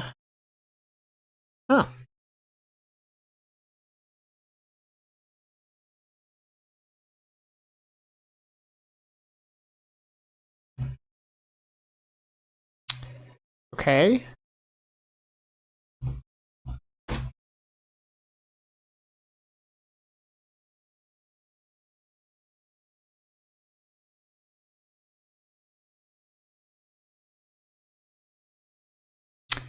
I feel like something is missing. This is one I cheated.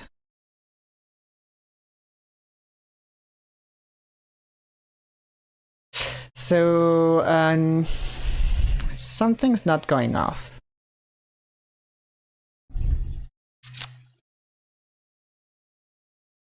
Maybe I could have like a...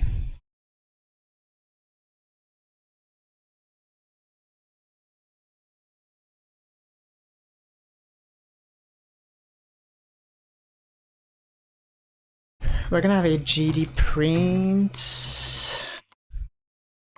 trying to fetch messages.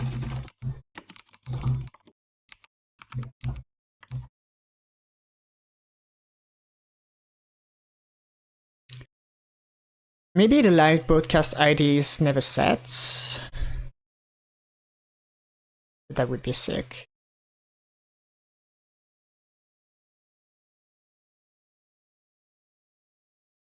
Time progress increased by delta.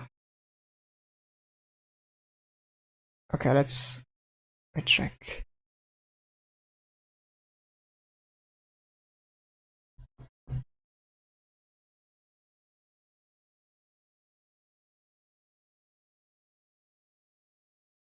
Trying to fetch messages. Okay. And so this doesn't do anything. So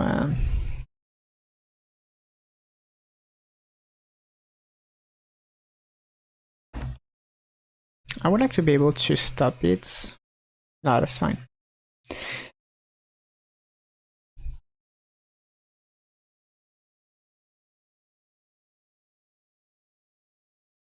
Maybe I can say like pushing a chat message. But oh, maybe it's the mediator. Yes, I just didn't add the mediator. Oh.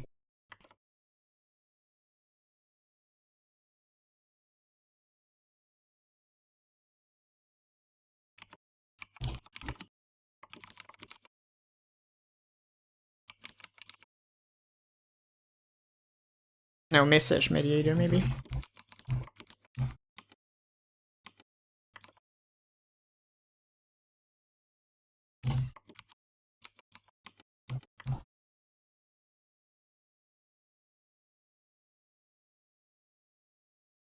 I hope I didn't break anything because I moved the app file by mistake. Okay, I think we're good.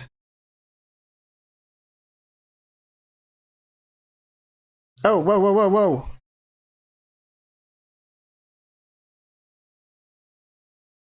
I think it went in a queue. So eventually you can try.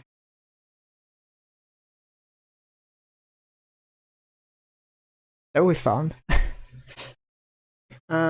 One problem, I'm displaying the ID and not the actual.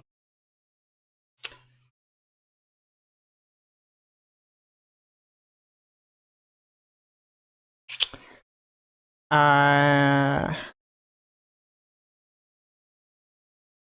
want to make. Okay.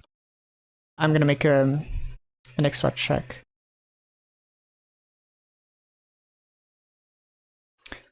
I want to not read messages which are older than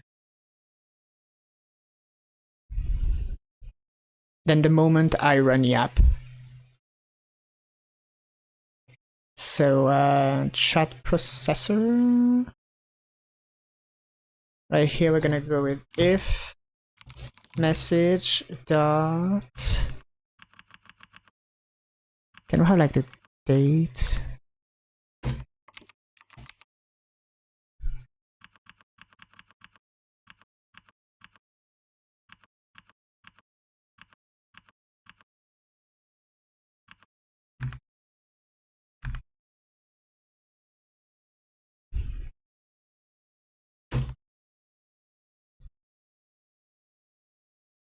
Why is that wrong? Is obsolete. This property is obsolete and may have. Okay.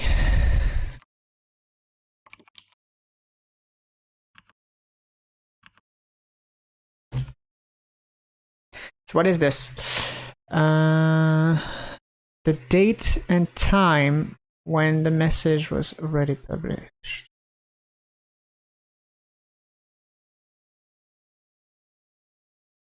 Okay, we can do something different. Like, we can do an initial.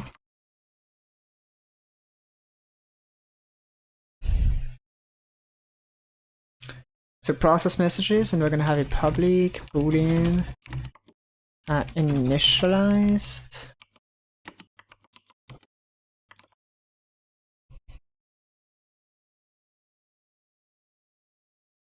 Equal false.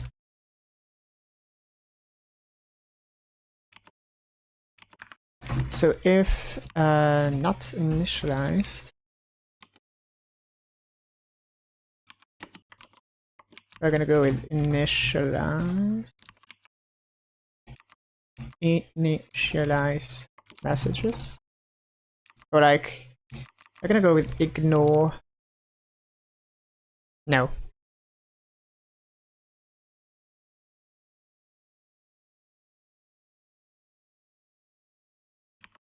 Ignore all messages.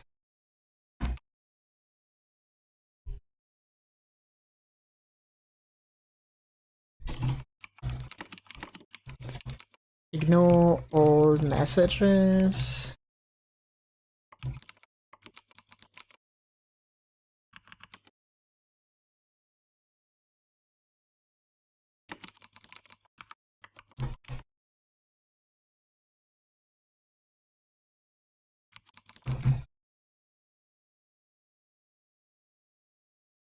So initialized is true, and for each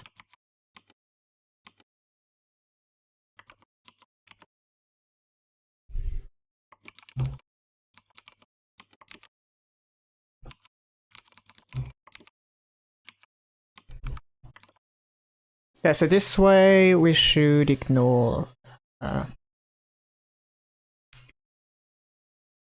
this.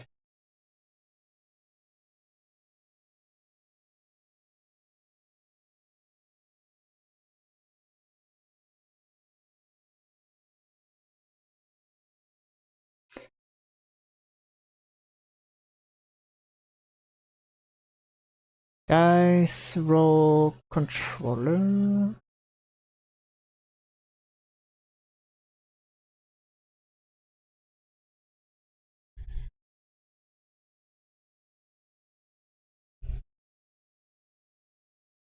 So here we're gonna have like string player display name.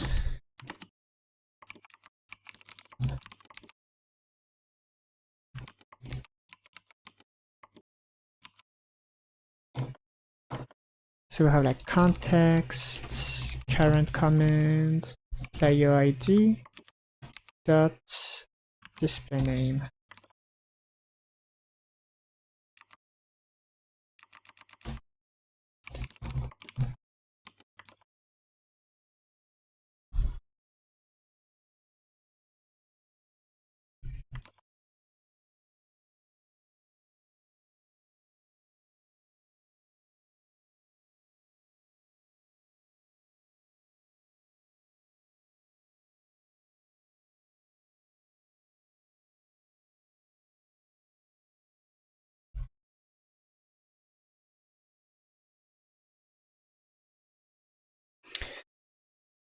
So what if I do roll now?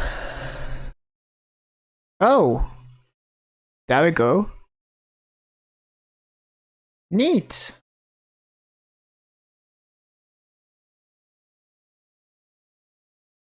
So technically you can fetch me. You can try to roll.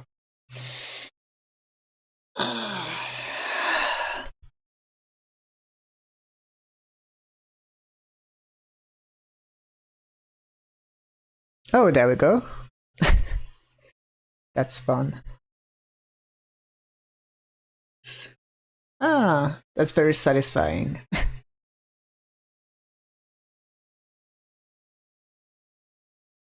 Isn't it cool? I just wish we had the sound, but I will have to do without the sound yet.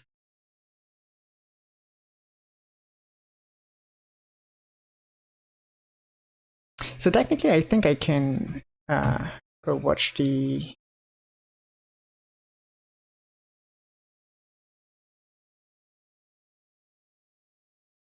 data. I feel like it's slightly lagging.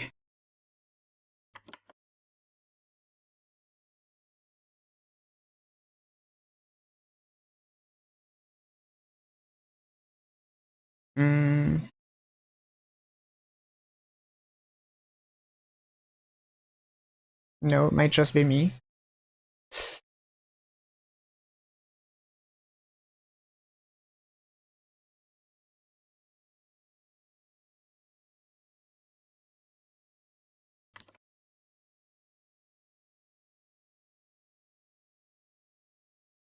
Yeah, so here you are saving your money right now.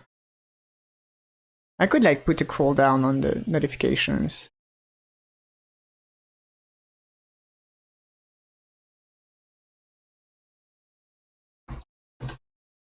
Oh no.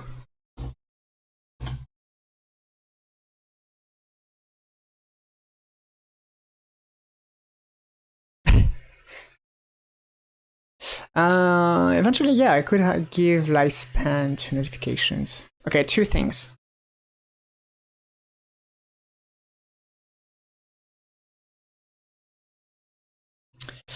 GUI notifications, and that would be like notifications lifespan. And second thing would be like GUI notification create a notif when a cooldown is ready. Because I could bring the sound of my entire computer, but the thing is, I have the music, or I would have to change the music. That's something I can do. I can just like have another music, which is copyright free.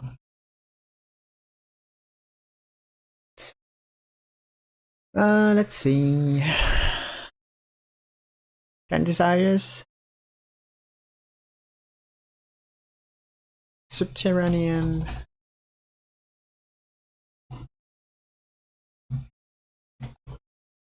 Subterranean animism.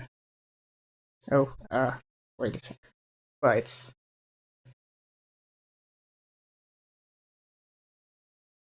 alright, let's see.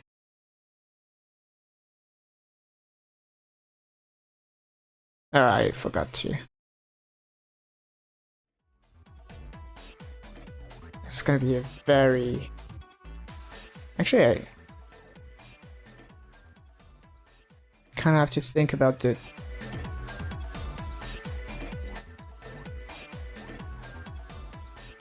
Now, if we roll something, do we actually hear it? It's very subtle.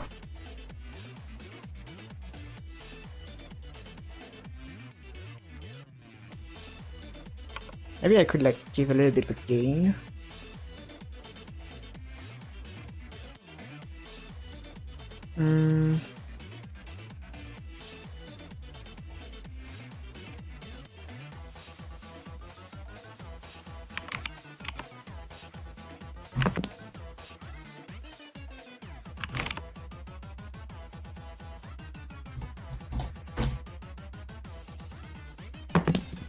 That's better.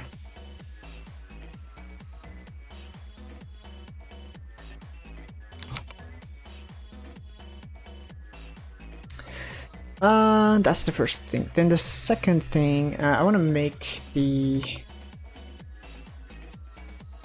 notification cooldown off. Okay, so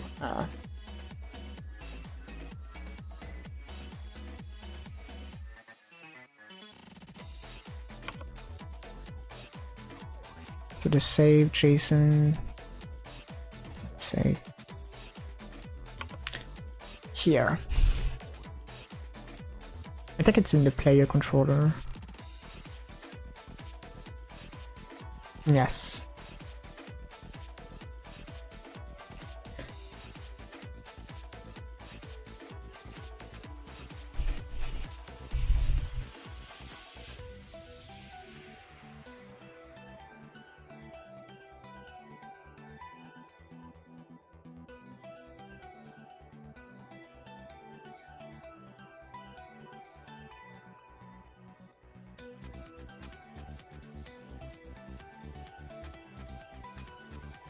Actually want to see something.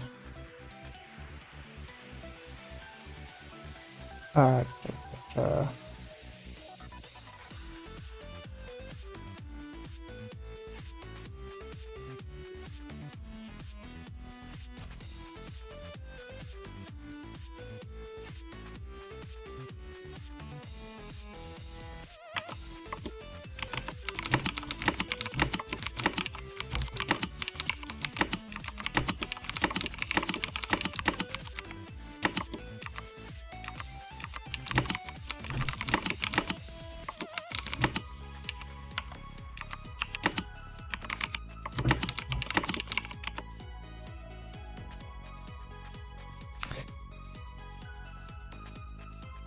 I'm thinking, where does that make sense to create this notification? Maybe here, like public static void push cooldown notification. And we just take player.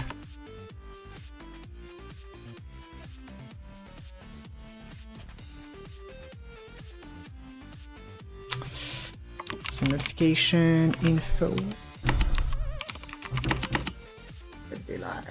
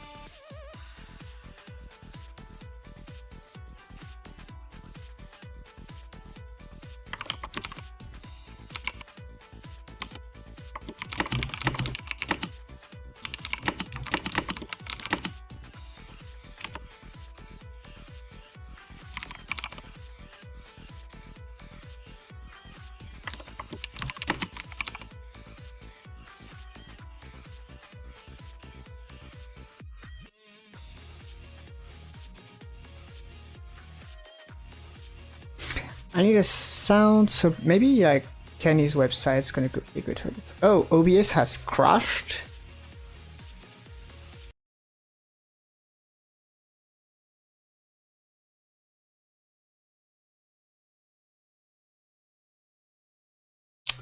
So, did I make it back? Wait, it's so zoomed here, it's weird. Oh, yes, I did.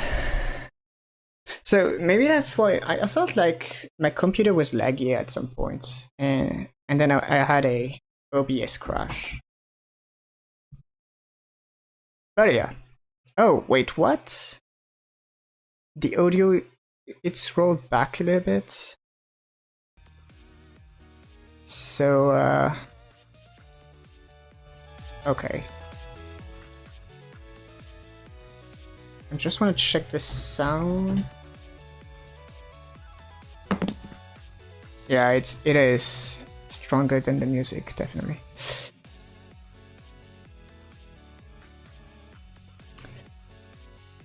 It is so small. I hate it. Like the preview of whatever is online is so small. I want to make sure that it is correct because on my screen it's like completely wacky. No, that looks good. That looks good. So anyway, I was working on the cooldown information. And I said basically that I want a sound. So I wanted to go on Kenny assets back to find a good sound. Could be like interface sound. I don't think like there's anything in Casino, which I already have, but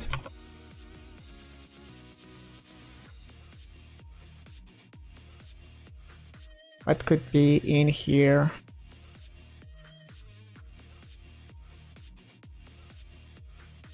Nah. So UI audio. Let's download this one.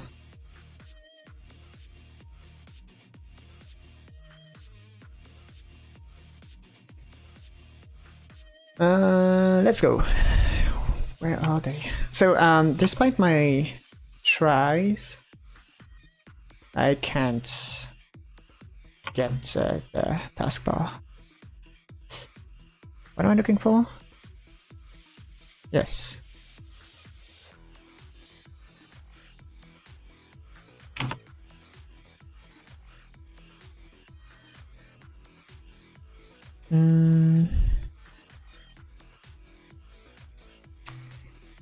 Maybe that's the other one I wanted. This is UI audio. Interface sound.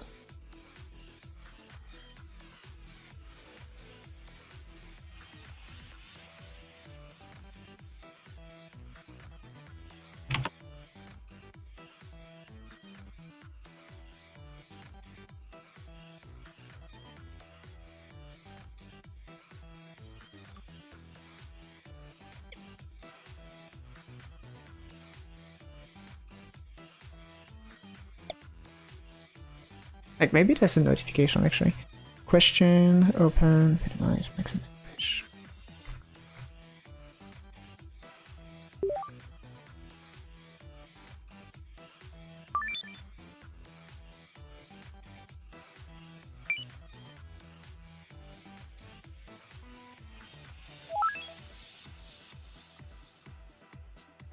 This could work. Like, I'm gonna try the number 3.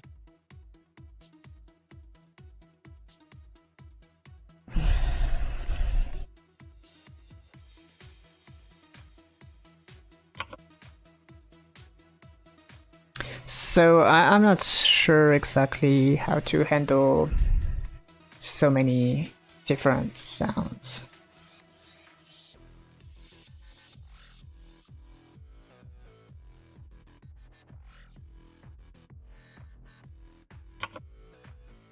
I'm not really an audio guy on Godot.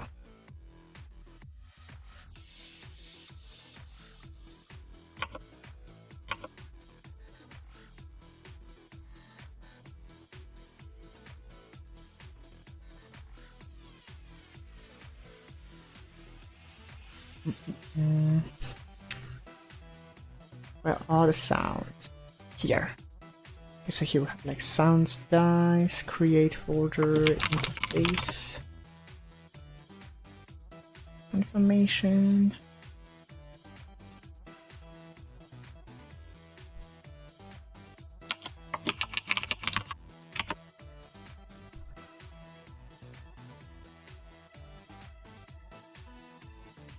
Like, what if I have like what is the sound resource type? Audio stream OGG Vorbis. Oh my god.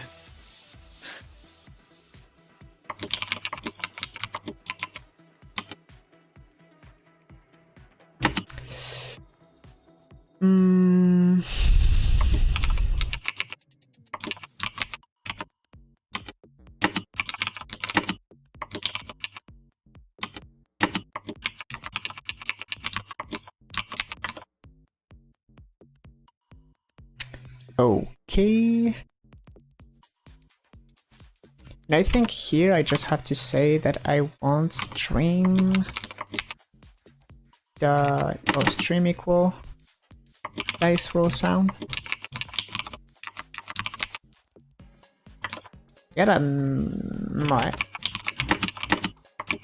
play cool down sound. But with like cool down sound.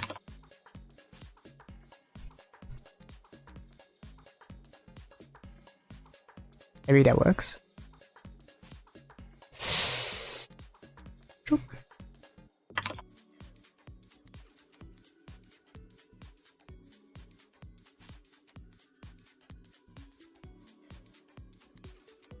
Oh no, I stopped it. Well.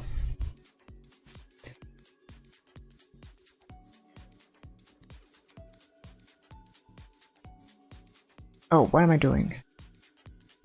Dice throw and cool down.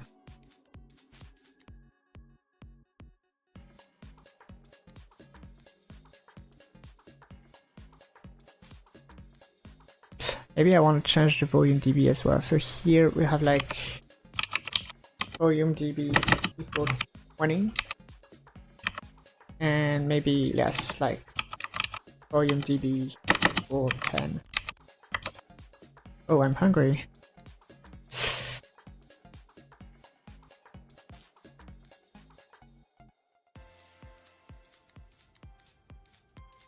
Okay, and here push notification, so audio stream player node instance play cooldown sound. Just want to make sure that the dice roll has, where is the sound going? Right here. No, that's good.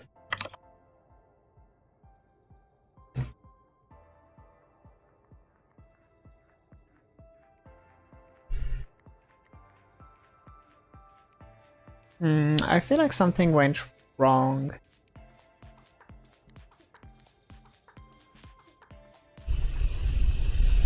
Let's see.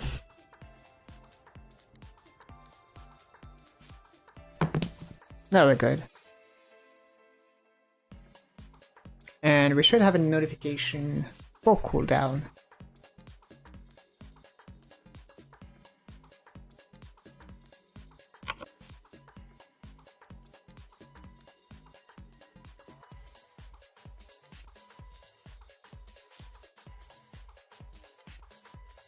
It doesn't seem so.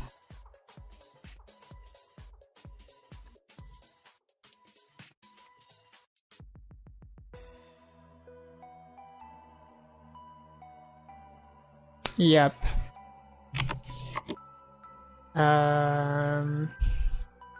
Dice, roll, commence service, push cooldown notification player. Maybe that's why. I'm gonna rerun.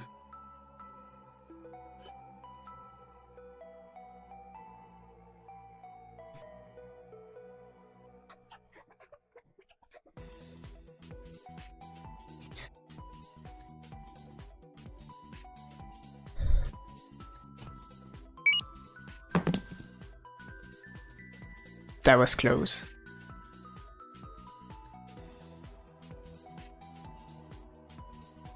Because if I try to roll right now, it's not gonna work.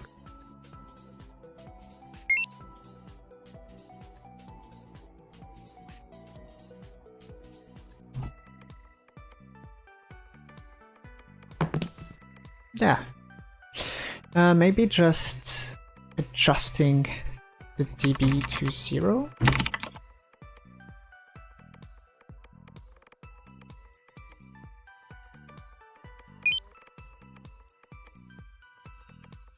Now, having notification lifespan would be nice. So GUI notification maybe? Like here.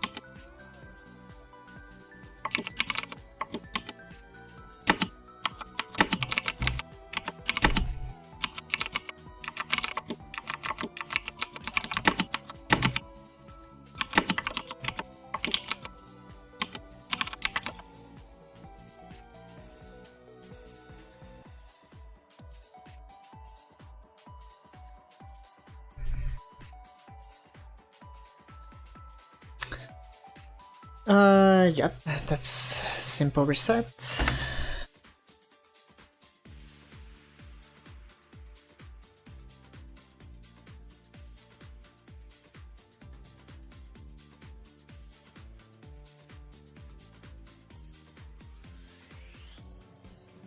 Oh, that was like very fast.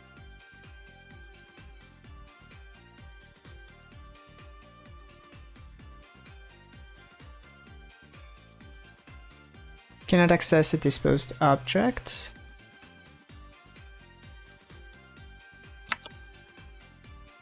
Oh, what? No, no, no, no, no, no.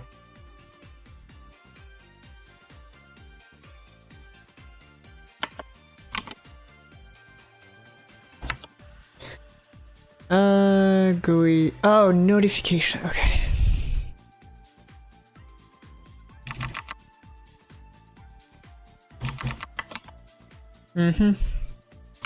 I thought about it, but I didn't think I was doing it.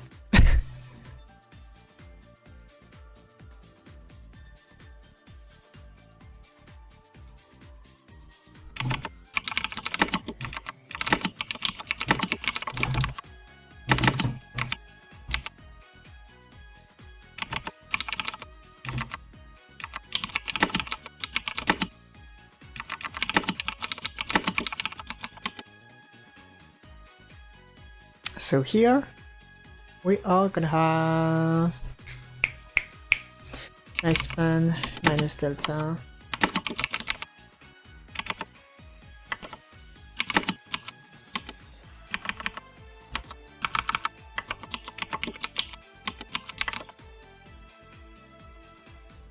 Okay, let's reset that.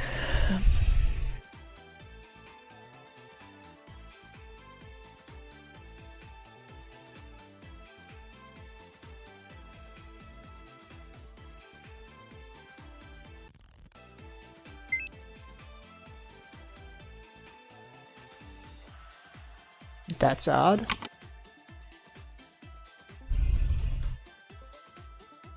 Oh, lifespan is 0. Doesn't work this way. I think that I will have to go to it after this because I'm very close to dying.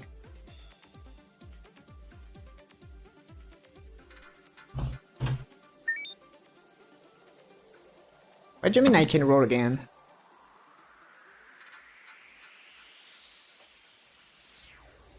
Yes, they're going away now. We made it! We made it.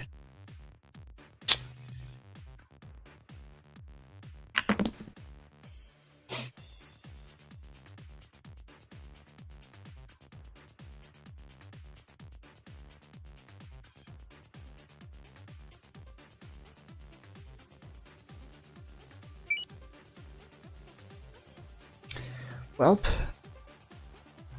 We have reached a state of the game which is very cool. Very, very, very cool. And I guess that's gonna be the first version. I'm gonna add another 0.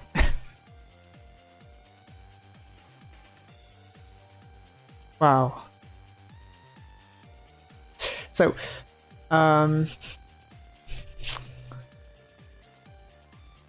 it means that I'm actually going to close this. I'm gonna close Godot.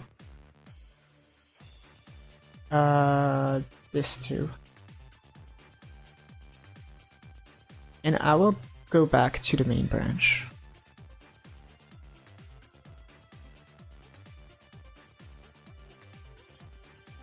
So here, merge develop into master.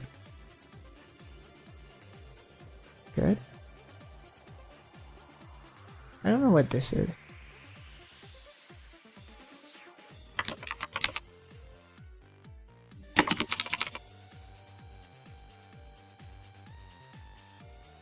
And on here, I want to explore this up. Now, my nose is itchy as hell. Right on.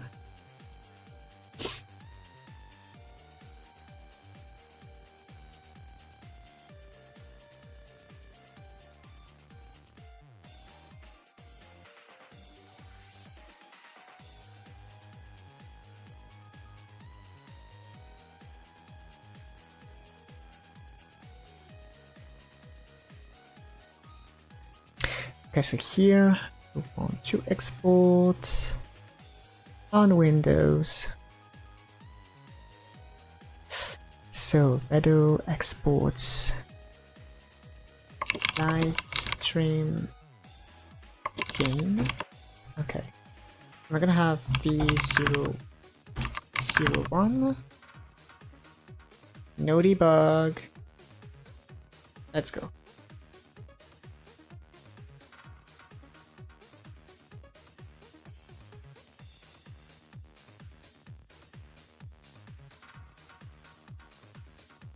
So I should be able to go fetch this. So redo exports live stream game. And there you go.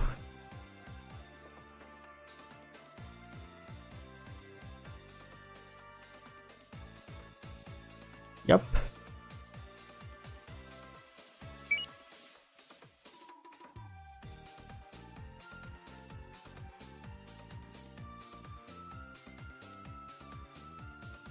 guess I should be able to close this.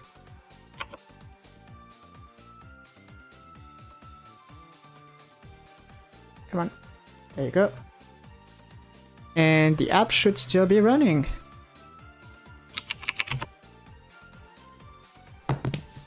Yes. That's good. That's exactly what I wanted.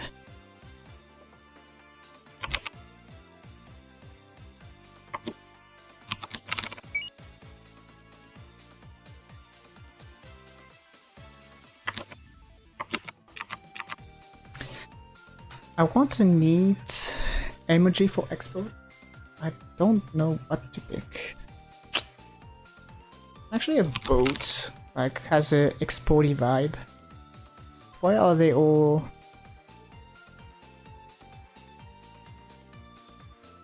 cruise boats? It could be like a plane. Actually, it's settings. So that's gonna be export settings. There we go.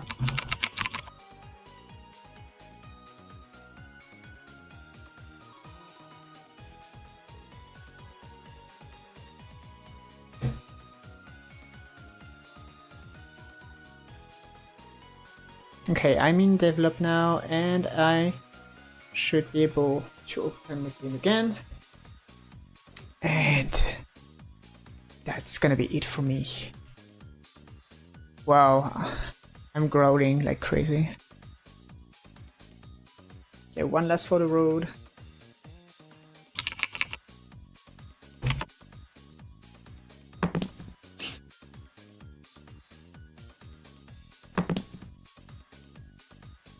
There we go. That's yeah, that's decent. 15. So regarding what I want to go toward with this game,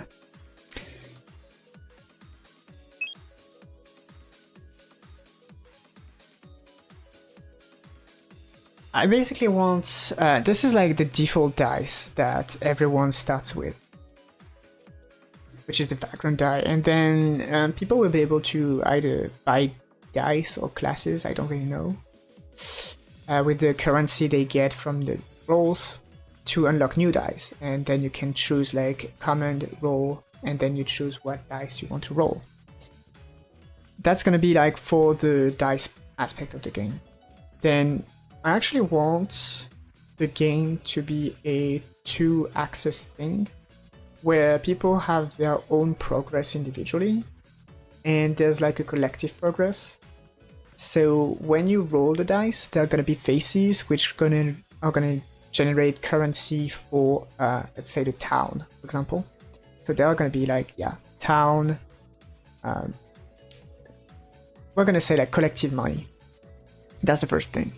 Then collective money can basically unlock features somehow, so I'm not really clear on how that will work, but it could work in with the context, like, I mean, this kind of milestone system, so that when the community reaches a certain amount of wealth, it unlocks something new.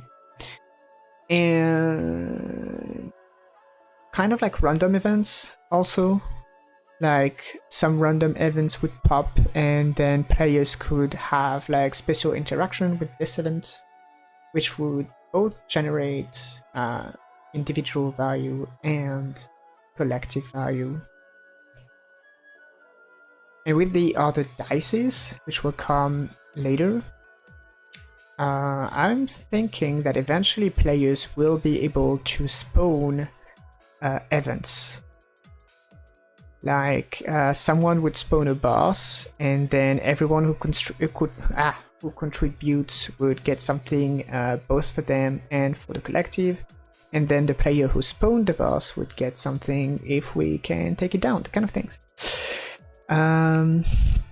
So one face of the die could score towards the community, for example. Exactly. Like just to give like a simple example. Oh, it's right here. Here are the icons, and I think we have like money or something. Yes. This one or this one could be like the tax one, basically, where that generates money for the collective. And then eventually we could keep track of who is contributing the most, that kind of thing. And most importantly, I think I will have to find a way to allow the migration of save files. I think I will ask Nico about this. He knows probably very well, and I'm sure it's a he because I checked on my YouTube, like in the last 30 days, I have 100% of men, so I know. I know you guys. Is that still the case, by the way? Because that was a funny...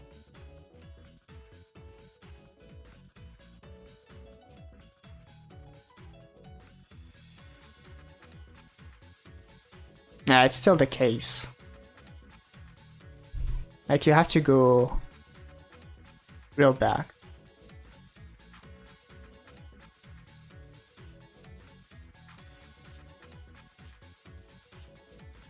It's like really vast majority of men are programming here. You ask your sister to watch a video. She's gonna be the only female viewer for those last 28 days. That's kind of fun. What's the time you guys are in? What time is it, by the way? Oh, it's 22. So anyway, that's it. That was fun. Hope you had fun too. Just gonna hide the camera. Sweet. And yeah, that's all for me. I will see you later. I will let you go on Discord to know, and that will happen. But eventually this may happen tomorrow. What day of the week is it? Okay. So yeah, eventually tomorrow. And I'm gonna eat because I'm dying.